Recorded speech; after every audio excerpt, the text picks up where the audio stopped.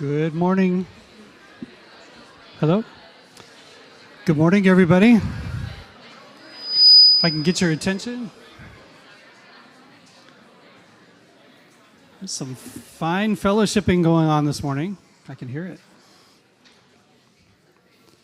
All right. Well, welcome, everyone. For those of you who don't know me, if you're from the community or the broader community, I'm Dr. Ken Logan. I have the privilege of directing the integration program in our PsyD graduate school. And it's good to have you all here this morning. Good morning, students. Come on, we're trying to impress the people from the community. Good morning, students. Nice. Okay. Well, I want to welcome all of you to our training today. I'd also like to offer a special welcome to those of you from the local and broader clinical and ministry communities. If you're here today, I'm not going to make you stand up. I got feedback last year that you guys didn't want me to do that, so I'm not going to do that this year. Yeah, we're glad to have you here. Students, if you notice someone sitting around your table that looks unfamiliar and you may not know, definitely introduce yourselves and, keep it cool. Don't be doing, embarrassing things. Sorry, these are the morning humor attempts, you guys. This is as good as it's going to get.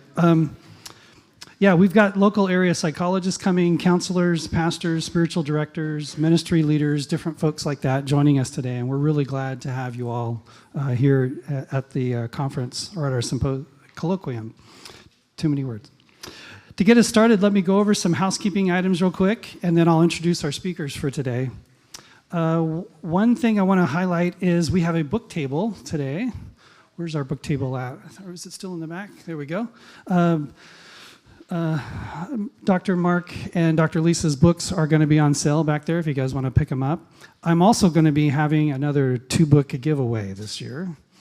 And this particular version is hardbound. It's not that, flexible, softbound. And just to increase the odds of you getting more money if you sell this on Amazon, it's autographed by the authors. Check that out. So, yeah, we're going to connect you guys up. So before we break for lunch, I'll do a little question and see who responds first. And if you respond faster than everybody else, you'll get the book, all right? And then we'll do another one at the end of the day. Hey, guess what? Lunch is on us today.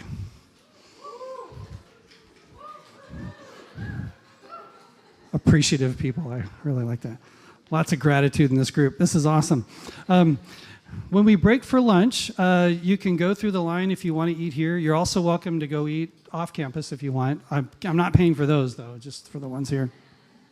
You basically enter the line, tell the individual tracking things that you're with the PsyD program, and they'll let you in to grab food.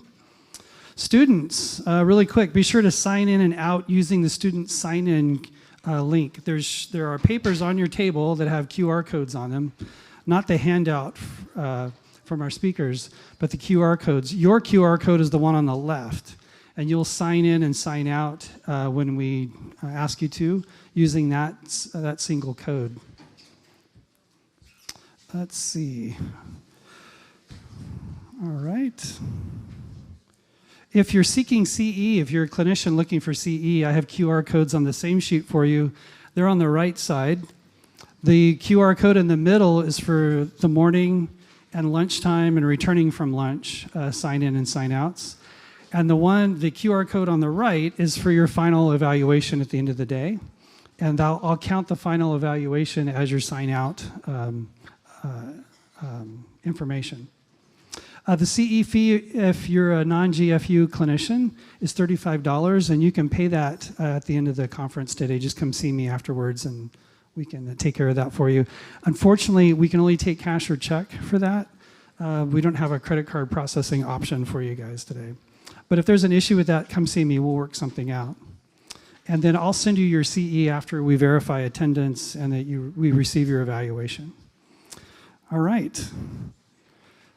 It is my great pleasure to introduce 2 distinguished scholars and esteemed authors. Yes, you guys are that to us. And dedicated practitioners whose contributions to psychology, sociology, and spirituality have been both profound and transformative in the field. The research work with people and writings illuminate the intricate connection between the mind, society, and the spirit, offering insights that bridge the gap between scientific understanding and deeper questions of our spirituality, our faith, and even, I would say, our existence.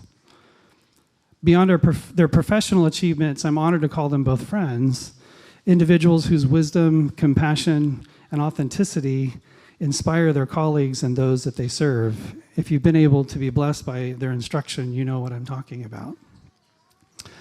So let me brag on them individually a little bit, if I can. Dr. Lisa Graham McMinn is a sociologist, writer, and spiritual director who spent 2 decades teaching at Wheaton College, Trinity International University, and George Fox University. She earned her PhD in sociology and systems science from Portland State University and has authored not 1, not 2, but 7 books, including The Contented Soul and To the Table. She's contributed widely to academic and popular publications. She serves as a writer in residence at George Fox University and coordinates our very own spiritual direction program for the SID program. Beyond academia, this is my favorite part, Lisa finds joy in tending a small dairy goat herd, growing dahlias, daffodils, broccoli, and beans. Isn't that a neat mix? Dr. Mark McMinn is faculty emeritus here at George Fox University. I almost said George University. They may not like that. Okay, that's another school. George Fox University, where he had a distinguished career in clinical psychology here at Fox, and also at Wheaton College. Holding a PhD from Vanderbilt University, he's authored or co-authored 16 books. There's a bar for you guys to reach, yeah? Co-edited 4 and published over 130 peer-reviewed journal articles and book chapters. His work explores the intersection of psychology, theology, and spirituality with titles such as The Science of Virtue and Psychology, Theology, and Spirituality in Christian Counseling, shaping conversations in academic and clinical settings. In addition to continuing his research and writing, he provides psychotherapy 2 days a week, and the other favorite part, and nurtures a love for growing Honeycrisp apples, Chandler blueberries, and Columbia Star blackberries on their farm. Mark and Lisa have shared 46 years of life's journey together, weaving their passions for writing, research, spiritual formation, and sustainable living into their work. Their most recent book, the one we're going to talk about today, An Invitation to Slow, reflects their shared commitment to attentiveness, gratitude, making space for quiet, and building a more intentional life. If you all would, please join me in welcoming Dr. Mark McMinn and Dr. Lisa Graham McMinn.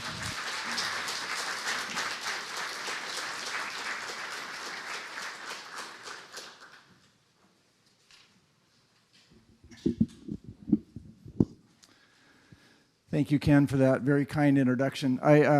In a presentation that lasts all day, there will invariably be errors on slides, but I didn't expect to make one on the very first slide.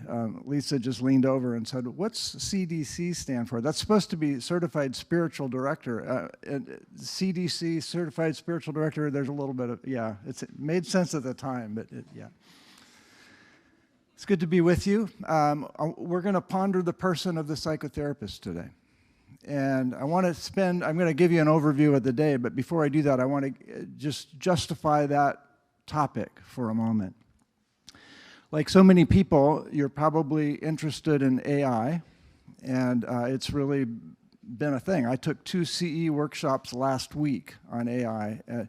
And the question always comes up in psychology and other professions too, I suspect, is because there's anxiety around this, will AI replace the psychologist, replace the person of the therapist? And the answer in most professions and in ours and in CE workshops I took last week is no, but psychologists who understand AI may well take jobs from those who don't.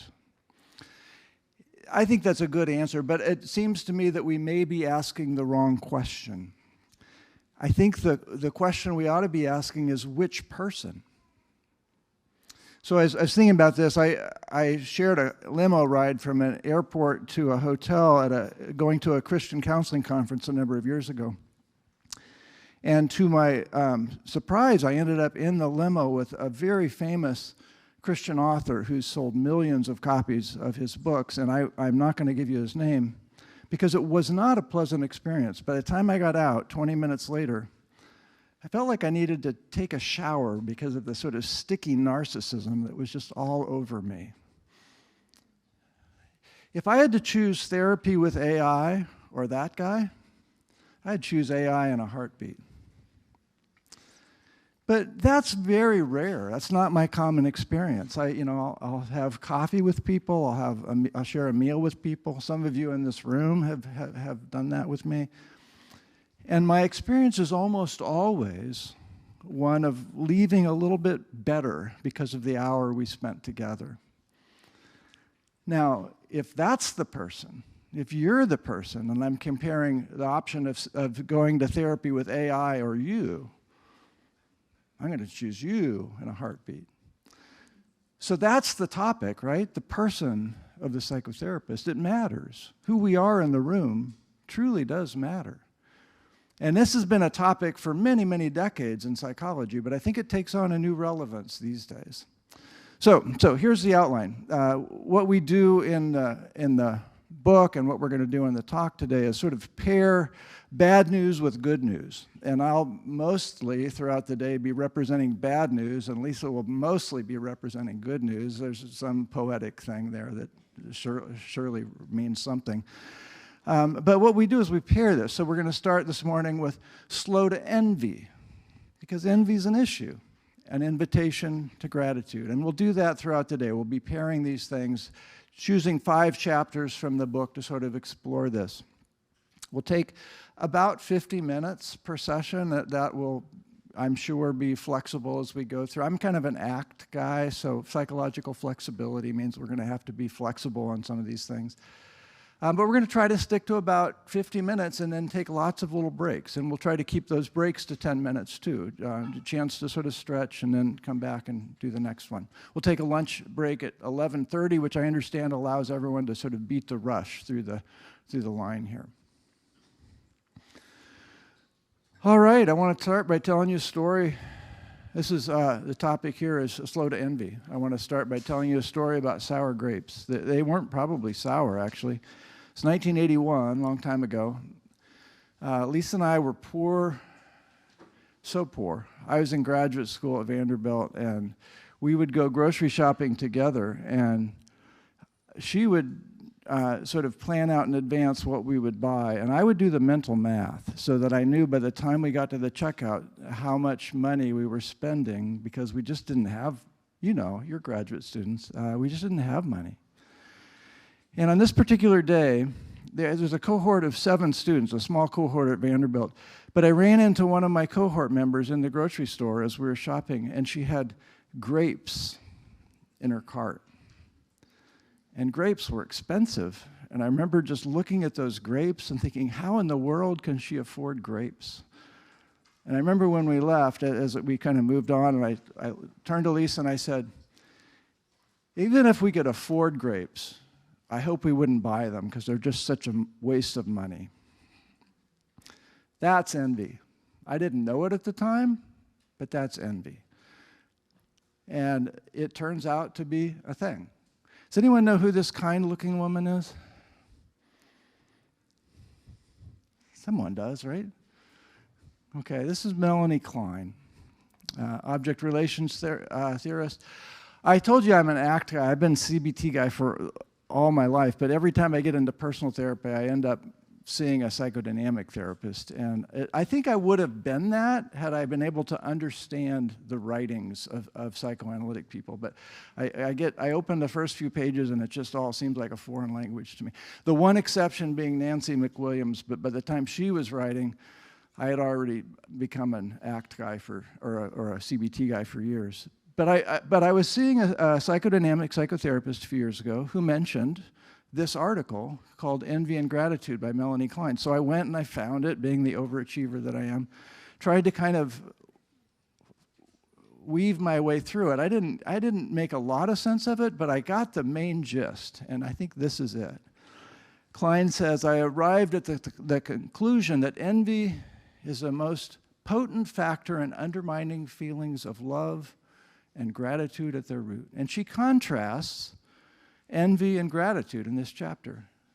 Envy being anti-love, gratitude being a cousin to love. Envy. In 1981, we just happened across this grocery store encounter with the grapes. But now, envy comes at us every day, all the time. What does social media do? You know, you open up social media and you've got a friend vacationing in Italy and another one who's just fallen madly in love and someone who's published their first book. And before you know it, we're just surrounded with all the things that might naturally make us envious. I want to make a distinction here between envy and jealousy. In biblical literature, which is mostly, not exclusively, but mostly Greek and Hebrew, there's only one word that's translated in the English, jealousy or envy. But in English, we have two different words. And I'm glad we do, because they're different things. Envy is that sense of somebody else has something I want or that I don't have, and wishing that I could be in that position. So envy involves generally two people, whereas jealousy generally involves three people. Like there might be a relationship that's important to you, but one person seems to be more interested in someone else all of a sudden, and there's a sense of jealousy around that. Now, jealousy actually has, both can cause problems, but jealousy has some merit. You can actually make a pretty good case that jealousy has a positive dimension to it. Not so much with envy. There's really almost nothing, at least according to Melanie Klein, there's almost nothing positive. Well, I should say I could take out almost. There is nothing positive about envy. It's anti-love. Here's a science, maybe a little silly, but a science example. This is a study published in 2020, and what the researchers did is they had people in the laboratory, and they had them imagine a time where they felt envious, my grape example maybe, or something else, or they had them imagine a time they felt grateful. So now we're back to Melanie Klein, right? Contrasting envy and gratitude. And then a Confederate in the room drops a whole bunch of pencils. So the question is, you know how social psychologists think, the question is, how many pencils do you help pick up if you've just been thinking about envy or if you've just been thinking about gratitude? And they found that there was quite a difference. I've been 5 years out of academia. I can say this, a statistically significant difference between these two, right? Those who thought about envy picked up fewer pencils. Now, kind of a trivial example, but it gets worse. 7 deadly sins. They've been popularized by movies and so forth. They don't actually come from the Bible. 7 deadly sins started in the 4th century. A guy named Evagrius Ponticus, who was part of a thriving spiritual community in Constantinople. And then he fell in love with a married woman. And he didn't know what to do, so he fled. And then after fleeing, he got sick, really sick, to the point of thinking he was going to die. And one of the elders from that the vibrant spiritual community in Constantinople, interestingly enough, was named Melania. Melania the Elder was her name. And she came and she visited Ponticus on his deathbed. And he confessed to her all that was going on, and she suggested that if he should happen to live, that he go into the desert and live in the desert on his own. He lived, he went into the desert, and at some point he, maybe an early cognitive therapy thing, he wrote about 8 destructive thoughts that then sometime later, Pope Gregory the Great took those 8 destructive thoughts and honed the list a bit, and they've been honed some more throughout history, but he came up with these 7 deadly sins. And you'll notice that envy is one of them. Envy, in fact, can be deadly. I'm not going to go through all these examples from the Bible, but if you open up the Old Testament and start reading story after story after story, you find stories about envy. And so many of them end up in death. Here's a very tragic example from 11 years ago. these 6 victims. I at one point had the picture of the shooter up here, and Lisa walked by my office and said, I bet it would be better not to do that. I'm not even going to name the shooter. But these are 6 people who were killed by the Santa Barbara killer. And the killer left behind, 14 more were injured, by the way. The killer left behind something called a journal. So it's 139 pages. It was a substantial journal called My Twisted World. And I'm just going to read you a few entries from this journal, and we'll see the deadliness of envy. Humanity. All my suffering in this world has been at the hands of humanity, particularly women. It's made me realize how brutal and twisted humanity is as a species. All I ever wanted was to fit in and live a happy life amongst humanity. But I was cast out and rejected, forced to endure an existence of loneliness and insignificance, all because the females of the human species were incapable of seeing value in me. And then later in the journal, my hope that I will one day have a beautiful girlfriend and live the life I desire slowly faded away. I kept thinking about how some boys were easily able to get girlfriends. I couldn't fathom how they did it, and I hated and despised them for it. And then later, I deserve the love of girls more than any of the other obnoxious boys of my age, and yet they get the girls and I don't. That's a crime that can never be forgiven, nor forgotten, nor can it be forgiven. I always wanted to exact my revenge on humanity for forcing me to live such a life. Then he gives a number of anecdotes in this journal. Here's one of them. A few moments later, when I looked up from my drink, I saw a young couple standing in line. The 2 of them were kissing passionately. The boy looked like an obnoxious punk. He was tall and he wore baggy pants. The girl was a pretty blonde. I was absolutely livid with envious hatred. When they left the store, I followed them to their car and splashed my coffee all over them. And then at the end of the journal, and I'll read you just a moment of it, just a bit of it in a moment, he describes what he calls his day of retribution. And then he did it. This is how he described what he was going to do. He said, "It was time to plot exactly what I will do on the day of retribution. I will be a god, punishing women and all humanity for their depravity. I will finally deliver to them all the pain and suffering they've dealt to me for so long. My orchestration of the day of retribution is my attempt to do everything in my power to destroy everything I cannot have." It's a long ways from sour grapes to the day of retribution. I realize the range there is vast, but again, envy can be deadly. There are 2 kinds of envy, and I think it's important to understand the 2. One is benign envy, which is where we see someone in a position we want, and so we work harder to get there. And by the way, neither of these kinds of envy are particularly good. But this one is not as damaging as the second one, which is called malicious envy, which is I have to bring the other person down.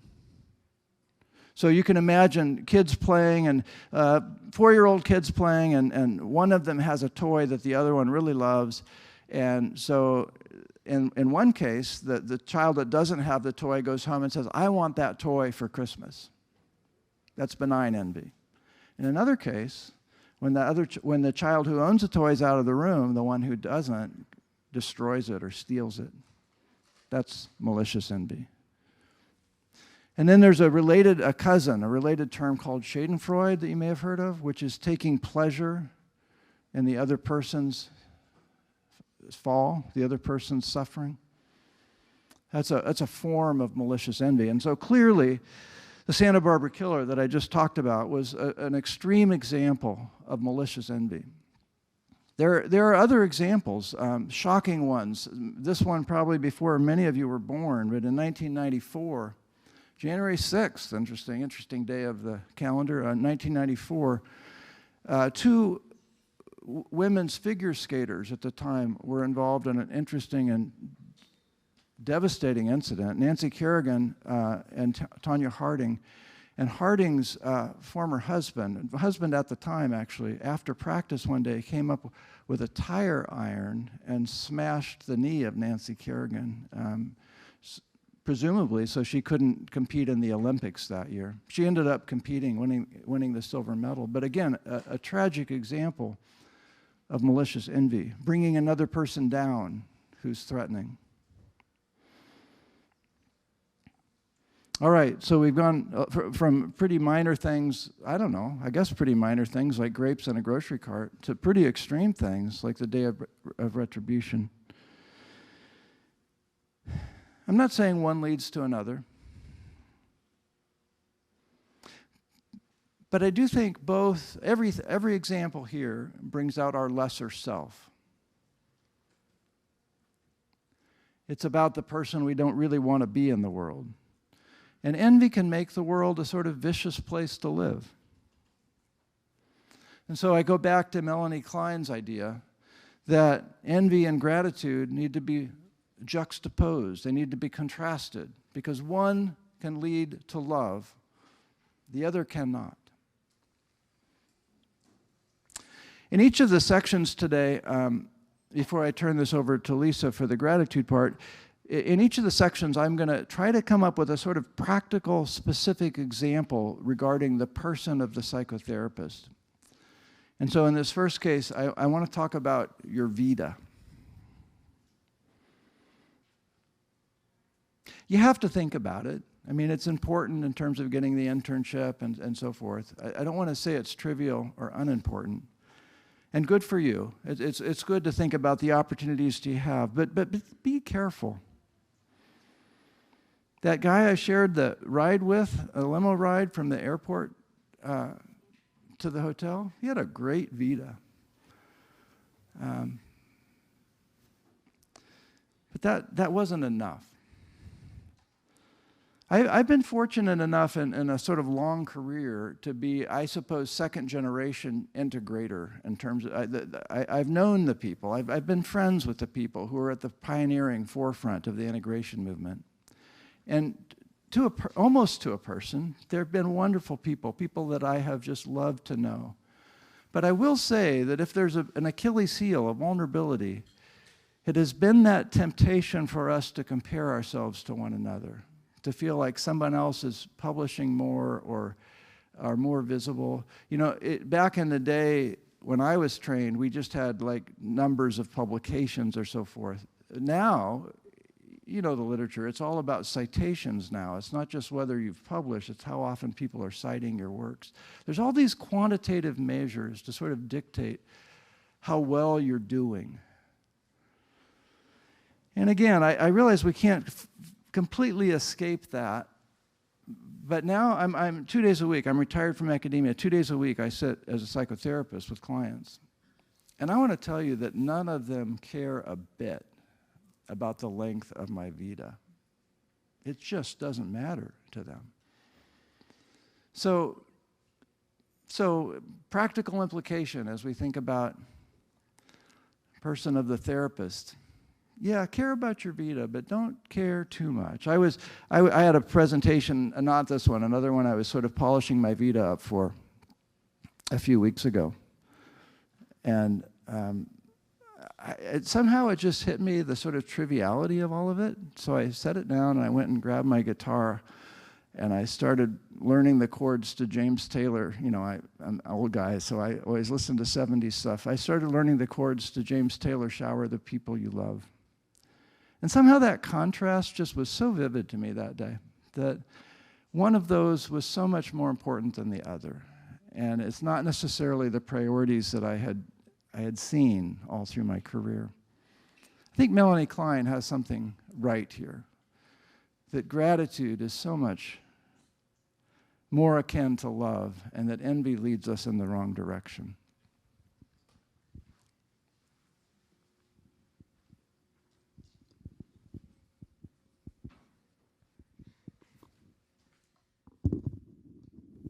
If you need it, and even if you don't, I encourage you to take a deep cleansing breath right now, which is what's so spiritual directors often encourage us is to find our breath, and I really encourage you to do that. Mark has talked to us about some pretty negative ways of being in the world, and I want us to turn to gratitude now, which he says, and he spoke of as being an alternative to envy. What if it's true? I want to start with this question of, what if it's true that what we look for is what we find? So if we look for offense, if we look for division, if we look for scarcity, that's what we find. If we look for the world to be a terrifying place, that's what we'll find. And if we look for kindness, if we look for collaboration, if we look for abundance, that's what we find. And what we look for, what draws our attention and our focus, shapes and forms who we become. What if that's true?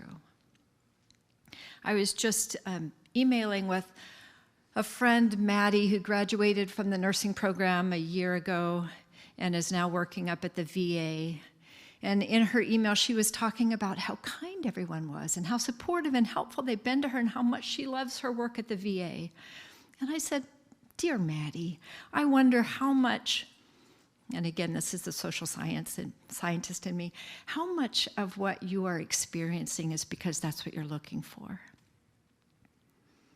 I'm sure it's there, but I imagine there are other things there that you're not seeing. What a gift that that's what you go looking for.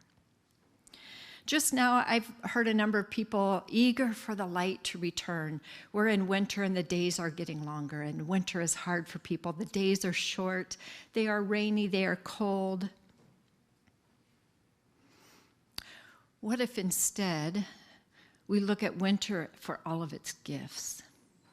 If you like the stars, it's the only time for you to see Orion at all. And really, it's the only time before like midnight that you can see a night sky before bedtime.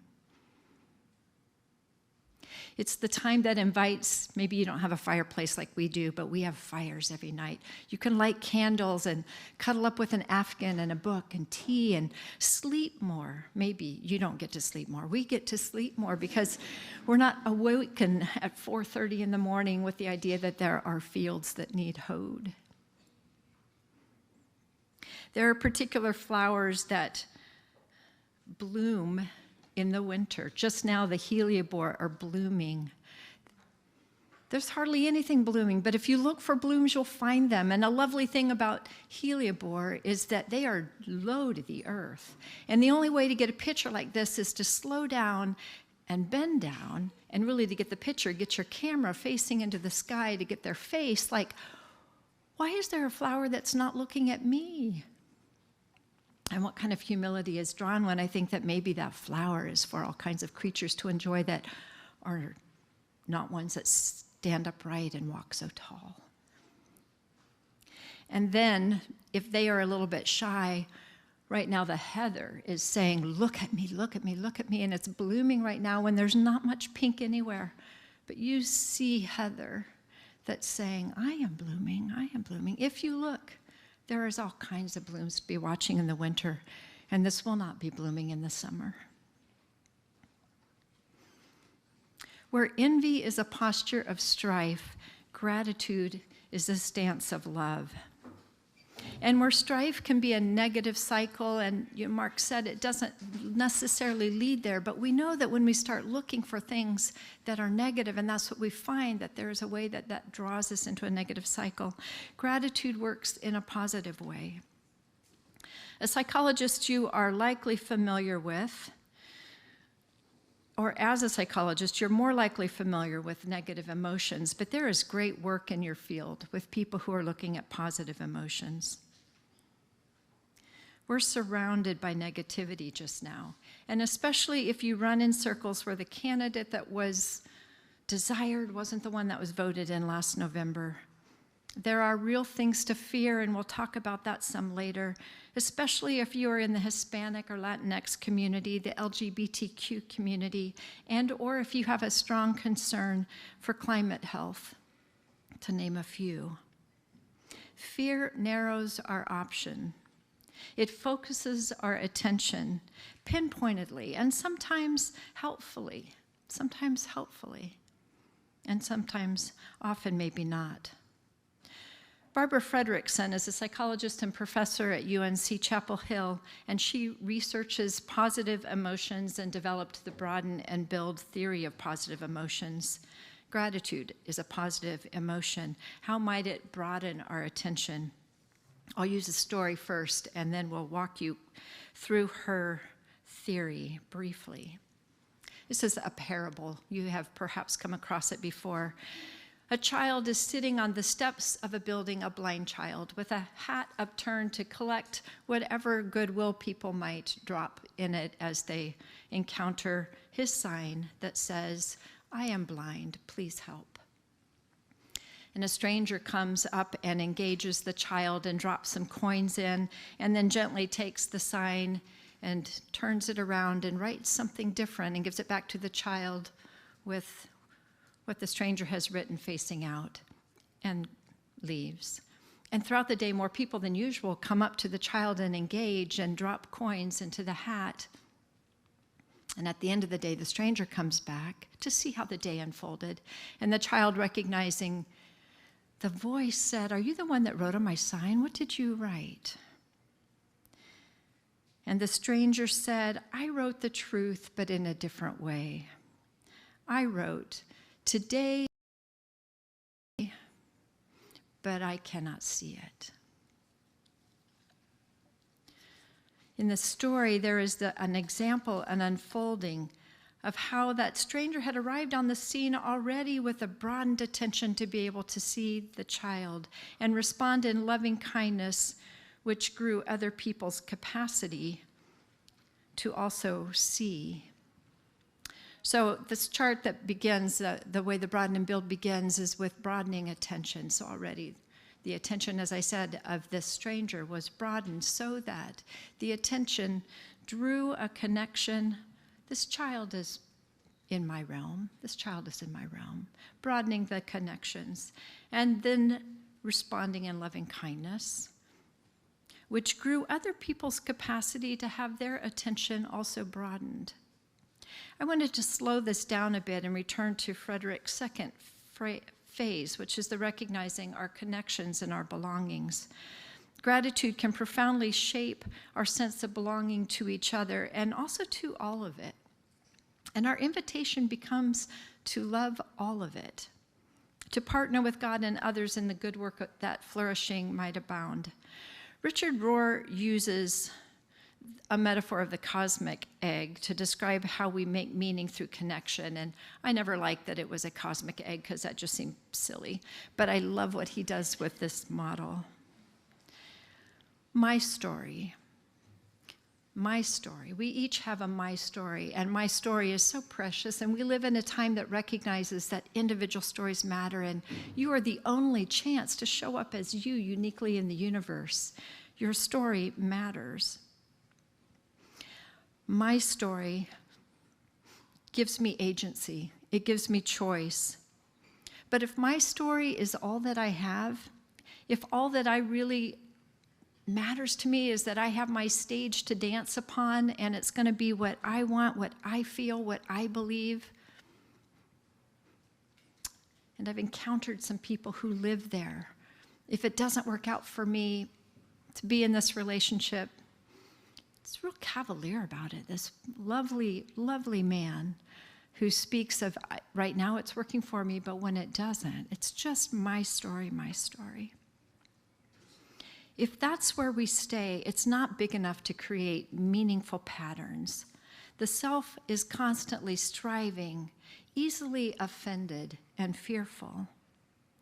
So the next story that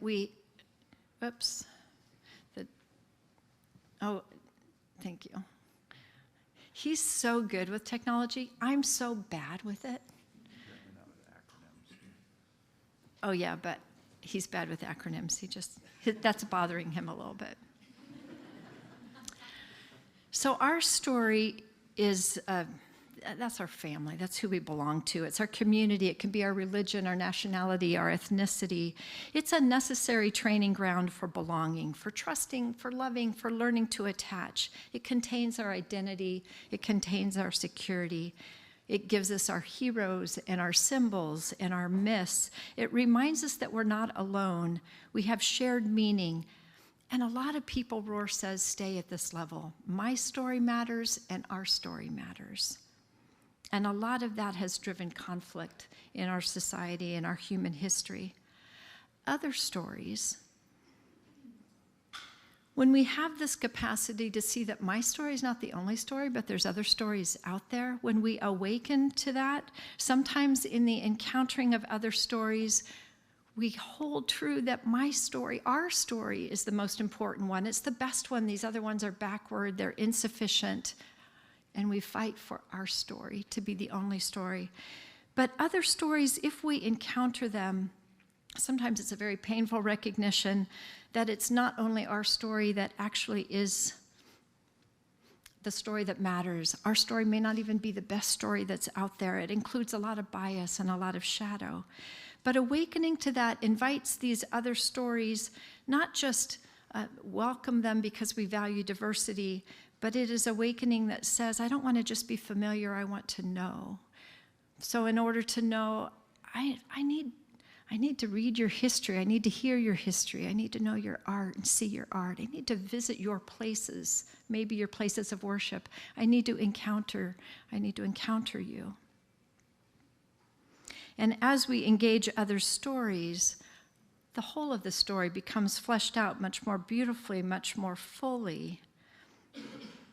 It broadens the capacity for our wisdom and deepens our humility and our connection to others. Rohr says the only thing more dangerous than a my story ego that insists it's the only story is an our story that insists it is the story against which all others will be measured. Felicia Murrell is she's a spiritual companion. She was a pastor for 20 years. She's a writer and an editor. And she teaches sometimes for the Richard Rohr's Center for Action and Contemplation. She has this to say: to expand my worldview beyond the paradigm of Southern, Christian, rural, or working poor, to a larger cosmic frame that is inclusive, universal, affirming, and accepting, I needed to see the parts and the whole of all their majestic splendor and their messy complexity. That she too didn't want her blackness defined only by the dominant whiteness, but neither did she want to see the whiteness only in the context of how she felt as an oppressed Black woman. That she wanted to stretch beyond to be able to see the beauty even amidst the messiness of that. The story then, this big story, and certainly we don't live in a day, it's unpopular with relativism to say there is one grand theory or one grand story, but these are the patterns that hold true, that transcend any particular religion. They tend to transcend time and culture, like forgiveness heals, although Mark told me that some in this room won't necessarily think that forgiveness heals. You're being taught that. Well, I would take a conversation with you about that. Patterns like parents of all sorts, not just human parents, but animal parents, generally want their children to flourish. Gratitude opens the door for happiness. Do unto others as you would have others do unto you. That there are these patterns that hold true, that hold this other story. Every contemplative tradition embraces a reality that is bigger than the physical world that it's being lived out of. Rohr says our biblical story unfolds and honors and integrates all four of these. We can't do without any of them. We need all of them. Much of the weakness in our society is when we're only focused on two of them, the first two of them. But the whole healed person, you as a therapist, lives happily and with gratitude when you can live inside of all of them. And so from a recognition of our belonging grows this loving kindness, a capacity, Frederick's third phrase, our gentleness and generosity, perhaps with those first that are in our story, so we have patience with slow drivers. I have a director, one of my directees, who works really hard to be patient with slow drivers. He's a very efficient surgeon, and efficiency has driven much of his life, and he's beginning to see how that impacts who he is. But expanding so that we have loving kindness toward other stories, toward immigrants and refugees in our country right now who are fearful, toward polar bears, oceans, forests. A positive emotion like gratitude broadens our awareness, our attention, helps us recognize our connection so that we don't overly focus on my story, but see more broadly and care more deeply to treat others, our others and other others, with kindness. And this in turn further broadens our attention to notice all that is beautiful that may have escaped our notice. So we see the color of flowers on your way out today that you maybe didn't notice on your way in. We hear birds that are beginning. The frogs will be coming soon. We express and taste our food differently because there is a gratitude for the farmers, the chickens, the store clerks, the cooks who made it possible for us to eat so easily, so abundantly. And in doing so, we are connecting to a bigger story, the story, a reality that is deeper and older than anything our lives alone can touch. In our slowing, in our noticing, we grow our capacity to love. What a world it could be.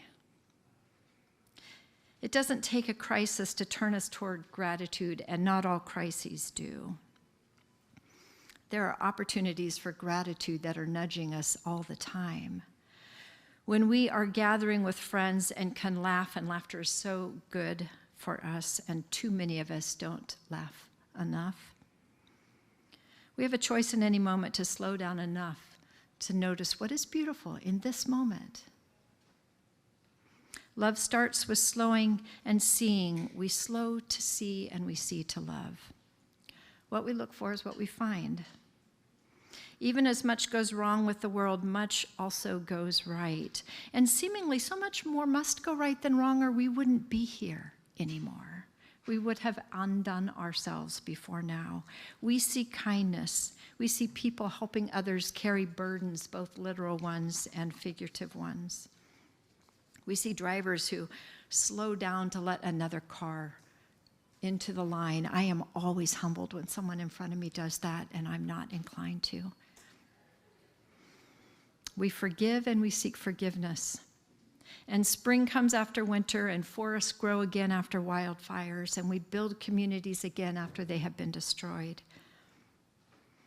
When we look for beauty and goodness, our hearts expand with gratitude, which begets more gratitude and more connection and more loving kindness. I can imagine some pushback from you. Is this sugarcoating and denying real hard things? That's a good question. Can we acknowledge the negative and see the damage of it, and yet choose to live and be influenced by a positive cycle of gratitude? I was speaking with one of my directees yesterday who is just in a cycle of a lot of loss. Her position, she's a clergy in her church, and she does hospice care for her church. So she's exposed to death a lot. And just now her dog is dying, putting down this dog today or tomorrow. Which, if you know pets that have been with you for 15 years, you know the hole that leaves. And she wakes up every day anxious. She's an anxious soul. And she has a routine that she tries to work through to acknowledge her anxiety for the day and what it holds, and then to also try to, just in the naming of it, hold it tenderly as she tries not to be defined by it. But we were talking about that tension of both. Can it be both that there is beauty in this dog that you have loved so well, that has loved you well, and in the loss of this and what that represents? And I used the term harmony. Is there a harmony with those two? And she so resonated with that as somebody who cannot sing harmony, but she finds it so beautiful. So for her to know that I am stuck really as an anxious soul who tends to see the dark, but I find harmony so beautiful.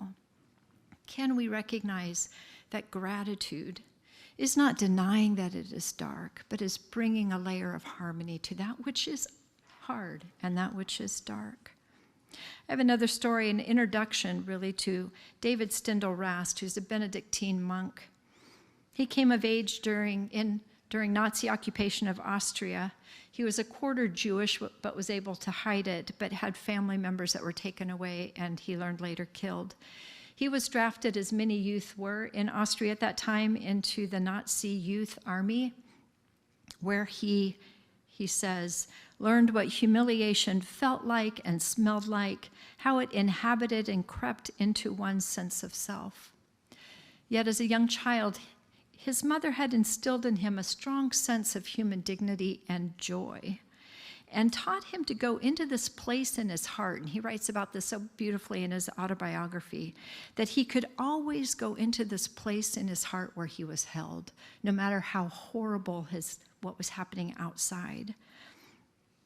The capacity to find the good and the beautiful amid suffering and ugliness held him, carried him through that season. So perhaps he would see a bit of grass growing through the concrete, or perhaps catch the gaze of another youth soldier. And maybe they would smile, maybe they wouldn't, but in the catching of the gaze, they saw each other, and there was something beautiful about that. After the occupation, when they returned to their very ravaged and wrecked homes and neighborhood, and food was scarce for a good season before that system was up and running again, the only predictable thing that happened when food was not predictable was that the priest would arrive to bring communion. And just knowing the priest was going to show up with the host and the bread meant a lot to him. It gave him a kind of hope, and that was just what he needed. Noticing the good, even amidst the overwhelming bad, had a transforming power. It shaped who he became, and ultimately what he is known for is his work in gratitude. Seeing the awe and wonder in every day. Every day is a good day. Every day, this is your existence, this is your day. I'm going to have, if we can, you're very quiet in here. We'll see how the sound goes, but this is part of a TED Talk he gave in 2013. It's just the opening words, and it's a way of introducing you to the gentleness and to the way he is. Now, my topic is gratefulness. How is the connection between happiness and gratefulness? Many people would say, well, that's very easy. When you are happy, you're grateful. But think again. Is it really the happy people that are grateful? We all know quite a number of people who have everything that it would take to be happy, and they are not happy because they want something else, or they want more of the same. And we all know people who have lots of misfortune. Misfortune that we ourselves would not want to have. And they are deeply happy. They radiate happiness. We are surprised. Why? Because they're grateful. So it is not happiness that makes us grateful. It's gratefulness that makes us happy. If you think it's happiness that makes you grateful, think again. It's gratefulness that makes you happy. I want to end this section with a passage from Galatians 5, 5 and 6. For in Christ, neither our most conscientious religion nor disregard of religion amounts to anything. What matters is something far more interior, faith expressed in love. Love is the pivot that turns us away from envy and all its small strivings and toward life-giving gratitude. God inspires us toward faith expressed in love, toward our ultimate end, toward opening our eyes to see the blessings that flow all around us. We want to spend a few minutes, and we have just about 5, to work with this. And so we have a few questions. And I think maybe we'll just have you ponder these to yourself rather than talk about them, although we'll see how that goes. Oh, they're on your handout. Yeah, some of these questions are on your handout. So one of them, and a provocative one to begin with, is what propels you toward envy in graduate school or in your professional life? That's a better one that you might want to just think about for a moment. Jot notes on that if you would like to. What propels you toward envy in graduate school or your professional life? And don't stop there without also thinking about what propels you to gratitude.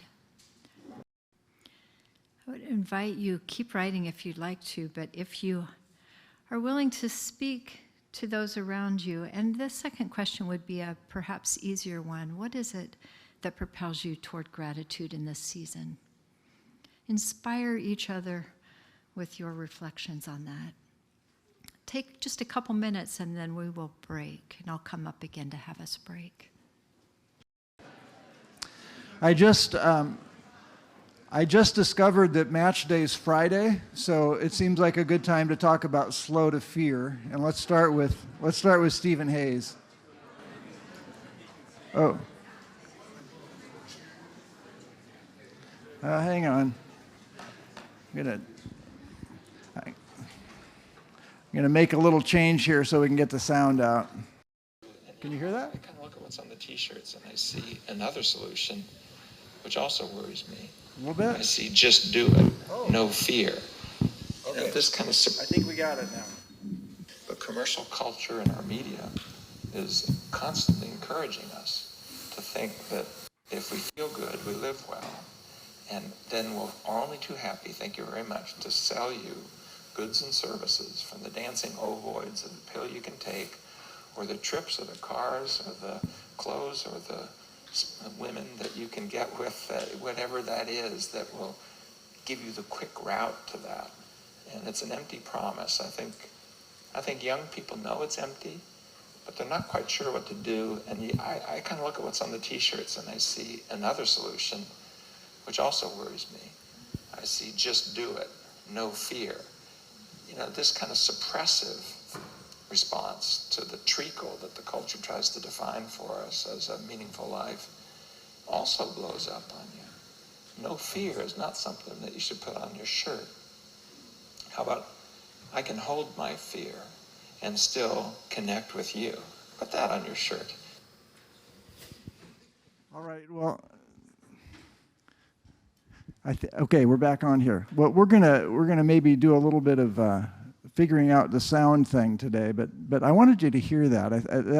That last line especially, no fear is not something to put on your shirt. I can hold my fear and still connect with you, Stephen Hayes says. Put that on your shirt. No fear, no fear. He came up with that. You may remember there was a motocross brand that was no fear. It started out with motocross, and then it became a energy drink, and they did show up with shirts and things like that. They went out of business. But the other thing that I think of when I think of no fear is so many passages in the Bible seem to essentially say, don't fear, have no fear, don't be afraid, no fear. Here's a few of them.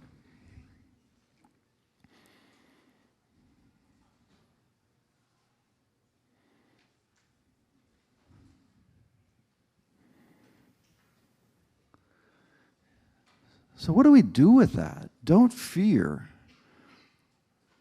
Match day is Friday. There's so much to fear. There's so much to fear. Every year, there's some folks at Chapman University that do a national survey on the top 10 fears in America. Here's what we fear this year. The top 10 fears. Corrupt government officials, people I love becoming seriously ill, cyber terrorism, people I love dying, Russia using nuclear weapons, not having enough money for the future. Ooh, that sounds familiar, I bet. U.S. becoming involved in another world war, North Korea using nuclear weapons, terrorist attack, biological warfare. And then I decided I should throw in a few more acronyms in here for this audience. How about that? Okay?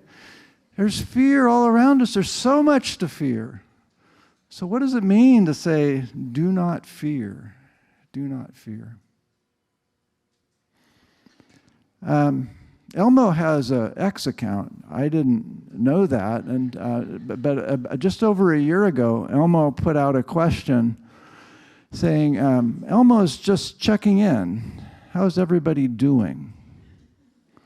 There are 220 million views and like 20,000 comments, and it didn't look good. This was a year ago. These are the things people said.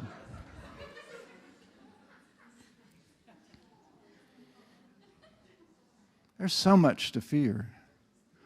The 21st century has been a busy time for the sympathetic nervous system. Let's just do a very quick survey of what that's involved.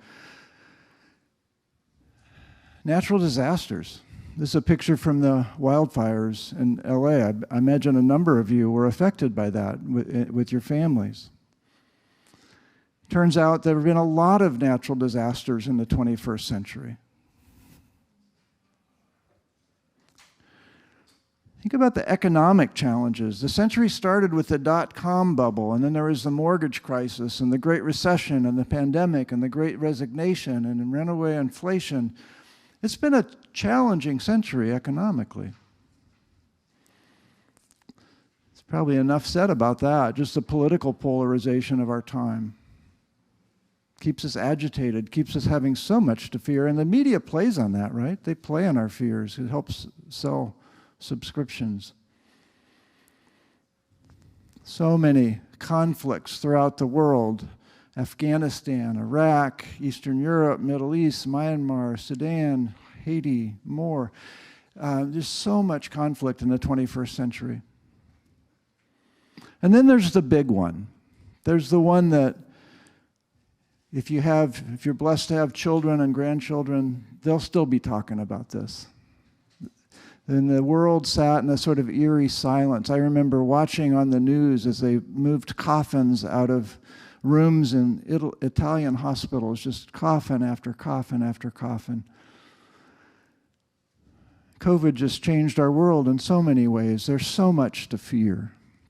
The Gallup organization asks people every year about negative emotions in the last 24 hours. Have you been fearful? Have you been angry? Have you been upset in some ways? And though they release a report in July of every year, and it's always a year behind, so the most recent data we have is for 2022, and it looks slightly better. But if you look at the overall graph, even before COVID, negative experiences were increasing throughout the world. These are rugged days. Lions and tigers and bears, oh my. The sympathetic nervous system gets agitated. During a sort of challenging time a few years ago, our pastor sent a song, this song, which I'm not going to play now, and we may or may not get to hear it later. I don't know. I hope so. But it's called Nothing to Fear, which is, again, is there really nothing to fear? But the thing that started me to think a little differently about this was the artist, the Porter's Gate. And so I want to tell you a little bit about the Porter's Gate project. I got this wrong for the first few months. I loved the song. It brought tears to my eyes every time I listened to it. It still does, actually. But I got the name wrong. I kept calling it the Potter's Gate, thinking it was talking about the sort of metaphor of the potter. But it's not. It's the Porter's Gate. And I was trying to think, what is the Porter's Gate? And it turns out there was a couple, Isaac and Megan Wardell, in 2017 that started bringing together groups of artists. They'd bring and theologians. They'd bring theologians, biblical scholars, artists, musicians together for a weekend, a week, and they would write worship songs for the church. And it's become quite a thing. You probably know a number of their songs, the Porter's Gate song. But I still didn't know where the porter came from. So I did a little more research on that, and it turns out it has to do with Saint Benedict. So Saint Benedict was a monk born in 480 to nobility in Rome, very wealthy, but he left it all behind to go live in a cave. Some other monks found him, and they asked him to be their leader, and it didn't go real well. They tried to poison him and kill him, but he survived it and spent some more time in the cave, by himself. And then ultimately, he started a monastery.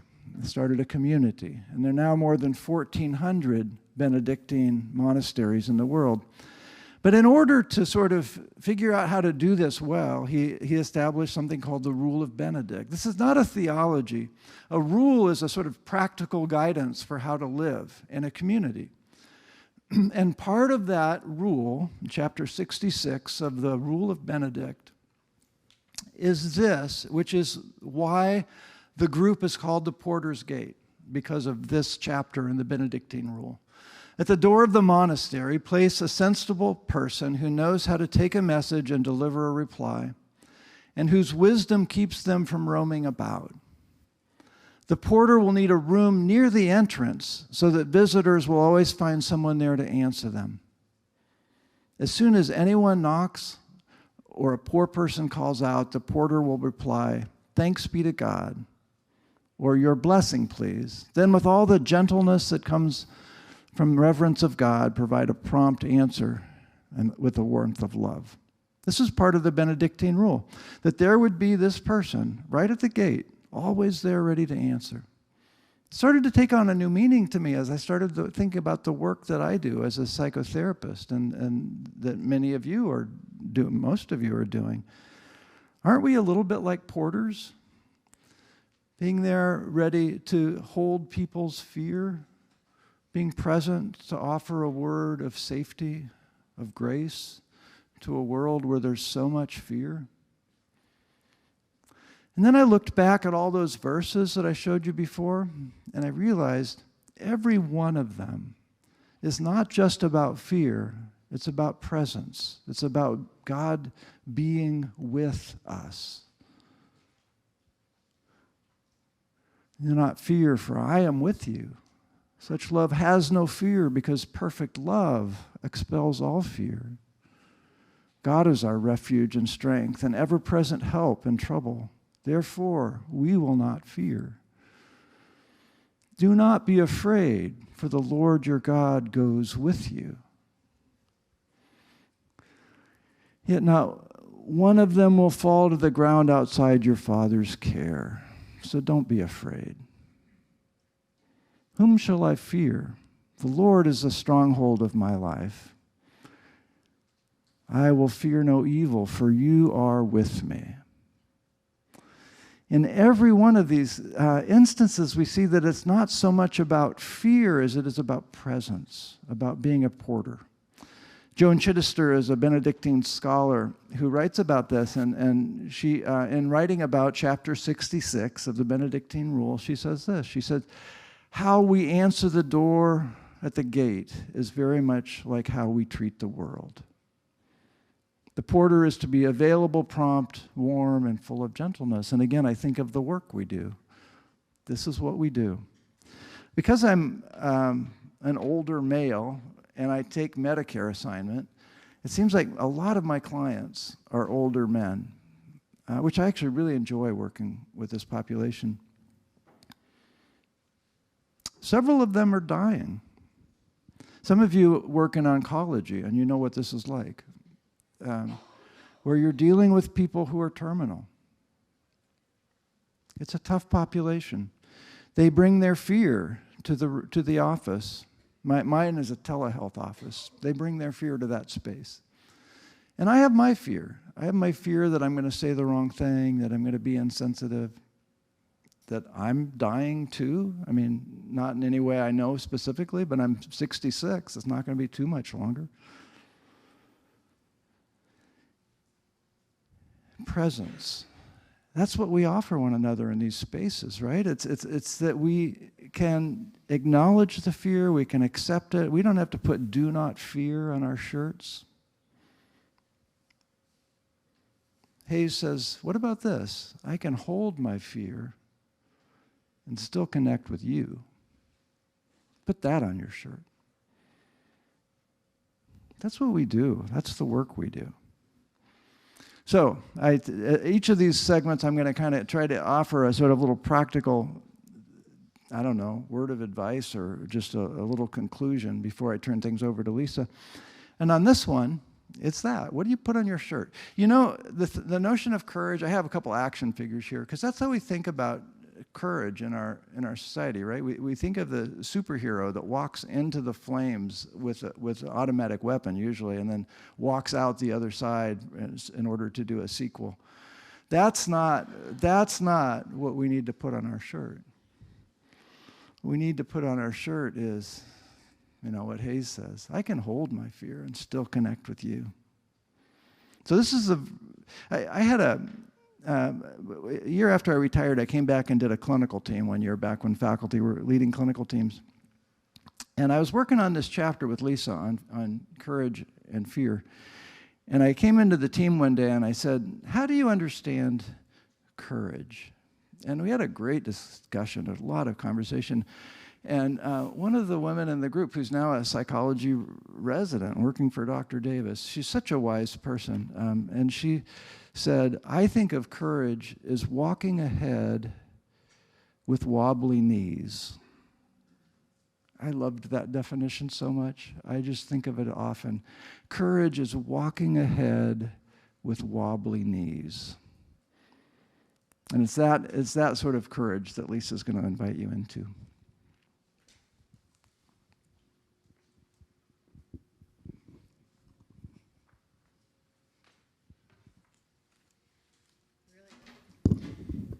Appreciate how Mark has set this up, that courage does not conquer fear.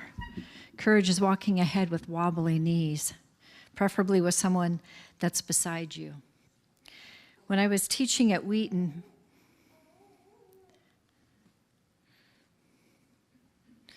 I was walking with someone for her whole 4 years. Her name was Mary, and she had kind of a hard life, which is not unusual for so many of us to be encountering. But part of what she chose to do was to be part of the hunger program, Human Needs Global Resources, which meant that as a junior spring semester, she was going to go to some part of the world.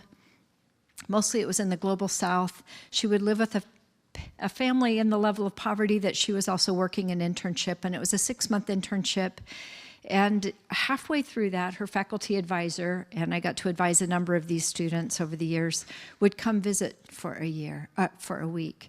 And we would live with them in their very humble living situation. We'd meet with their supervisor. We'd get to know their host family. Mary chose to go to Indonesia, where she had spent some time as an expat kid and had a lot of trauma that she was working through at the time. She was also a beautiful photographer. So before she graduated, she gave me this picture. And I've had it up in our house with that notion of walking with, always walking with. And I was taking it out of the frame to get a picture that wouldn't have the glass, and I noticed that she had written this on the back of it. Turn this on, I got it.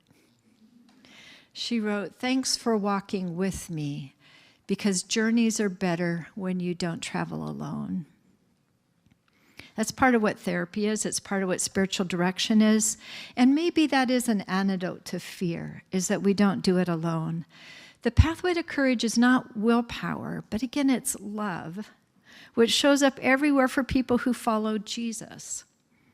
Love leads to a gentle, quiet, peaceful sort of courage that outlasts our fears. Courage doesn't mean we're going to have less sleepless nights. Indeed, it begins by honestly seeing and naming them, recognizing that we can't outrun them, but maybe we can outlast our fear. Jean-Pierre de Cassed was a 17th century French Jesuit priest and writer, and his writing has become one of the spiritual classics. The sacrament of the present moment is how it's been defined. It was originally the abandonment to divine providence. He was writing also during a time of great upheaval and writing about contentment in the present moment in spite of whatever horrible things you are also encountering and witnessing.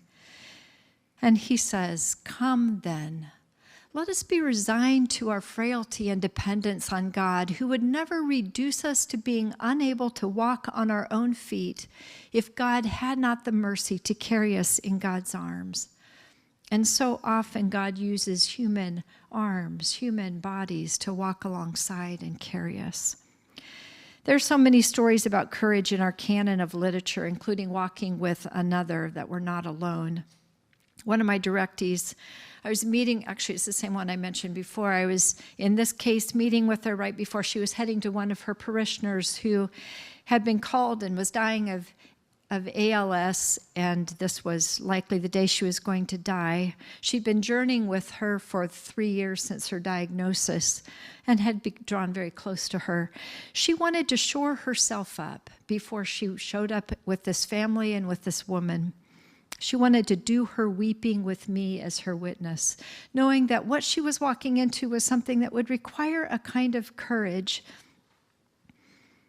She wanted to be able to have someone, and I was so honored that she chose me to be the someone who could hold this space for her so that when she walked into that home, she had the sense she was not going alone, that I was bearing witness with her as she did the work with this family's grief and this woman's passing. It was wise for her to know she needed that, and it was wise for her to pursue it. To name what was going was hard, and to have it affirmed that it was okay that it was going to be hard, and it would be okay if she wept, and she knew that she would, but she just didn't want to go without getting a lot of those tears out of the way first. I just finished an epic tale that I have read every decade since my 30s. I was introduced to it by my father, who read it out loud to us as children, which I don't actually recommend reading this epic tale to children. It's difficult to follow. But great storytellers are often weaving tapestry into the friendship of tapestry into their epic tales. And I'm a little embarrassed to admit what this is, but I will, and I'll give you my caveats. But it's Tolkien's book, The Fellowship of the Ring. And particularly, it's the friendship of Frodo and Sam. But there's also unlikely other friendships between an elf and a dwarf. And I know by even saying that, I've lost a whole bunch of you who think fantasy is a ridiculous genre. And I know that it's male-dominated and it's violent, and I'm a really good Quaker. And there's a lot of, and the movies make it more violent and more of everything that's bad. But I'm still going to read you a snippet of it. And it's actually a snippet that I liked enough to compel Mark, who doesn't particularly care for fantasy or Tolkien, to let us put in our book. Master storytellers often weave fellowship and friendship into the tapestry of their epic tales. In The Lord of the Rings, J.R.R. Tolkien's tale of Middle-earth, hobbits Frodo Baggins and Samwise Gamgee, a small people who prefer tending gardens and drinking ale to fighting, get swept into a battle for the fate of Middle-earth. They are chosen not because of their strength or swagger, but because of their fortitude and friendship. The depth of Frodo and Sam's friendship and love keeps readers rooting for them. Fans of this tale know that friendship keeps them persevering despite the calamities they encounter, their constant fear of what is ahead, and their longings for home. The task of destroying the Ring of Power is primarily Frodo's, whose utter disinterest in power makes him the only one able to carry it. But Frodo's disinterest in power, along with his fortitude and courage, are not enough. He needs companions, a fellowship, as it were, 8 others who begin the quest with him, bringing him near the doors of Mordor. At the end, he only has the steady presence of Sam, and Sam is enough. At one hopeless moment in the movie, Sam offers a heart-rending monologue about darkness always eventually passing and the good in the world being worth fighting for. An internet search will show how popular the words have become in memes and artwork. But in Tolkien's original passage, Sam doesn't offer quite as much optimism. Tolkien, an Englishman who fought in World War I and lived through the Great Depression and World War II, wrote as one who had not only lived through dark times when you don't know how the story and your part in it are going to end, but saw people choose to live courageously and keep walking toward hope, toward turning a thing around in spite of the odds. That takes fortitude and courage, made easier with a companion At a particularly dark moment in Frodo and Sam's journey, they have the following conversation. "I don't like anything here at all," said Frodo. "Step or stone, breath or bone, earth, air, and water all seem accursed, but so our path is laid." "Yes, that's so," said Sam, "and we shouldn't be here at all, but I suppose it's often that way. The brave things in the old tales and songs, Mr. Frodo, adventures as I used to call them, I used to think that they were things the wonderful folk in the stories went out and looked for. But that's not the way of it with the tales that really mattered. Folks seem to have just landed in them. Their paths were laid that way, as you put it. But I expect they had lots of chances, like us, of turning back. Only they didn't. We hear about those as just went on, and not all to a good end, mind you.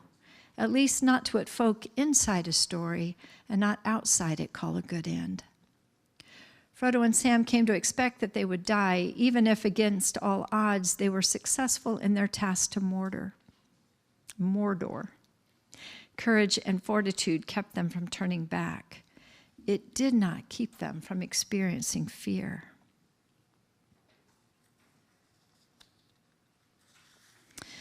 Eventually, we will all find ourselves in a fearful story. Bravery and pluck may help, but more so will be not walking alone, walking in the companionable love of another. Motions of love, 18th century Quaker John Woolman called it, a love that's not passive. It is an active force that moves us to action, to companion with others in hard and terrifying places, in ways that will change us and change the world around us. And this is the work that you do. Julian of Norwich was the first woman to write in English. She was an anchoress, which meant that she actually spent her life in a room attached to the church and didn't leave it, but had a window so she could watch Mass, and had another window where she could receive visitors that would come, and essentially she would pray for them and offer them spiritual direction. She lived through one of the most difficult time periods of history during the bubonic plague, which visited her village 2 or 3 times in her lifetime. Her whole life took place during the 100 Years' War between France and England. During an illness that nearly killed her, she had a vision, and she spent the next 20 years listening, delving into it, writing about it, and that's what we have in our that's what we have of her writing. Part of it, and the one that's most well known, and again you'll find memes all over the internet about this, is this quote where she says, this is what God said to her: "I may make all things well. I can make all things well, and I will make all things well, and I shall make all things well. And you shall see for yourself that all manner of things shall be well." There's a lot of repetition there. All shall be well. This emerged out of questions that she had about the destructive consequences of sin that ultimately led her to a place of peace, that God's love is far greater than the most horrible sin. She talks about this really powerfully, that all of sin, all of humanity's corrupt sin is like a hazelnut in the hand of God. God is not overly concerned about that destruction. All shall be well. All shall be well. It didn't happen, and it didn't have to happen in her lifetime for her to be influenced by the power of that promise. Her confidence came from an assurance that all of creation had been brought forth in divine love. It was sustained by that love, and it would, in the fullness of time, be brought in love under Christ to unity. Paul's teachings undoubtedly influenced this. In his letter to the Ephesians, he says, "God made known to us the mystery of his will according to his good pleasure, which God purposed in Christ to be put into effect when the times reach their fulfillment, to bring unity to all things in heaven and on earth." During 2020, which Mark referred to, so this was the pandemic, and also in our area, we had our own fires. This was a picture that was taken out of our courtyard, aiming toward the fires. I was visiting a dear friend, a soul friend, who is one who would walk with me in all things. She had been evacuated from her home and so was in temporary housing, and I just took down to a basket knowing it was really not going to resolve anything that she needed, except it would be an expression of my love for her. So it had some of Mark's wonderful jam and some of our hens' eggs and some squash things that we still had from the garden. And we were standing on the porch wearing our masks that were supposed to help us from COVID, but certainly were not protecting us from the smoke that was around us. And this was the end of 2020. We were just limping across that year, wondering what was to come also politically. And we were saying and encouraging each other, and I said to her, I know that all will be well. And she paused and caught my eye, and then she said, all is already well. Because all will be well, all is already well. That's a hard one place to get to be able to say all is already well. And for those who get it, it is through grief and it is through loss. It is not because you've had an easy life that you can say that. I am with you always. This is the promise that Mark was emphasizing in those passages as he revisited them. Imagine God saying, I am with you always. I am living life with you, in you, as you. You are never alone. I weep with you. I suffer with you. I feel your headache. I am that close. I feel the gut-wrenching anxiety you have. And I laugh with you. I created a world that I infuse with all that I am. I open myself to experience your grief and your fear, and I open myself to joy immeasurable in all that is good and is being resurrected and reborn and redeemed. What God does for you here is what you are also invited to do for your clients. God using you, channeling that kind of love as you sit with your clients. So we're going to spend a little bit more time working with this. What I want you to do in the working with this is take a moment and recall a fearsome story of your own. Feel it again, relive it again. Remember how it was not to know how it was going to turn out. Do that first, and then remember what helped you through it.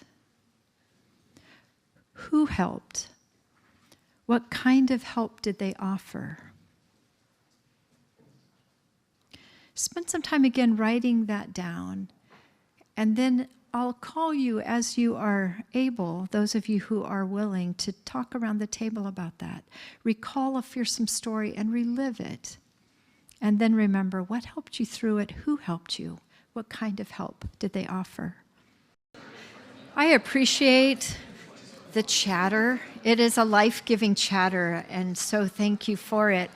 I would want, just as you break, to think about what it is doing for you internally just now to recall that story and to be sharing it with others. To note, perhaps, that that too is part of how we get through hard things as we share these stories with each other. What does that maybe invite you to as you think about your fears?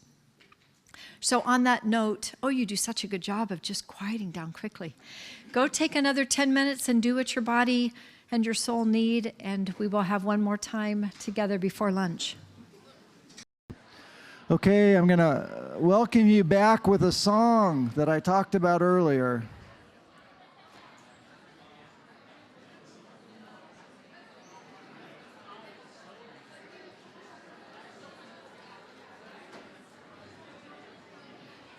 From the Porter's Gate.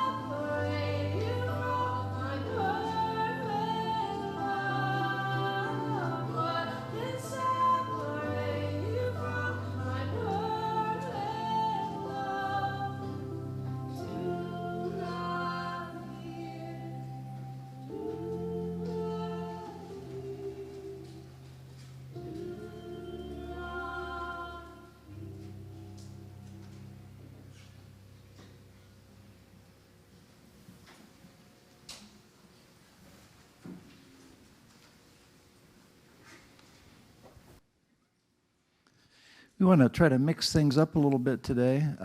So this is a little out of order. Normally, after one segment, you'd expect to have questions and answers. But we're going to start this one. We've talked at you for two hours now, and we're wondering if you may have some thoughts, some questions, some ideas that you'd like to ask about, and we'll take a few minutes and just sort of go back and forth if you have questions. I'm going to see if we can get both mics to work.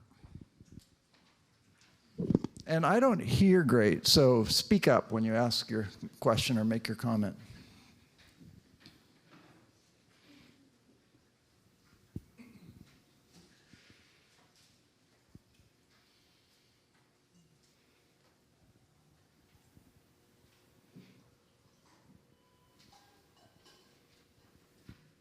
Yeah, one. One, yeah. We can all be forgiven our mistakes, so I'm curious about your distaste of Tolkien. I don't think you really were asking that, but thank you.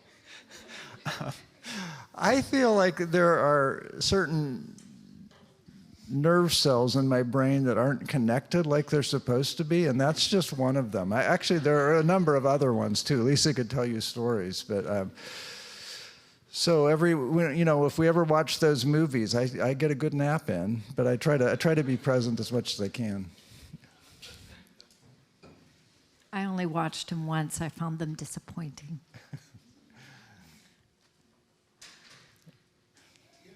One question that's coming up for me, you talked a lot about community being really important, especially with fear, especially in finding courage and finding support. We also mentioned, and I'm sorry, to my friends, that match day is Friday for 4th years, and so we're going to be spread out and not as connected in the community we've relied upon for the last 4 years. And so I'm really interested to hear your advice, your experience in terms of seeking out community as you go into your career and go into internship as a psychologist and don't have the inbuilt community of grad school as present. We will be talking about that at the end of the day. So I don't know what you want to say now, but even with some specific recommendations, because that is something we think is so important for you. Yeah, wonderful question, thank you. I was an academic for 36 years, 29 of those teaching doctoral students, so I've seen a number of cohorts walk through this with their wobbly knees, and it is terrifying. I mean, I can't think of many times in life where you can get an email at 6 o'clock in the morning that tells you where you're going to live for the next year and maybe more. What an abrupt sort of change in life that is. So yeah, and community. We are going to spend the last section today talking about community. I think it's so important. There was another question here. Yeah. Thinking about envy and how that might be a natural place to go for patients who've experienced terrible things, and I'm curious how do you invite patients to walk from a place of envy into one of gratitude? So it's a great question. The question is envy, and when it shows up therapeutically for people who have suffered a lot, wouldn't it be kind of natural to experience some wish for something different? At our table, there was a really interesting comment that was made that there needs to be a place for admiration without necessarily it being called a bad thing, right? So admiration's a little different than envy. And I have to preface what I'm going to say here. Remember, I'm an ACT therapist. So one of the things we do in ACT is we welcome everything in. And so if there's envy in the room because someone is feeling it, I want to welcome that in. I don't think it's going to lead any place good in a person's life, but it's going to be better to welcome it in than to try to shut it out at the door. And so let's bring it in. Let's explore it. Let's see what your longings, what your yearnings are. Because underneath that envy is something good. It's something for what you aspire, what you hope for, what you wish for, what you long for. And those are good yearnings. So I'd want to, that would be my inclination. It's a great question. Anything else? Yeah. So you spoke a little bit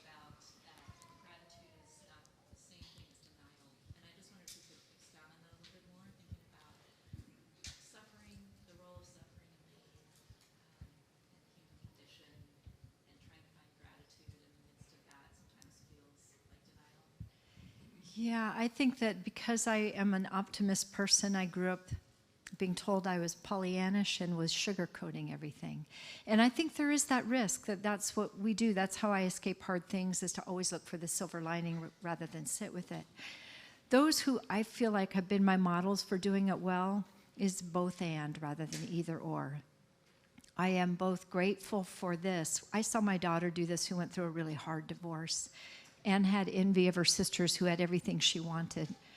And that she could name that, the pain of that, the envy of that. And she was so grateful that she got to keep her house in that divorce, because that gave her such security that she wouldn't have had otherwise.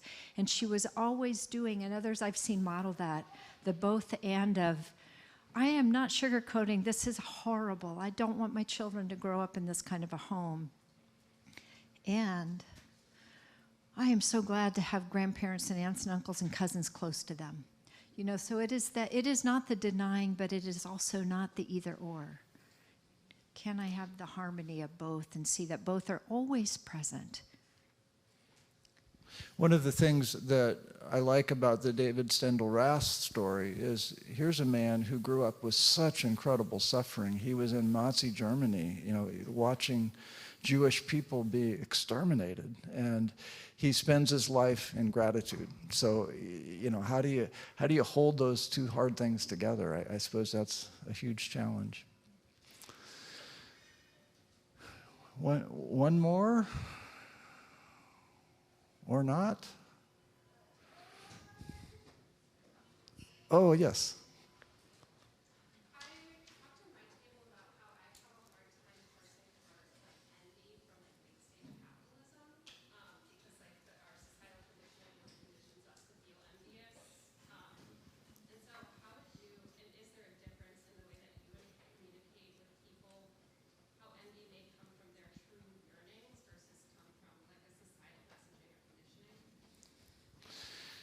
I should defer to the sociologist on this. Did you hear the question?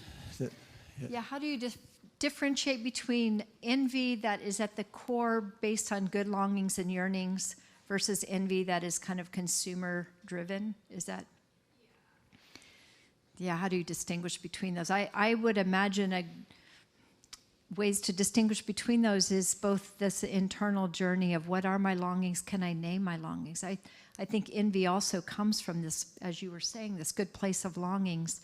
And how can I also acknowledge that even my longings are shaped by a consumer culture that says this is the way to happiness for you? How do I separate myself out from that? I don't think we do that alone very well. I think that's one of the other benefits of community. How can I be in conversation? Who should I be in conversation with about how we are choosing to live intentionally a life that stands against a culture that needs us to be discontent for it to economically succeed? I mean, what kind of a way have we set up our life that is also true? It's a good question. Thank you. Yeah. In fact, and that's a nice segue, we're going to move into a section on a slow to grasp, an invitation to contentment. When Lisa wrote her book on contentment a number of years ago now, I remember as a psychologist reading the first draft of it and have a sort of an awakening moment to realize what she just said, that our whole system is set up to make us discontent. That's what keeps the economy working. And so it's an interesting challenge we face. As writers, some of you are writers, I'm sure, you always want to get that really good, punchy first paragraph. And this is a chapter where I felt pretty happy with it. So I'm gonna, you know, I don't know, this is shameless plug or something. I'm gonna read the first paragraph of the slow to grasp chapter. A hand is a prehensile, multi-fingered appendage located at the end of the forearm. Biologically true, yes, but lacking the poetry that offers bigger and broader dimensions of a thing. Hands are also connected to the heart. Each day we have a choice to live with hands open and upward, giving and receiving with gratefulness and generosity, or to move about with fists clenched, clutching, knuckles pulsing. What we choose for our prehensile appendages on any given day must certainly be connected to the state of our hearts.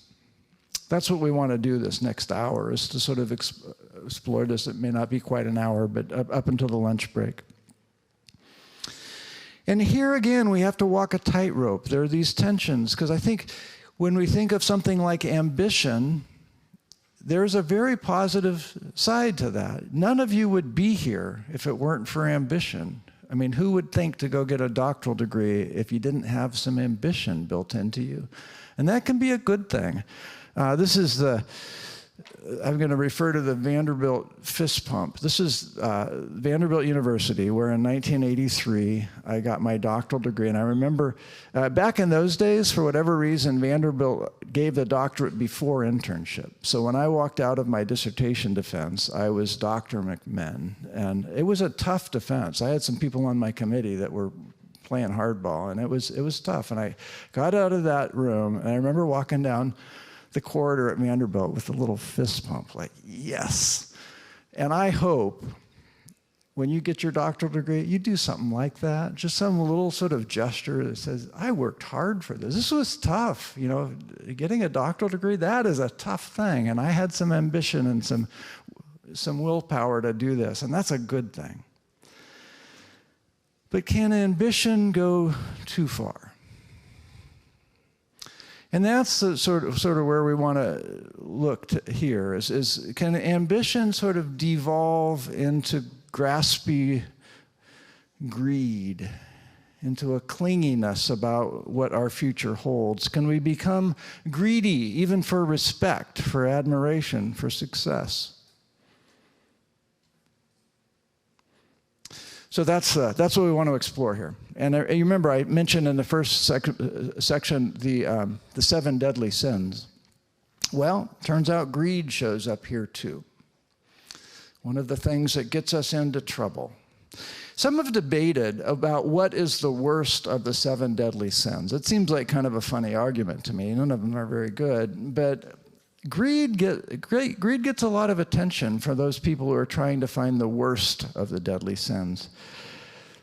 Phyllis Tickle is a religious scholar, she passed away 7 or 8 years ago, very thoughtful religious scholar, and she would put greed at the center.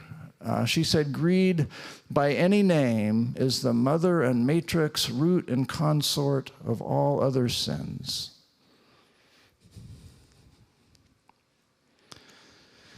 So I want to just sort of point out a couple people that I've gotten to know over the years that have balanced this so beautifully, have been ambitious without it slipping into greed. And I want to tell you a couple stories. One is the story of Jean and Margaret Logan. So during my 13 years at Wheaton, for some of those years, I was fortunate to be in what's called an endowed chair position, which basically means that somebody has given a lot of money to the institution, and the interest from that money is what pays the salary of the person with the endowed chair. So one of the large donors to Wheaton College that funded the endowed chair position I was in was Jean and Margaret Logan. And so I got to know them. And they have just, I think, a beautiful story. You ever use cookie sheets that are air insulated so they don't burn the bottom of your cookie? They invented that.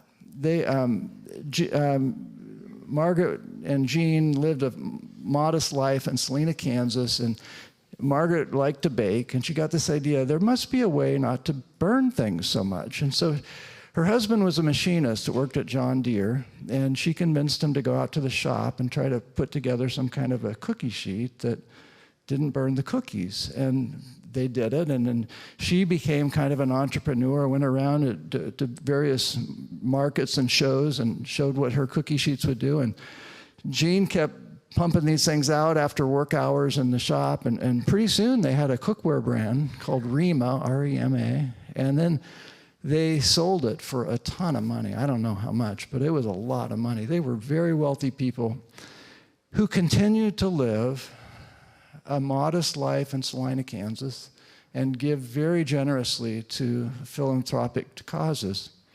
I had such respect for them. People who had ambition, if they didn't have ambition, they wouldn't have built that business. It was wildly successful, but they didn't have greed. Once they succeeded, they had their hands open and they were generous with others. Here's another example. Yeah, okay. How many of you, I'm curious, how many of you have ever used in undergraduate or graduate school a textbook by David Myers? Okay, some of you may not remember, but a lot of hands up, okay. Check with ChatGPT on this, which I did this week, and they will tell you that this is the best-selling textbook in the history of psychology. David Myers' Intro to Psych. It's now in, what, 14th edition or something? 14th edition. David, wonderful human being, still is at Hope College. He's in his mid-80s. He bikes to work every day. Put a picture on Facebook because he played basketball on his 80th birthday, although he had given it up a decade before that, but he went back just for the day. But he and his wife, Carol, when they wrote the first book, the first edition of the psychology textbook, decided what they needed to live a comfortable life, and they made that number, and then they decided that anything in excess of that would go into a foundation in Western Michigan to help homeless people.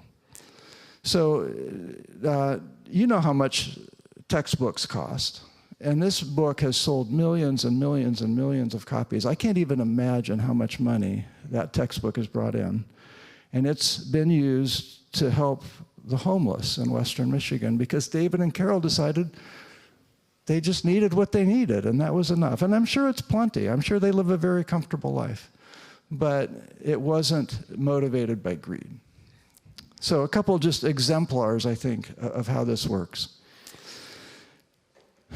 Well, this is an interesting study to me. So in this study, let's imagine you're the participant. You're brought into the lab, and someone puts headphones on you, and basically you can listen to pleasant music for 5 minutes, and if you want to earn chocolate, that's the question, do you want to earn chocolate? To earn chocolate, you have to push a button, and when you push the button, you get this really obnoxious white noise in the headphones. So, and it just lasts for a second or two. So you can listen to the pleasant music for 5 minutes and not get any chocolate, or you can earn chocolate by pushing this button and getting the white noise and enduring it for a couple seconds and then going on. Okay. So the researchers wanted to know how much are people motivated to earn chocolate, but also they wanted to study something they called over-earning. So the solid line here is how much, then after the first 5 minutes when you're listening to music, then you take the headphones off and you get to eat the chocolate that you just earned, okay? So the consumption, how much chocolate people ate is the solid line there. And they put it on a graph with a measure of dispositional greed. So how greedy are you prone to be? And greedier people tended to eat more chocolate. But the more interesting thing was what they called over-earning, which is how much extra chocolate did you earn that you actually weren't able to eat in that 5 minutes. And you see the greedier people are, the more they over-earned. They earned more than they needed by a higher differential than those who were lower on the greed scale. Now, I'm going to show you a graph that's really controversial, and I realize this is not simple. But there has been something that happened in the last part of the 20th century that was really quite remarkable. When you look at CEO pay in our country in relation to the median average worker. And this is not the lowest paid worker. This is the median average worker at the corporation looking at CEO pay. Now, again, it's complicated. Stockholders demand certain things, and I'm not trying to vilify the CEO, but look what happened between 1965 and the year 2000. And look at the number, 350 times the average worker's pay for CEOs at the top 350 companies in the United States. That stayed fairly constant over the 21st century. It's not continued to go up. It stayed right around there. What do we do with greed? What do we do with greed? And I want to be really cautious in this next part because I'm going to show you some research about the effects of money. And I want to be cautious because I know some of you come from money. Some of you have a lot of money. Some of you don't. And I'm not trying to identify any particular person. I'm just trying to show what the research shows as a general theme. If you look over the averages, this is what happens when people come from wealth. Children from wealthy families behave less altruistically than those from less affluent families. Individuals from lower class families demonstrate more compassion for suffering than those from upper class families. Those from lower class families are better about reading emotions accurately than those from higher social classes. In laboratory studies, those coming from lower class homes are more generous, charitable, trusting, and helpful than those from upper class homes. Those from wealthier homes experience the positive emotions of contentment, pride, and amusement more than those from lower social classes. In contrast, those from lower social classes experience compassion, love, and awe more than those from wealthier backgrounds. Those from lower social classes tend to engage more in behaviors that benefit others, while those from higher social classes engage more in behaviors that benefit themselves. Upper class individuals report a greater sense of entitlement and narcissism, and they look at themselves more in the mirror than those from lower social classes. And the last one, those who drive more expensive cars are more likely to cut off other drivers at four-way stops and most likely to disregard pedestrians in the crosswalk. Lots of research on this. And again, I'm not trying to single out anyone with money. I'm just trying to show that money doesn't necessarily accomplish the character qualities that we might want. And I'm going to refer back to someone that Lisa mentioned in one of the previous sections, John Woolman. John Woolman is a well-known Quaker. He clearly had ambition. Again, I'm not arguing against ambition. Woolman was a very outspoken abolitionist. He was a successful merchant who built a very good business as a merchant and then decided to take a downward mobile move and become a tailor, which was at the time less lucrative than his work in being a merchant. And he wanted to do that so that he could spend more time going around the countryside and talking about the importance of freeing slaves so that he could be with his family. He had 11 acres of fruit, and those of you who grow fruit know that that's a lot of work. He was ambitious, but he was not greedy. The irony in this is that posthumously, his journal has sold more copies than any book that anyone in this room will ever write, because he was a solid, thoughtful person, and people have picked up his ideas so much. One of the things Woolman wrote in his journal is, "My mind, through a power of truth, was in a good degree weaned from the desire of outward greatness."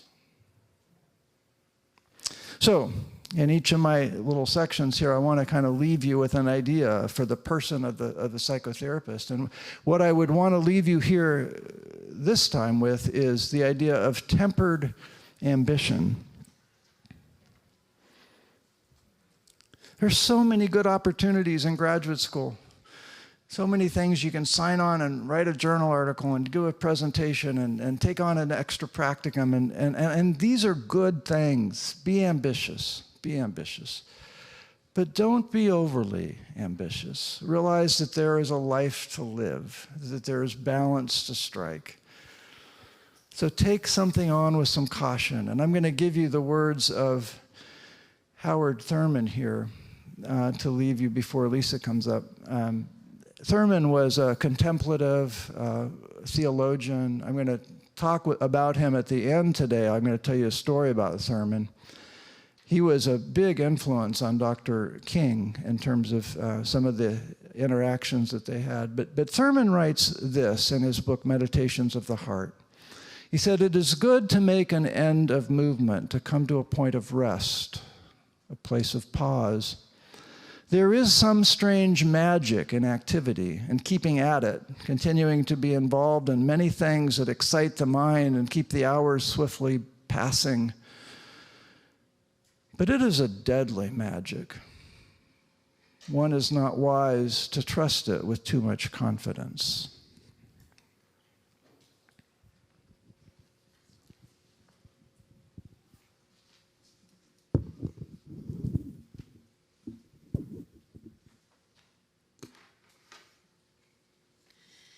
It is good to make an end of movement. I like that. Well, here's another time for just a deep breath. Really, take one. Breathe in the goodness of your aliveness and breathe out the gratitude of your aliveness. It's a reminder that gratitude and love beget contentment, and contentment is our invitation for this. The enoughness, I am enough. I have enough. I've talked a lot about love. I have a directee who struggles with how much we encounter love in our spiritual direction conversations, because as we unpacked it, love just feels mushy to her, and it feels weak to her. She's a lawyer. That might make some sense as to why love and conversations about love can be a bit uncomfortable. But I want to note that some of what we're talking about that feels perhaps mushy or weak to you, and love might be one of those concepts, if there is some resistance to that today, just note that. Note that you have some resistance to these invitations. It might be worth exploring with your spiritual director for those of you who are in spiritual direction still. Notice how you're responding to some of these invitations that might feel a little fluffy or a little whatever that word is for you. Contentment invites us to live out of a centered place in God, a relational place. And much of this conversation about contentment will be an invitation to a relational centered place of belonging. Contentment in that relationship recognizes that we belong to something bigger than ourselves. And I suppose that's what drew me to sociology. We are looking often at our connections to others, our places of belonging. That can feel comforting, and yet it can also feel really discomforting to think that you belong to something other than yourself that may have obligations. It may require things of you, and sometimes it's more comfortable to think I belong only or primarily to myself. So 3 invitations away from grasping after what we think will satisfy us toward this relational centered place of belonging. The first one will be through attunement, and I'll unpack that in a moment. A second will be remembering to what it is we belong. And a third is mellowness of heart. You may notice themes emerging today, especially in the way that I speak. Love, paying attention, gratitude. So let's begin with attunement, which essentially wraps those up. I want to begin with a poem by Mary Oliver. Some of you are familiar with this. How many of you are familiar with Mary Oliver? Oh, a good number of you.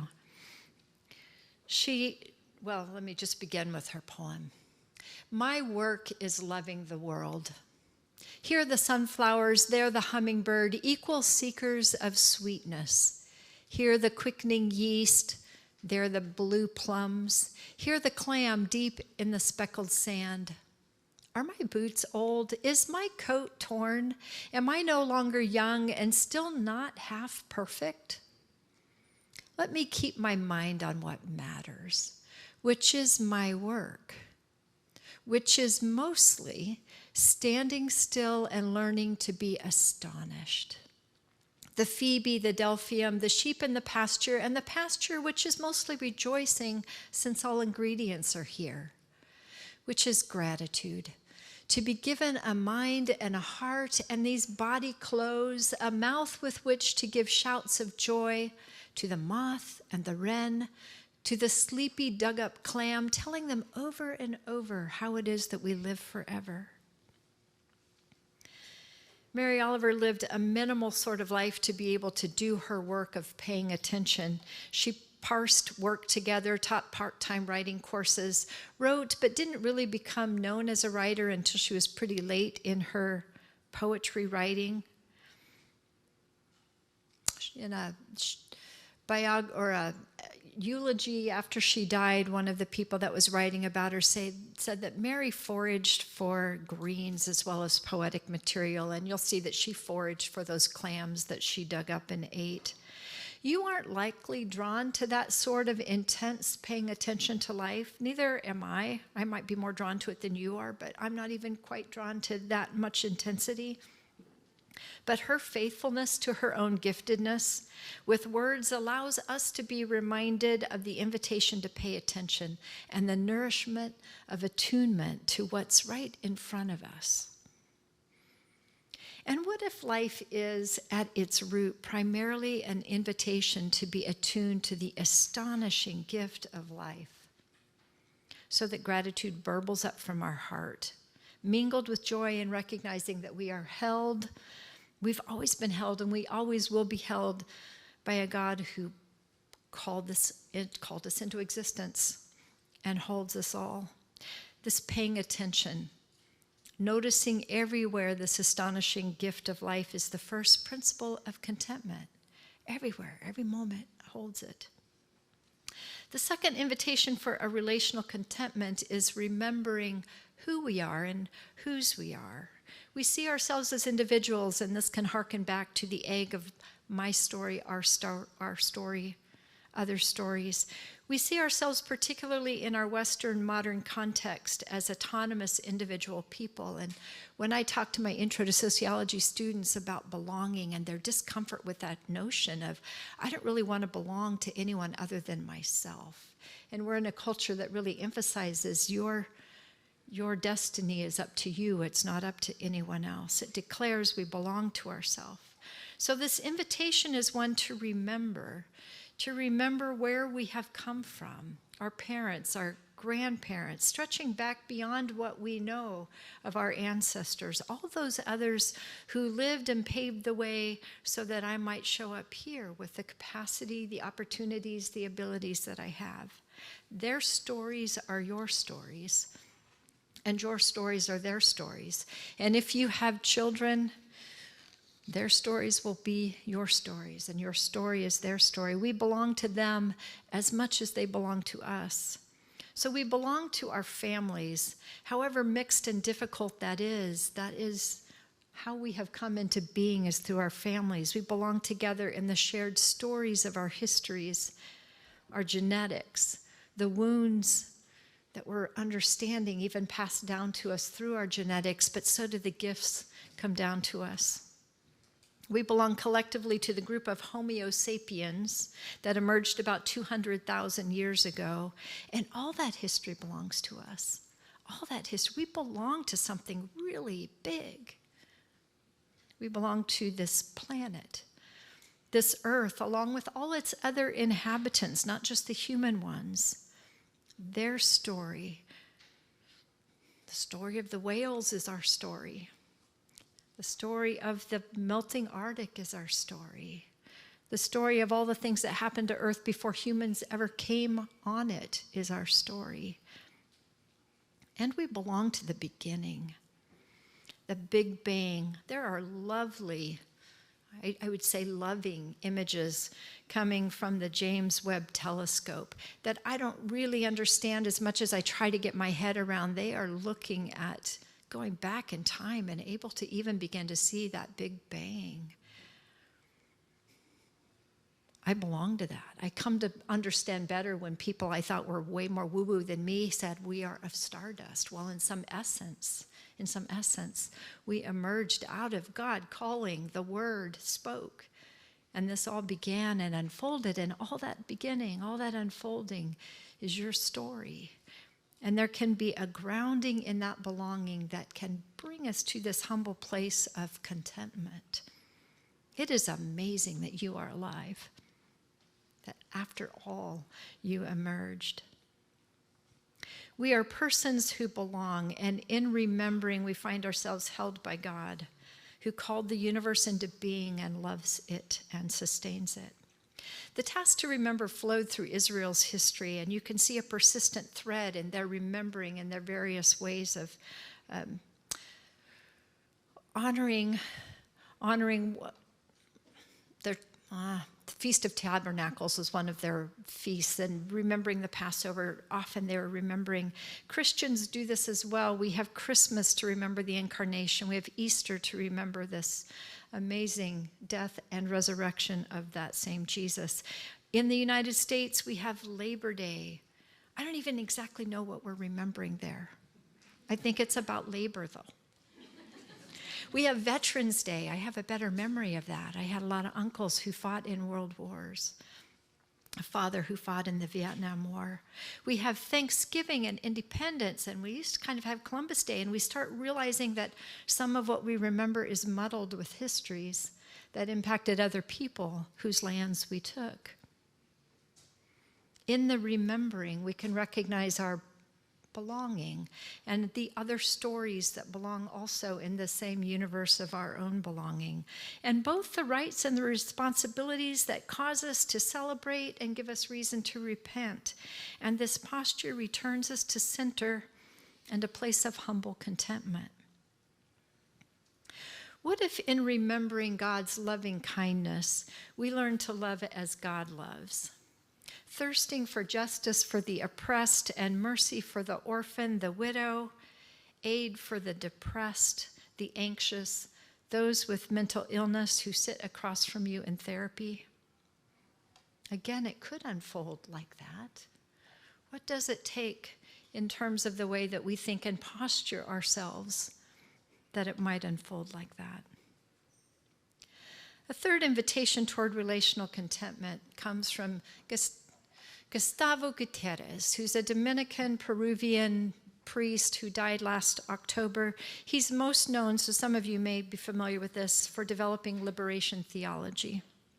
He accompanied God's suffering people by living among the poor in Lima and speaking on behalf of them, agitating political and religious people, relentlessly arguing that God was always on the side of the oppressed. Gutierrez summarizes what is necessary to have a healthy spirituality. He said, this is what we need to feed our souls, to have a healthy spirituality, that we might do the work that we are called to do. The first is prayer. And I'll speak a little bit more about prayer, but think of this as more broadly than intercessory prayer, forgiveness prayer, thanksgiving prayer. Think of it as attunement to what God is doing in the world and how you are partnering. In your attunement, you are partnering with that.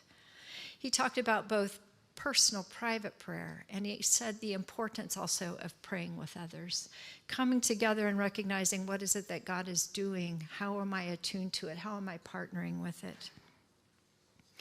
A second practice is the practice of justice, that good pouring out of what we have been gifted with into caring for others, so that our lives do not become stagnant with the goodness that we hold inside, but flow out in justice toward others. And there's so many different ways to do that. Some will do it by visiting and working with those who are experiencing houselessness. Others will do it as they tend to elderly in institutions. Others will do it as they stand on corners, standing in solidarity for justice. Others will do it as they are collecting and trying to clean up oceans that are polluted. Others will do it, and this is one of the ways you do it, and I would call it justice, by sitting with those who are drowning in whatever darkness it is that brings them to your offices.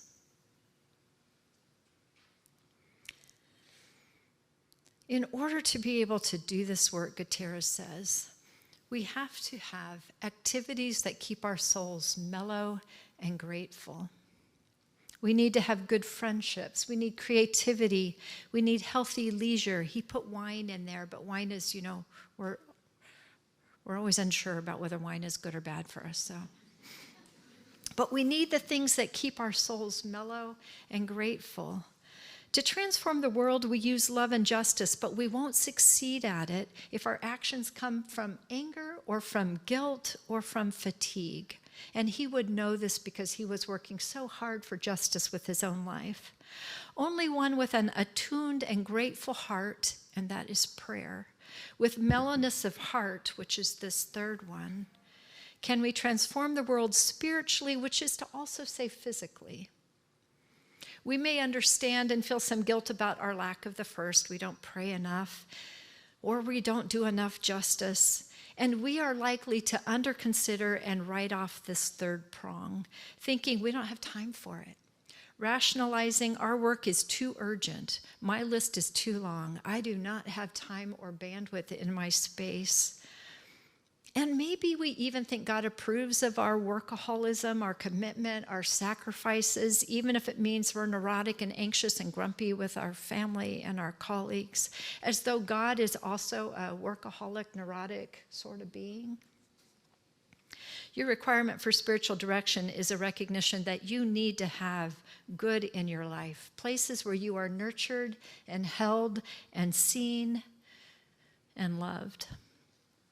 This is offered to you for now, but it's also an introduction to something you may engage after you graduate as a way to cultivate a mellow, a healthy, a nourished self. Mellowness of heart, this third one, is part of contentment. That includes also relinquishing an effort to control and to grasp. And this is perhaps the closest link to the grasping and the greedy. It is choosing to enjoy this day, this moment for what it holds, not for what I wish it held instead. For the goodness in this moment, which is the only moment I have, while accepting the hardship that is also in this moment. This is the gift of your life now. It's the only moment that you have. And acceptance, say so many kinds of spiritual guides, is the pathway to peace, the pathway to contentment. My father exemplified this for me throughout his life. He was where I got that silver lining that might have gone a little bit too far. The only acceptable answer when he asked me how I was on any given day was that I was tremendous. I couldn't even just be fine, because with God as my Savior and my lover, how could I be anything but tremendous? So he might have taken that a little bit too far. But at the end of his life, he was not ready to die. He was 68 when he was diagnosed. He died shortly after he turned 70. I was helping, my sister and I were traveling to help him die at home, thinking it would be way shorter than it was. And at one point, he was, so this is 3 weeks before he died, but then all of a sudden, it's like he needed oxygen. All of a sudden, he went from being able to use a walker to needing a wheelchair to needing absolute total help moving. And as long as he was living, he did not want to just be in bed. And I asked him at one point, Dad, how are you coping with these losses that are just mounting day after day? And he thought about that for a minute, and then he said, I did not want to die, and I fought this cancer, and God knew I didn't want to die. I think these losses are God's way of helping me let go my hold on life. He was somebody who had prayed. He was somebody who had worked toward justice that aligned with his values, and he had played hard and well. And he came to be ready at this point, but it was hard fought for him to relinquish control, to choose to enjoy this day, this moment. I remember his last days when he did spend most of them on the couch. He would just be focused on the columbine outside the window and the hummingbirds that were coming there to feed, or he would be noting the clouds as they were going by. He was attuned to the goodness of this moment, even as every morning he grieved to wake up because he had hoped that he would not have to live through another day. Contentment is a choice for joy, to look for joy even in the midst of things that are hard, to having those things in our lives, the good friendships, the merry-making, the creativity, the healthy leisure that keep the soul mellow and grateful. Don't think, I'd want to say, don't think that you have to wait till you graduate to do that. It will serve you better to just do good enough in grad school that your soul might leave this place healthier and wholer than it would otherwise. We're going to wrap up here, but when we come back after noon, we're going to play A Good Day by Stendhal Rast, which is his invitation to this as well. But I think, Ken, you had a few words to finish that sentence, a few words. I was afraid what you were going to ask me to do, Lisa. Real quick, just want a reminder to make sure and sign out for lunch.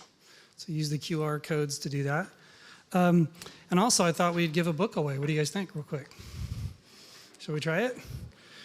All right, so this is always a little strange, but I'm going to do my best to kind of look at the whole room at the same time.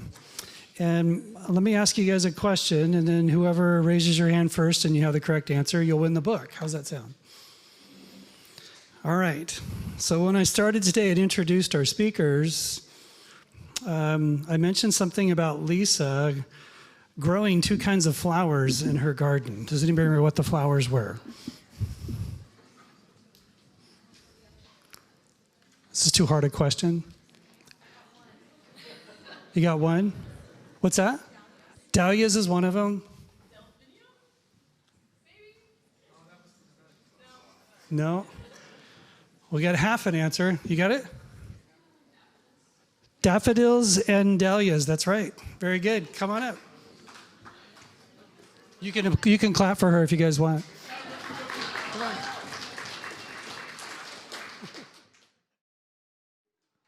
All right. Welcome back from lunch. I hope you all got to eat lots of good food. We're going to get back into the colloquium. Really quick, make sure and use the QR codes to sign back in after lunch. Students are on the left and clinicians are in the middle. And we will sign out one more time at the end of the day. Clinicians, remember, you'll be using the right-hand side for doing your CE evaluation. And that will count as your sign out. Students, you'll go ahead and use the left-hand side QR code. All right? I'll turn it back over to Mark and Lisa. We're just going to start with a little video to bring us back to some place of slow. When I watch TV, it's just some shows that you just gotta pretend. And when you explore, you get more imagination than you already had. And when you get more imagination, it makes you want to go deeper in, so you can get more and see beautiful things. Like the path, if it's a path, it could lead you to a beach or something, and it could be beautiful.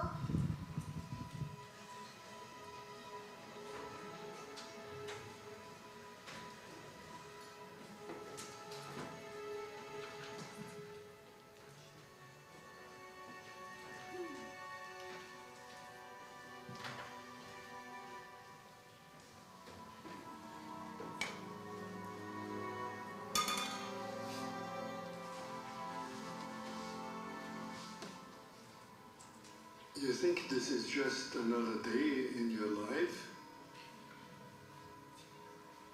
It's not just another day. It's the one day that is given to you today. It's given to you. It's a gift. It's the only gift that you have right now. And the only appropriate response is gratefulness.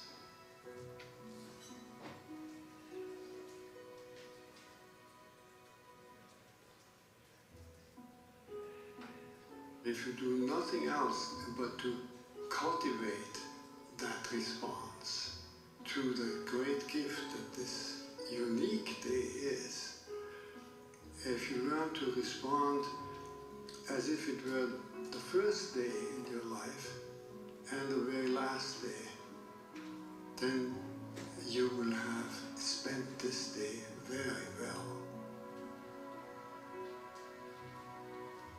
Begin by opening your eyes and be surprised that you have eyes you can open.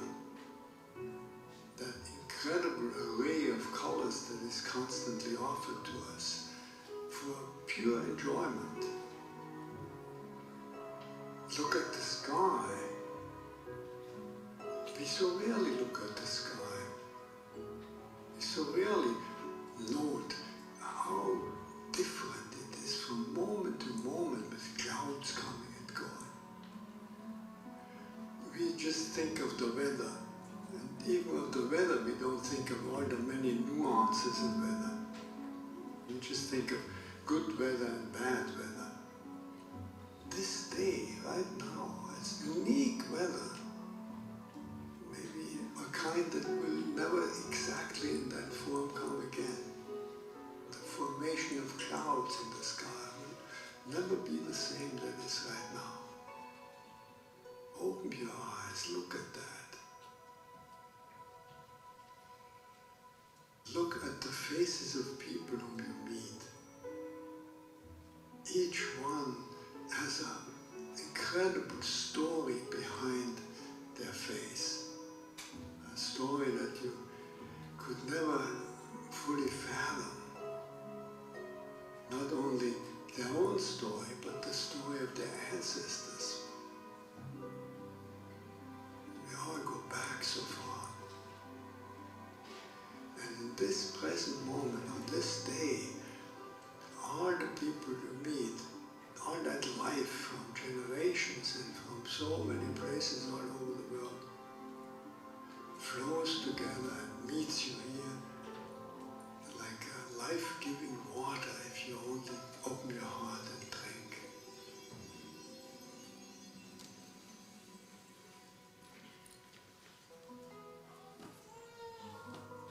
Open your heart to the incredible gifts that civilization gives to us. You flip a switch and there is electric light. You turn a faucet and there is warm water and cold water and drinkable water. It's a gift that millions and millions in the world will never experience. So these are just a few of an enormous number of gifts to which we can open your heart.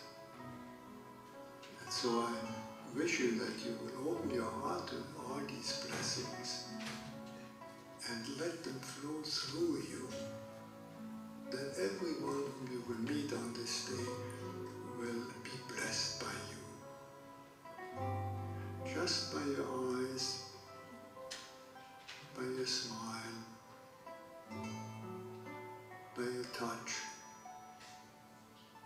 just by your presence.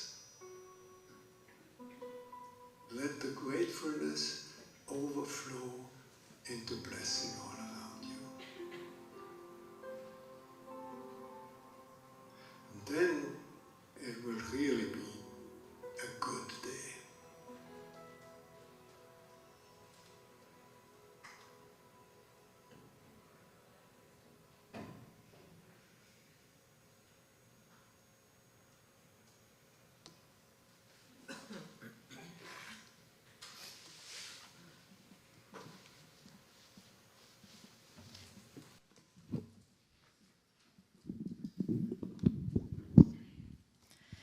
He makes that sound so simple. Maybe it is. So we're going to do what we're calling an upside down Q&A, and you notice that Mark cleverly made it upside down on your handout. Rather than having us talk at you, we have questions for you to engage, and not necessarily all of these. You might have other questions that you would like to engage with each other. But what we need to start with is kind of like a fishbowl, which you're probably familiar with, is we need 4, you don't have to be brave, you just have to be willing. 4 willing people to come. We'll have 1 empty chair so that at any point somebody else can come join and you can leave, you come, you go. 4 willing people that will come sit up here with Mark.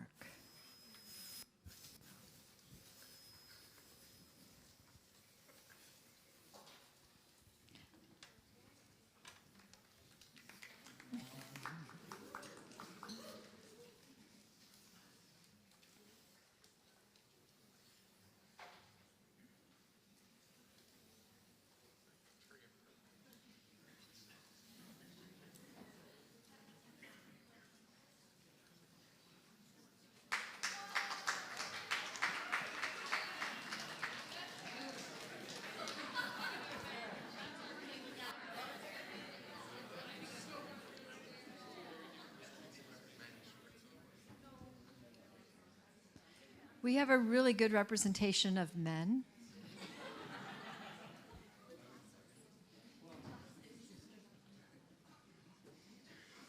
You're saying it's not a good...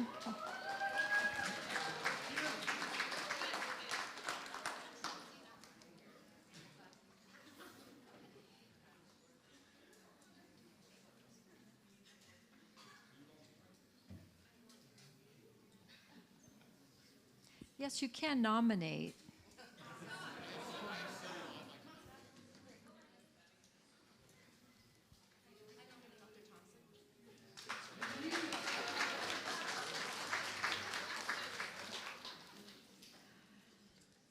And we'll leave one chair empty, and again, you have to be brave. Willing souls, just come when you would like to join the conversation. When you feel like you have contributed what you'd like, you can sit, but not if we don't have someone join. Not that I want you to feel stuck. And faculty would be willing, any of you in the room are welcome to come join the space. You don't have to be students. So I'm going to start by posing a question, and Mark may help facilitate. We'll jump in at any points. But we mostly want you all to speak to each other, knowing you have an audience, and we'll see where it goes. And the one we thought we would start with is, graduate school is hard. Where do you turn when your knees wobble?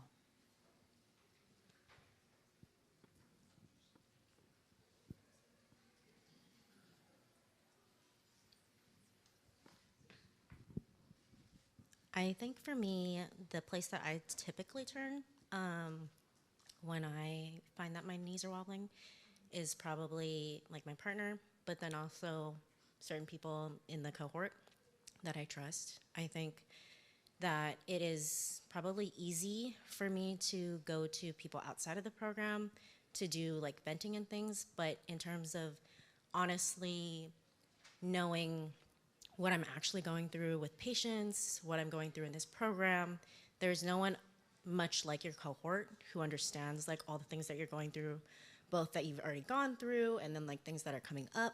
Like it's one thing to talk to people like Andy or like fourth years and whatnot for advice, but it's another thing when like each year is always different.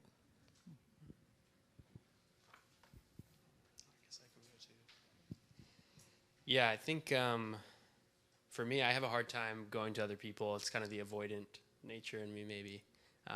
And so right now, what I've found helpful is just trying to find like the awe of moments and whatever that looks like. Usually it's in nature for me, but sometimes just like a chance encounter with someone. Kind of just think about like, wow, what are the odds that we're meeting here on this planet at this time? And that kind of helps me. So yeah. Two things come to mind. I was sick a few weeks ago and lamenting how much makeup work there'd be afterward, and kind of self-pitying and moping around the house. And my wife said, because I think I was communicating the sense that I can't afford to get sick. Like it's not good. I'm not allowed to. And she just very practically and succinctly said, it's not reasonable for you to maintain the idea that you can't get sick. That's stupid. And I think I'm not always receptive to, to stupid, to things being put that way. But I found myself weirdly thankful for her just really straightforward, practical wisdom in that moment. And I was able to receive it. And I think, when I'm feeling the grind of grad school, I think she and then the three kids, it's like, okay, this is great what I've got here, and kind of letting the reality of that situation heal me. I think it does. I think the other thing I end up doing, which sometimes I question the wisdom of it, is I participate in things that you would think it's more on my plate, but it's I'm facilitating a reading group now. I did this last year with an organization I used to be a part of. We're reading cool books. Last time it was the Iliad. Now it's another book.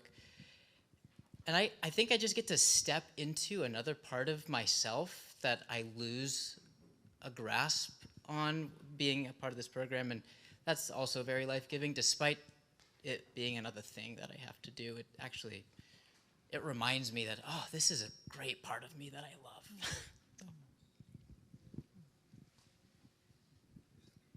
Yeah, I definitely relate to this question, and I found a lot of support in my friends, my community here. I think the cohort is such an essential place to lean on, of people who are going through it with you.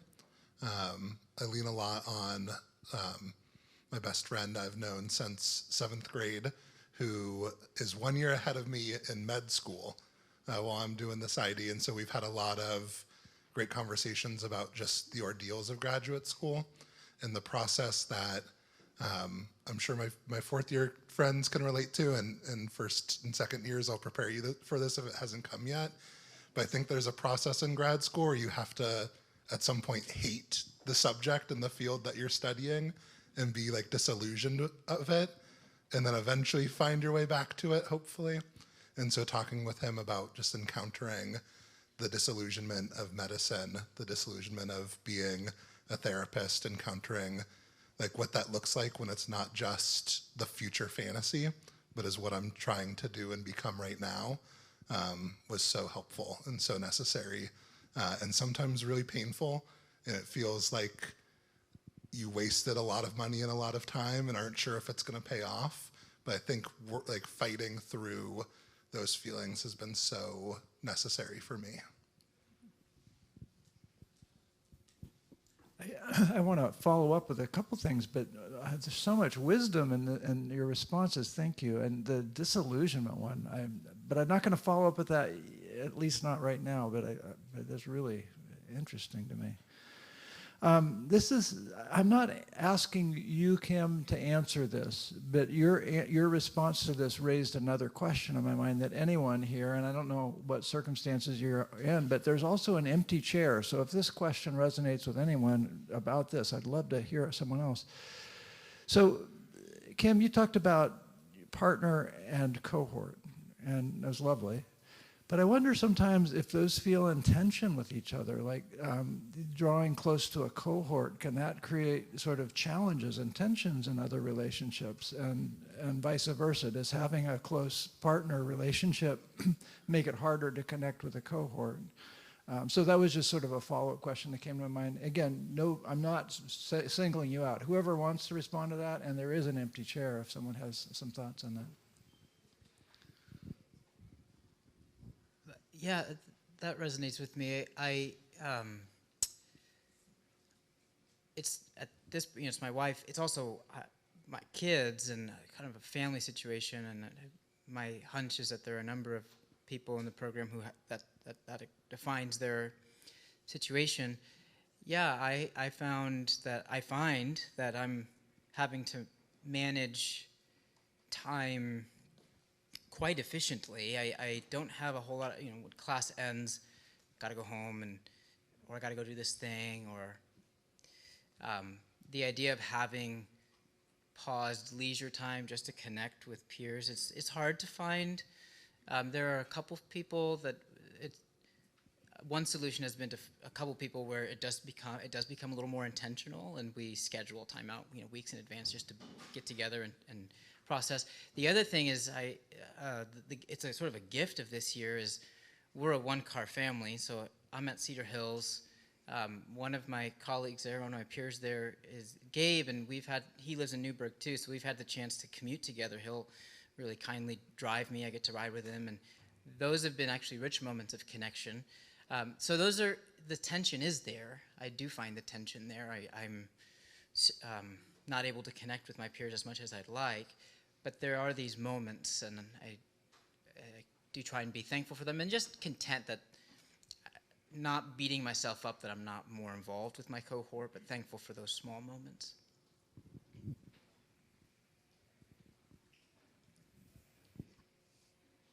Yeah, this is, I think, the hardest thing for me so far in grad school. I'm in my first year still, so I'm sure there'll be harder things, but is like being able to be present in all the areas of your life. Like sometimes it feels like if I spend all my energy at school, when I go home, maybe there's not as much to give. And so just trying to like balance that throughout the day, take breaks, go outside, go for a walk, just kind of make sure I'm able to be present at home.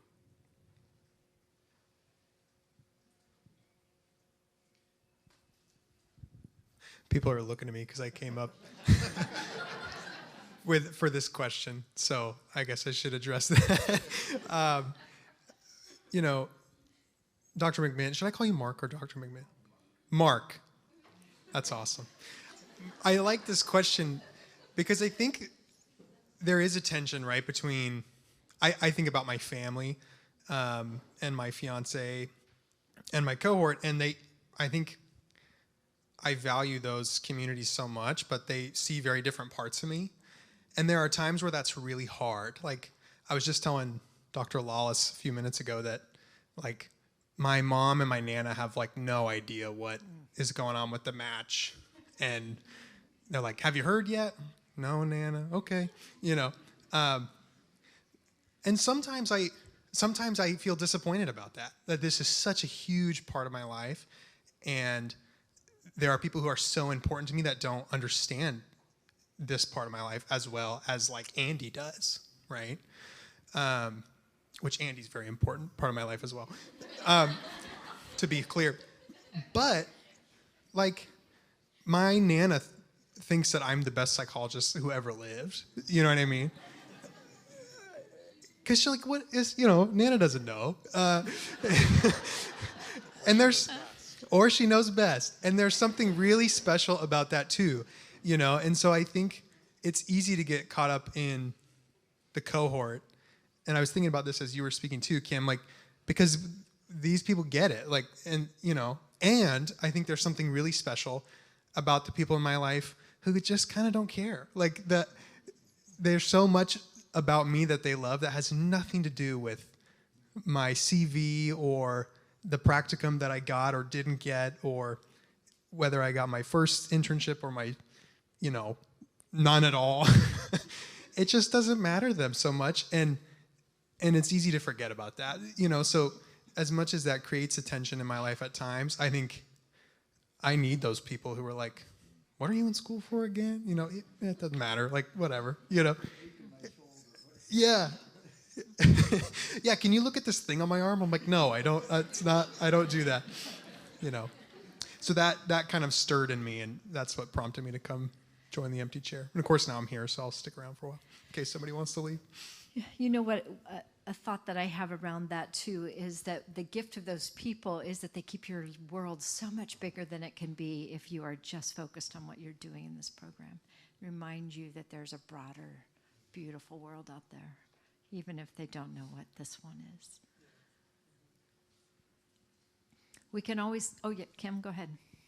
Sorry. I was just going to say that, like, my immediate thought process to your question back to me was, if you're talking about tension, if you were talking about within the individual, or if you were talking about like externally in terms of with the relationship that you have either with the cohort or with your family members or with your partner, because I feel like those are two types of tensions that sometimes I feel for both, in the sense of like, I'm sure we talk about FOMO all the time, like fear of missing out.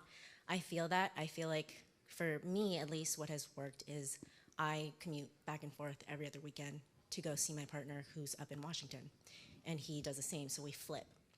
And for me, I think that's very helpful, but at the same time, like, I know when there's cohort things that are happening, like when Valentine's Day happens, or, when Halloween happens and there's different parties, various things, I feel the tension within me, and I'm sure that there's also, like, some parts where there are probably people in my cohort who are like, where's Kim? I'm hoping she's coming. And I'm just like, I'm not coming. I'm not going to be here in town. So I just thought about, like, those are, I feel like, two different types of tensions where, one, I think more people know about and more people are aware of, because I'm sure we all talk and we're all like wondering where everybody is, and we all want to know each other in these very condensed 4 years that we're all here. And at the same time, there are, I'm sure, battles that I face internally and other people face that never gets talked about. And I think that those are tensions that we just kind of lay within ourselves or figure out with family members and people outside that don't necessarily need to be spoken, but they're there and everybody knows that they're there to some degree. Thank you. You ready for another question? And again, you don't have to answer this if others want to come. This is a question of when you are, this would be true for spiritual directors too. When you're in a session and you have a very anxious person sitting across from you and you start realizing that you are picking up their anxiety and it's becoming your own anxiety. It wouldn't have to be anxiety, it could be anger, it could be any number of negative emotions. What helps you come back to your own grounded place?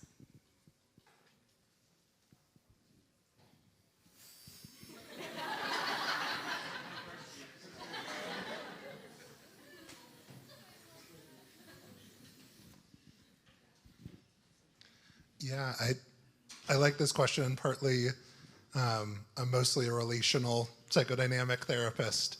And so when appropriate, one thing I really enjoy doing is disclosing that with the client, acknowledging the anxiety that's coming up for me in the room, in the situation, and exploring what's happening there, like what that's like for them to hear someone say, like, I'm hearing this experience of yours, and it's bringing up anxiety for me. It's bringing up worry or uncertainty for me. How does it feel to hear that? How does it feel for me to pick that up? Or even if I don't ask a question back, just reflecting, like this, I think this is giving me an appreciation for what you must be holding and what you must hold for most of your life. So that's one way I handle it. And sometimes that really helps dispel it, is it puts the anxiety into the room, and rather than make it something that I feel the pressure to collectively get rid of, it becomes something that can be present and we can sit with it and talk about it and explore it. And usually by doing that, it does go away, rather than by trying to stuff it down and suppress it. But there's also definitely times where that's not appropriate, like the client's not ready for that, or the anxiety is a bit more dysregulating for me to manage that. In those moments, I find just focusing on breathing has been really helpful for me. Focusing on my breath, focusing on trying to find that place of groundedness, and slowing things down. That especially, I'm looking at some of my colleagues at Portland Mental Health and Wellness, which shout out if you're still in round 2, apply. Slowing down is like a big ethos at my practicum site, and learning that in therapy we don't have to be in a rush has been so helpful, and that it's okay to just pause and not give an answer or not respond, and just to allow some silence, some slowness to have an effect in the room.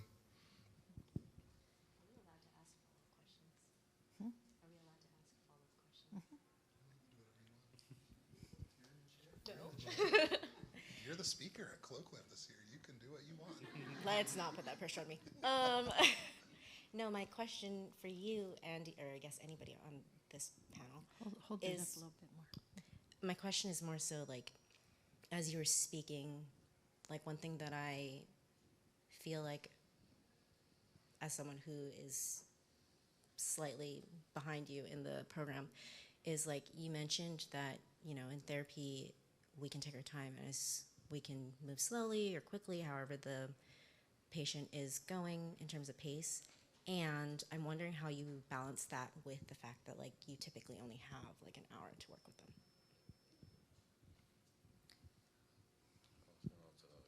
Oh, okay.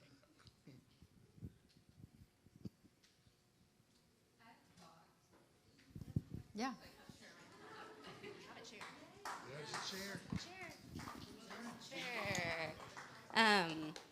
So I'm a neuro person, as a lot of you people probably know, but I'm at the VA right now in a primary care clinic where I have 20 to 25 minutes with a person. And I talk a lot about how we kind of have control over time in a way of presence versus just letting things kind of fly by. And so I really make it a point to be, and primary care doesn't really allow this. I'm getting like messages on the side, and I'm getting like doctors like pinging me and asking. I have this joke going on that a lot of the doctors don't know who I am. So in a lot of the chats, they say, "Who's Taryn?" And I'm like, I'm right down the hall. But anyways, there's a lot of that. And I think I'm in this privileged position as a student where I can kind of turn that off and just really be 100% present with a veteran for 20 to 25 minutes. And I found it really helpful in the fact that a lot of these veterans have never been in this space where they're able to process their emotions. A lot of the time, they don't even have the words for it. So I'm thinking about you, Andy, and where you're talking about kind of like demystifying whatever's in the air, whether that's anxiety or anger or just like putting a name to it. And a lot of my clients, I never thought I was going to pull out the feelings wheel for adult males, but it's so helpful. It's so helpful. I'm just thinking about a client I just had where they could not find a word for the powerlessness that they were feeling, you know, losing the ability to use their body in the way they used to be able to with a new Parkinson's diagnosis. And they were just, I have this feeling, I don't know what it is. And I was like, I've got a tool. And so I pulled out the wheel, and it was just so impactful. And we only had 20 to 25 minutes, but he was able to take the power of language and that word that really kind of encompassed what he was going through and take that with him, you know, for the next 4 weeks until I saw him again. And I just like to remember that I don't want my client to be dependent on me. I want them to learn and grow and build skills alongside me and then be able to flourish outside of the room. So. You can stay. You can.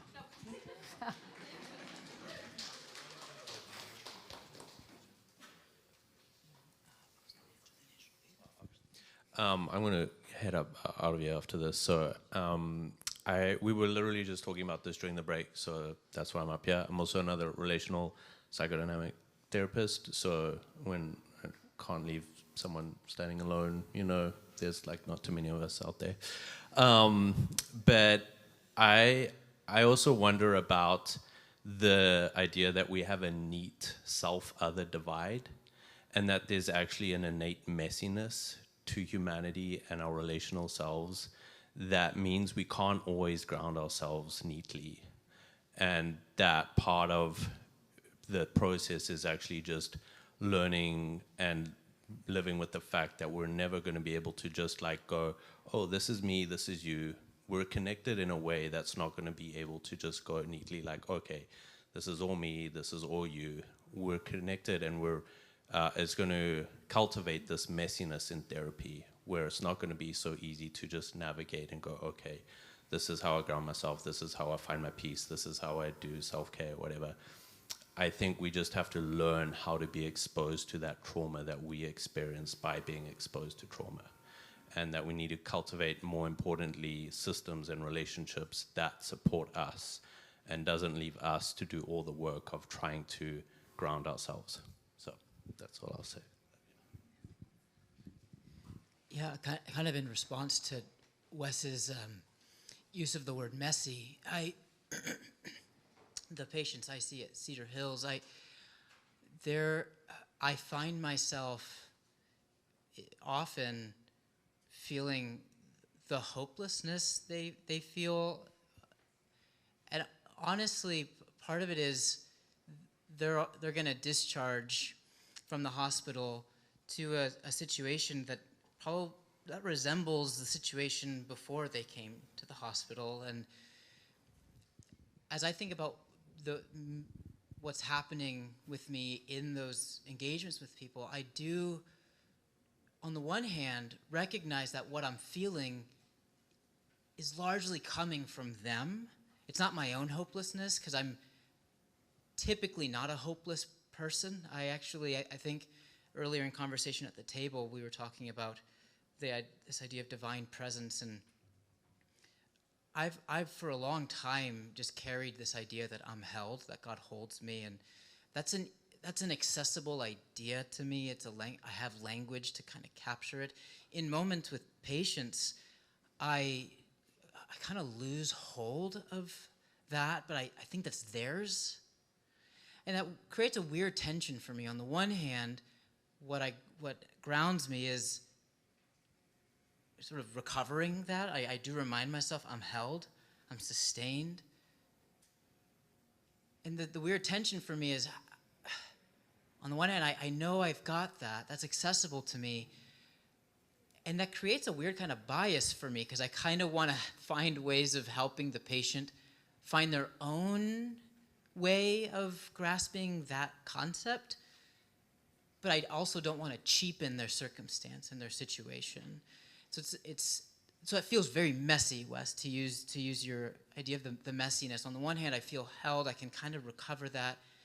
I don't want my holding on to that feeling of being held to diminish my capacity to exist in their feeling of hopelessness and real despair. And yeah, that's kind of an unclean, messy answer. Yeah, I just want to respond to Kim, your question, because I think you bring up a really important consideration that we experience, that I experience as a student therapist, as a graduate therapist, is the expectations of therapy, of what therapy is supposed to be, what that hour is supposed to be. And that there's expectations both in the room and outside of the room when we're doing therapy. I'm really feeling right now for my first year friends in Clinical Foundations Lab that you literally walk into therapy with a rubric. And it feels like that rubric is sitting next to you and analyzing every nod, every adjustment, every word you say. And there's a sense where that's part of our experience as student therapists, is we're supervised, we're evaluated.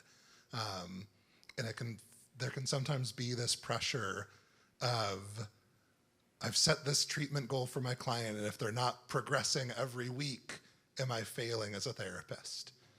Am I doing a bad job? Am I going to remediate practicum? Am I going to not get a practicum? Like, what does that mean about me? And those pressures can be a lot to hold. And then there's the pressure also of like, what is the client expecting from me? I remember feeling that especially in my first year of practicum when was relying heavily on person-centered. And if a client asked well, what should I do about this? Being clueless how to answer. Because I'm like, I don't know, like you want something to do about it. That was the tool I had. But I feel like now that I'm a fourth year and I still rely so much on person-centered, I'm realizing how valuable that time was when I didn't have anything else to give, because it forced me to just give myself, and how valuable that can be. And so if the pressure, what's coming to my mind, I'll end my rambling with this thought. I remember having a session with a client during my third year, and I talked to Ben Wendorf at the BHC right after the session. I wonder if he remembers the conversation. And hearing this client share an entire childhood of trauma, and share so much pain that infected every part of her life. And having the thought of therapy is so hopeless. Every minute for 20 years, she grew up in trauma, and I'm spending an hour a week with her. And then realizing how miraculous therapy is, that hour a week is washing away those 20 years. That it takes so much less of the goodness and the attentiveness of therapy than it takes of all of the trauma that's built up. And I'm doing person-centered. It's not, I'm teaching DBT right now at Prac. I've got no animosity towards them, but it was not a DBT skill that's doing this miraculous work. It's helping, but it's just the presence is actually so effective and so powerful. Andy, this is an upside down Q&A, so this works, but you just answered the follow-up question I wanted to ask. But I'm going to ask it anyway in case other people have some thoughts. But I'm hearing words like hopeless and messy as we talk about therapy. And by the way, I give kudos to your faculty for that and your clinical supervisors, because that's the real stuff of therapy. So I appreciate the answers, the responses. I've often thought that the movie Good Will Hunting, while a good movie, is a real setup for people trying to become psychologists. It's like you see that movie and you think there's going to be just a change like that. You find the right button to push and everything's going to be okay. And that's not the way therapy actually works. So that my follow-up question, again, you sort of answered it, Andy, but others may have some thoughts too, is disillusionment, the thing that Andy brought up initially. What is that like when you suddenly are sitting with someone and you realize this isn't magic? This doesn't work like I thought it was going to work. It's way messier, way more hopeless, way more complex than I ever would have thought. What does that do to you in the room? So if anyone has thoughts on that or anything else, I'll pass the mic and I'm going to give up my chair in case anyone wants to join.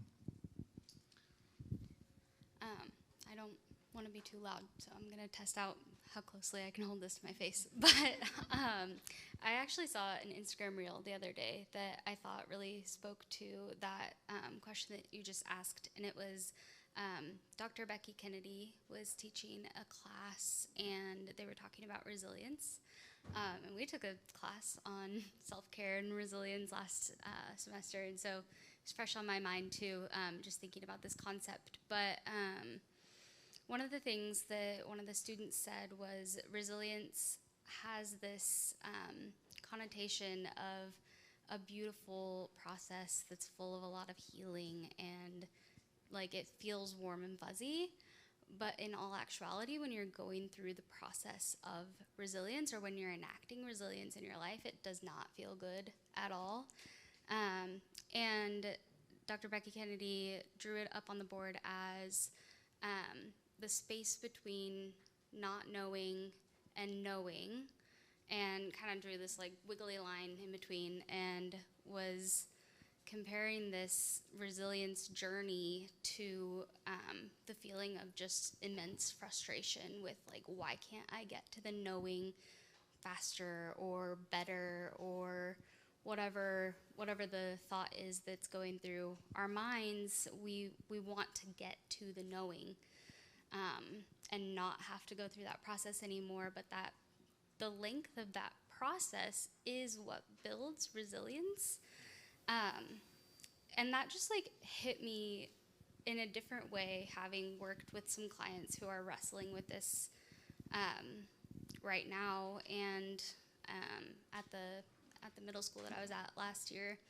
And then from a therapy perspective too, like I am not going to have this perfect arc of therapy that I want every single session. I'm not gonna start it out light and build rapport and then get really deep and into the nitty-gritty and then tie it up with a neat little bow at the end and send them home feeling awesome and great and healed. It's not gonna look like that, and that is a really frustrating process, but it's building resilience in me as a therapist, hopefully, over time.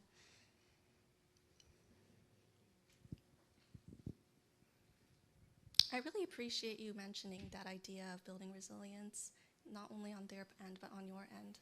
Yeah, that's really strong. I was thinking about something that actually Dr. Logan taught in our trauma treatment class. And because your question was regarding how it is to feel kind of like overwhelmed, like, wow, this is really messy. The therapy sessions aren't going how I imagined they would go. There's not like this aha moment that's necessarily happening all the time. And Dr. Logan did say once that we need to remember that for the client, it's not all pain all of the time for them. And that with suffering, there also are moments where they go to the grocery store and spend time with friends. And there's also times where they're watching videos and thinking about other things in their life. And for some reason, this idea was so helpful for me because it kind of helped me to ground myself in the reality that, yes, in this 1 hour together, this is their time to be in all of their pain, and even not have to filter themselves to try to make you feel better by telling you that they are okay. You are the one person they can completely be in total pain with. And so you are seeing that part of their process.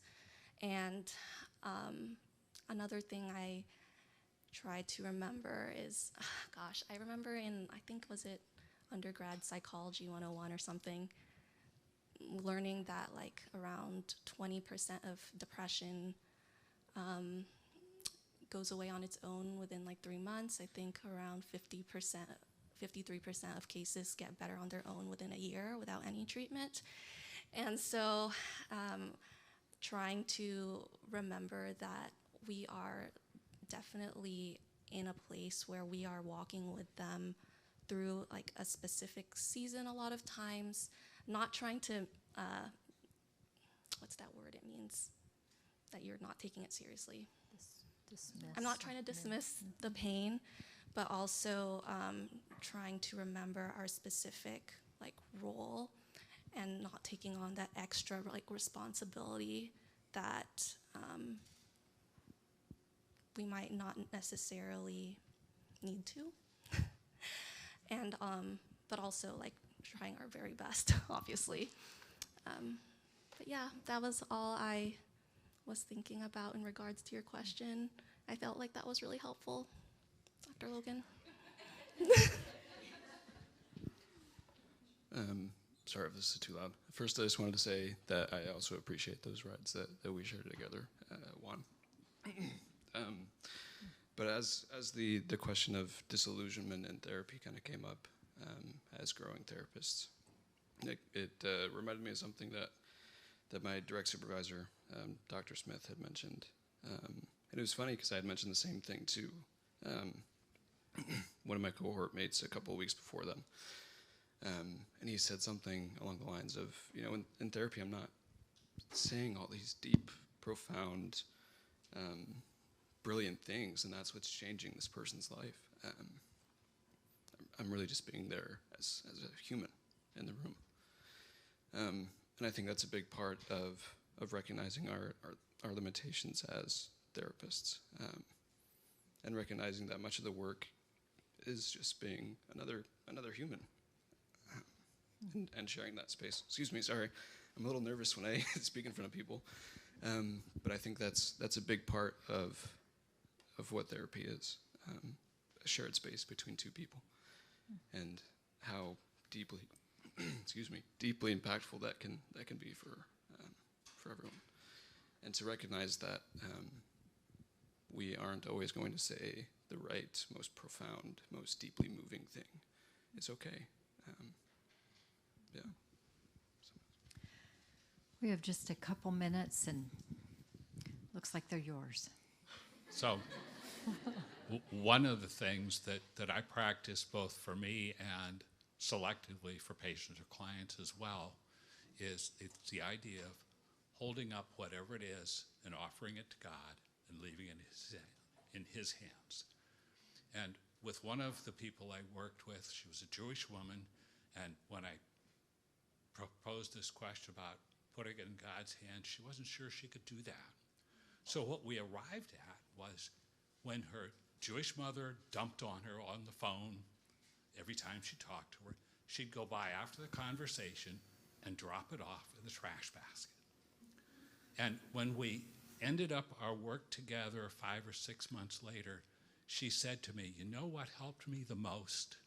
It was dropping my mother's stuff off in the trash basket after we talked.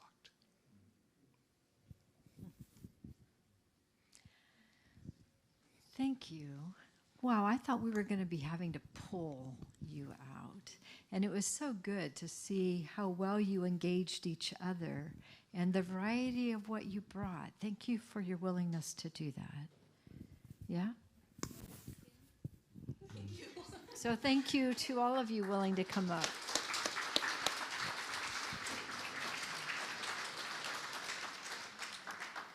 And already you are at another time of spacious break. So take another 10 minutes and then we'll come back again. All right, I'm going to get started here again.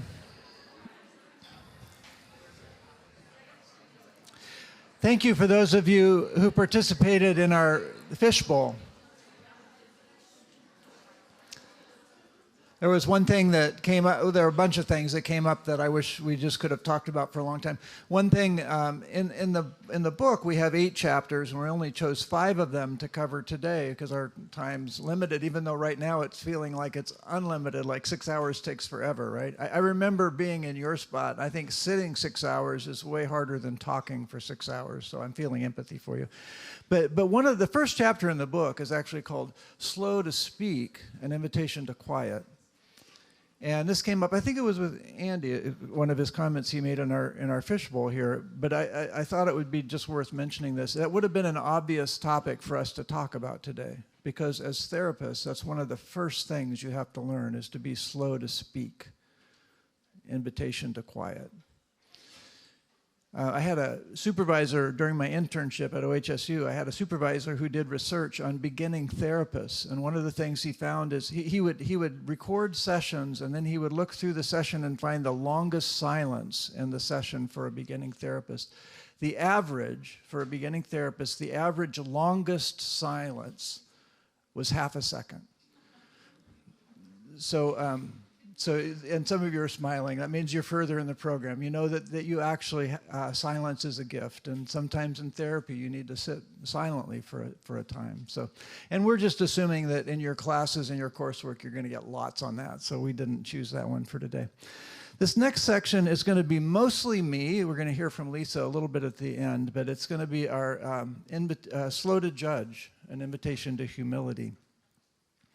And I want to start by talking about how integration from the angle I am looking at it now seems a little different than the angle I was sitting at for 36 years as an academic. I always did clinical work as an academic, but that's really I'm semi-retired, but my professional identity really now is as a clinician. I spend 2 very full days a week doing clinical work. And integration looks a little different from this perspective. One of the things is this.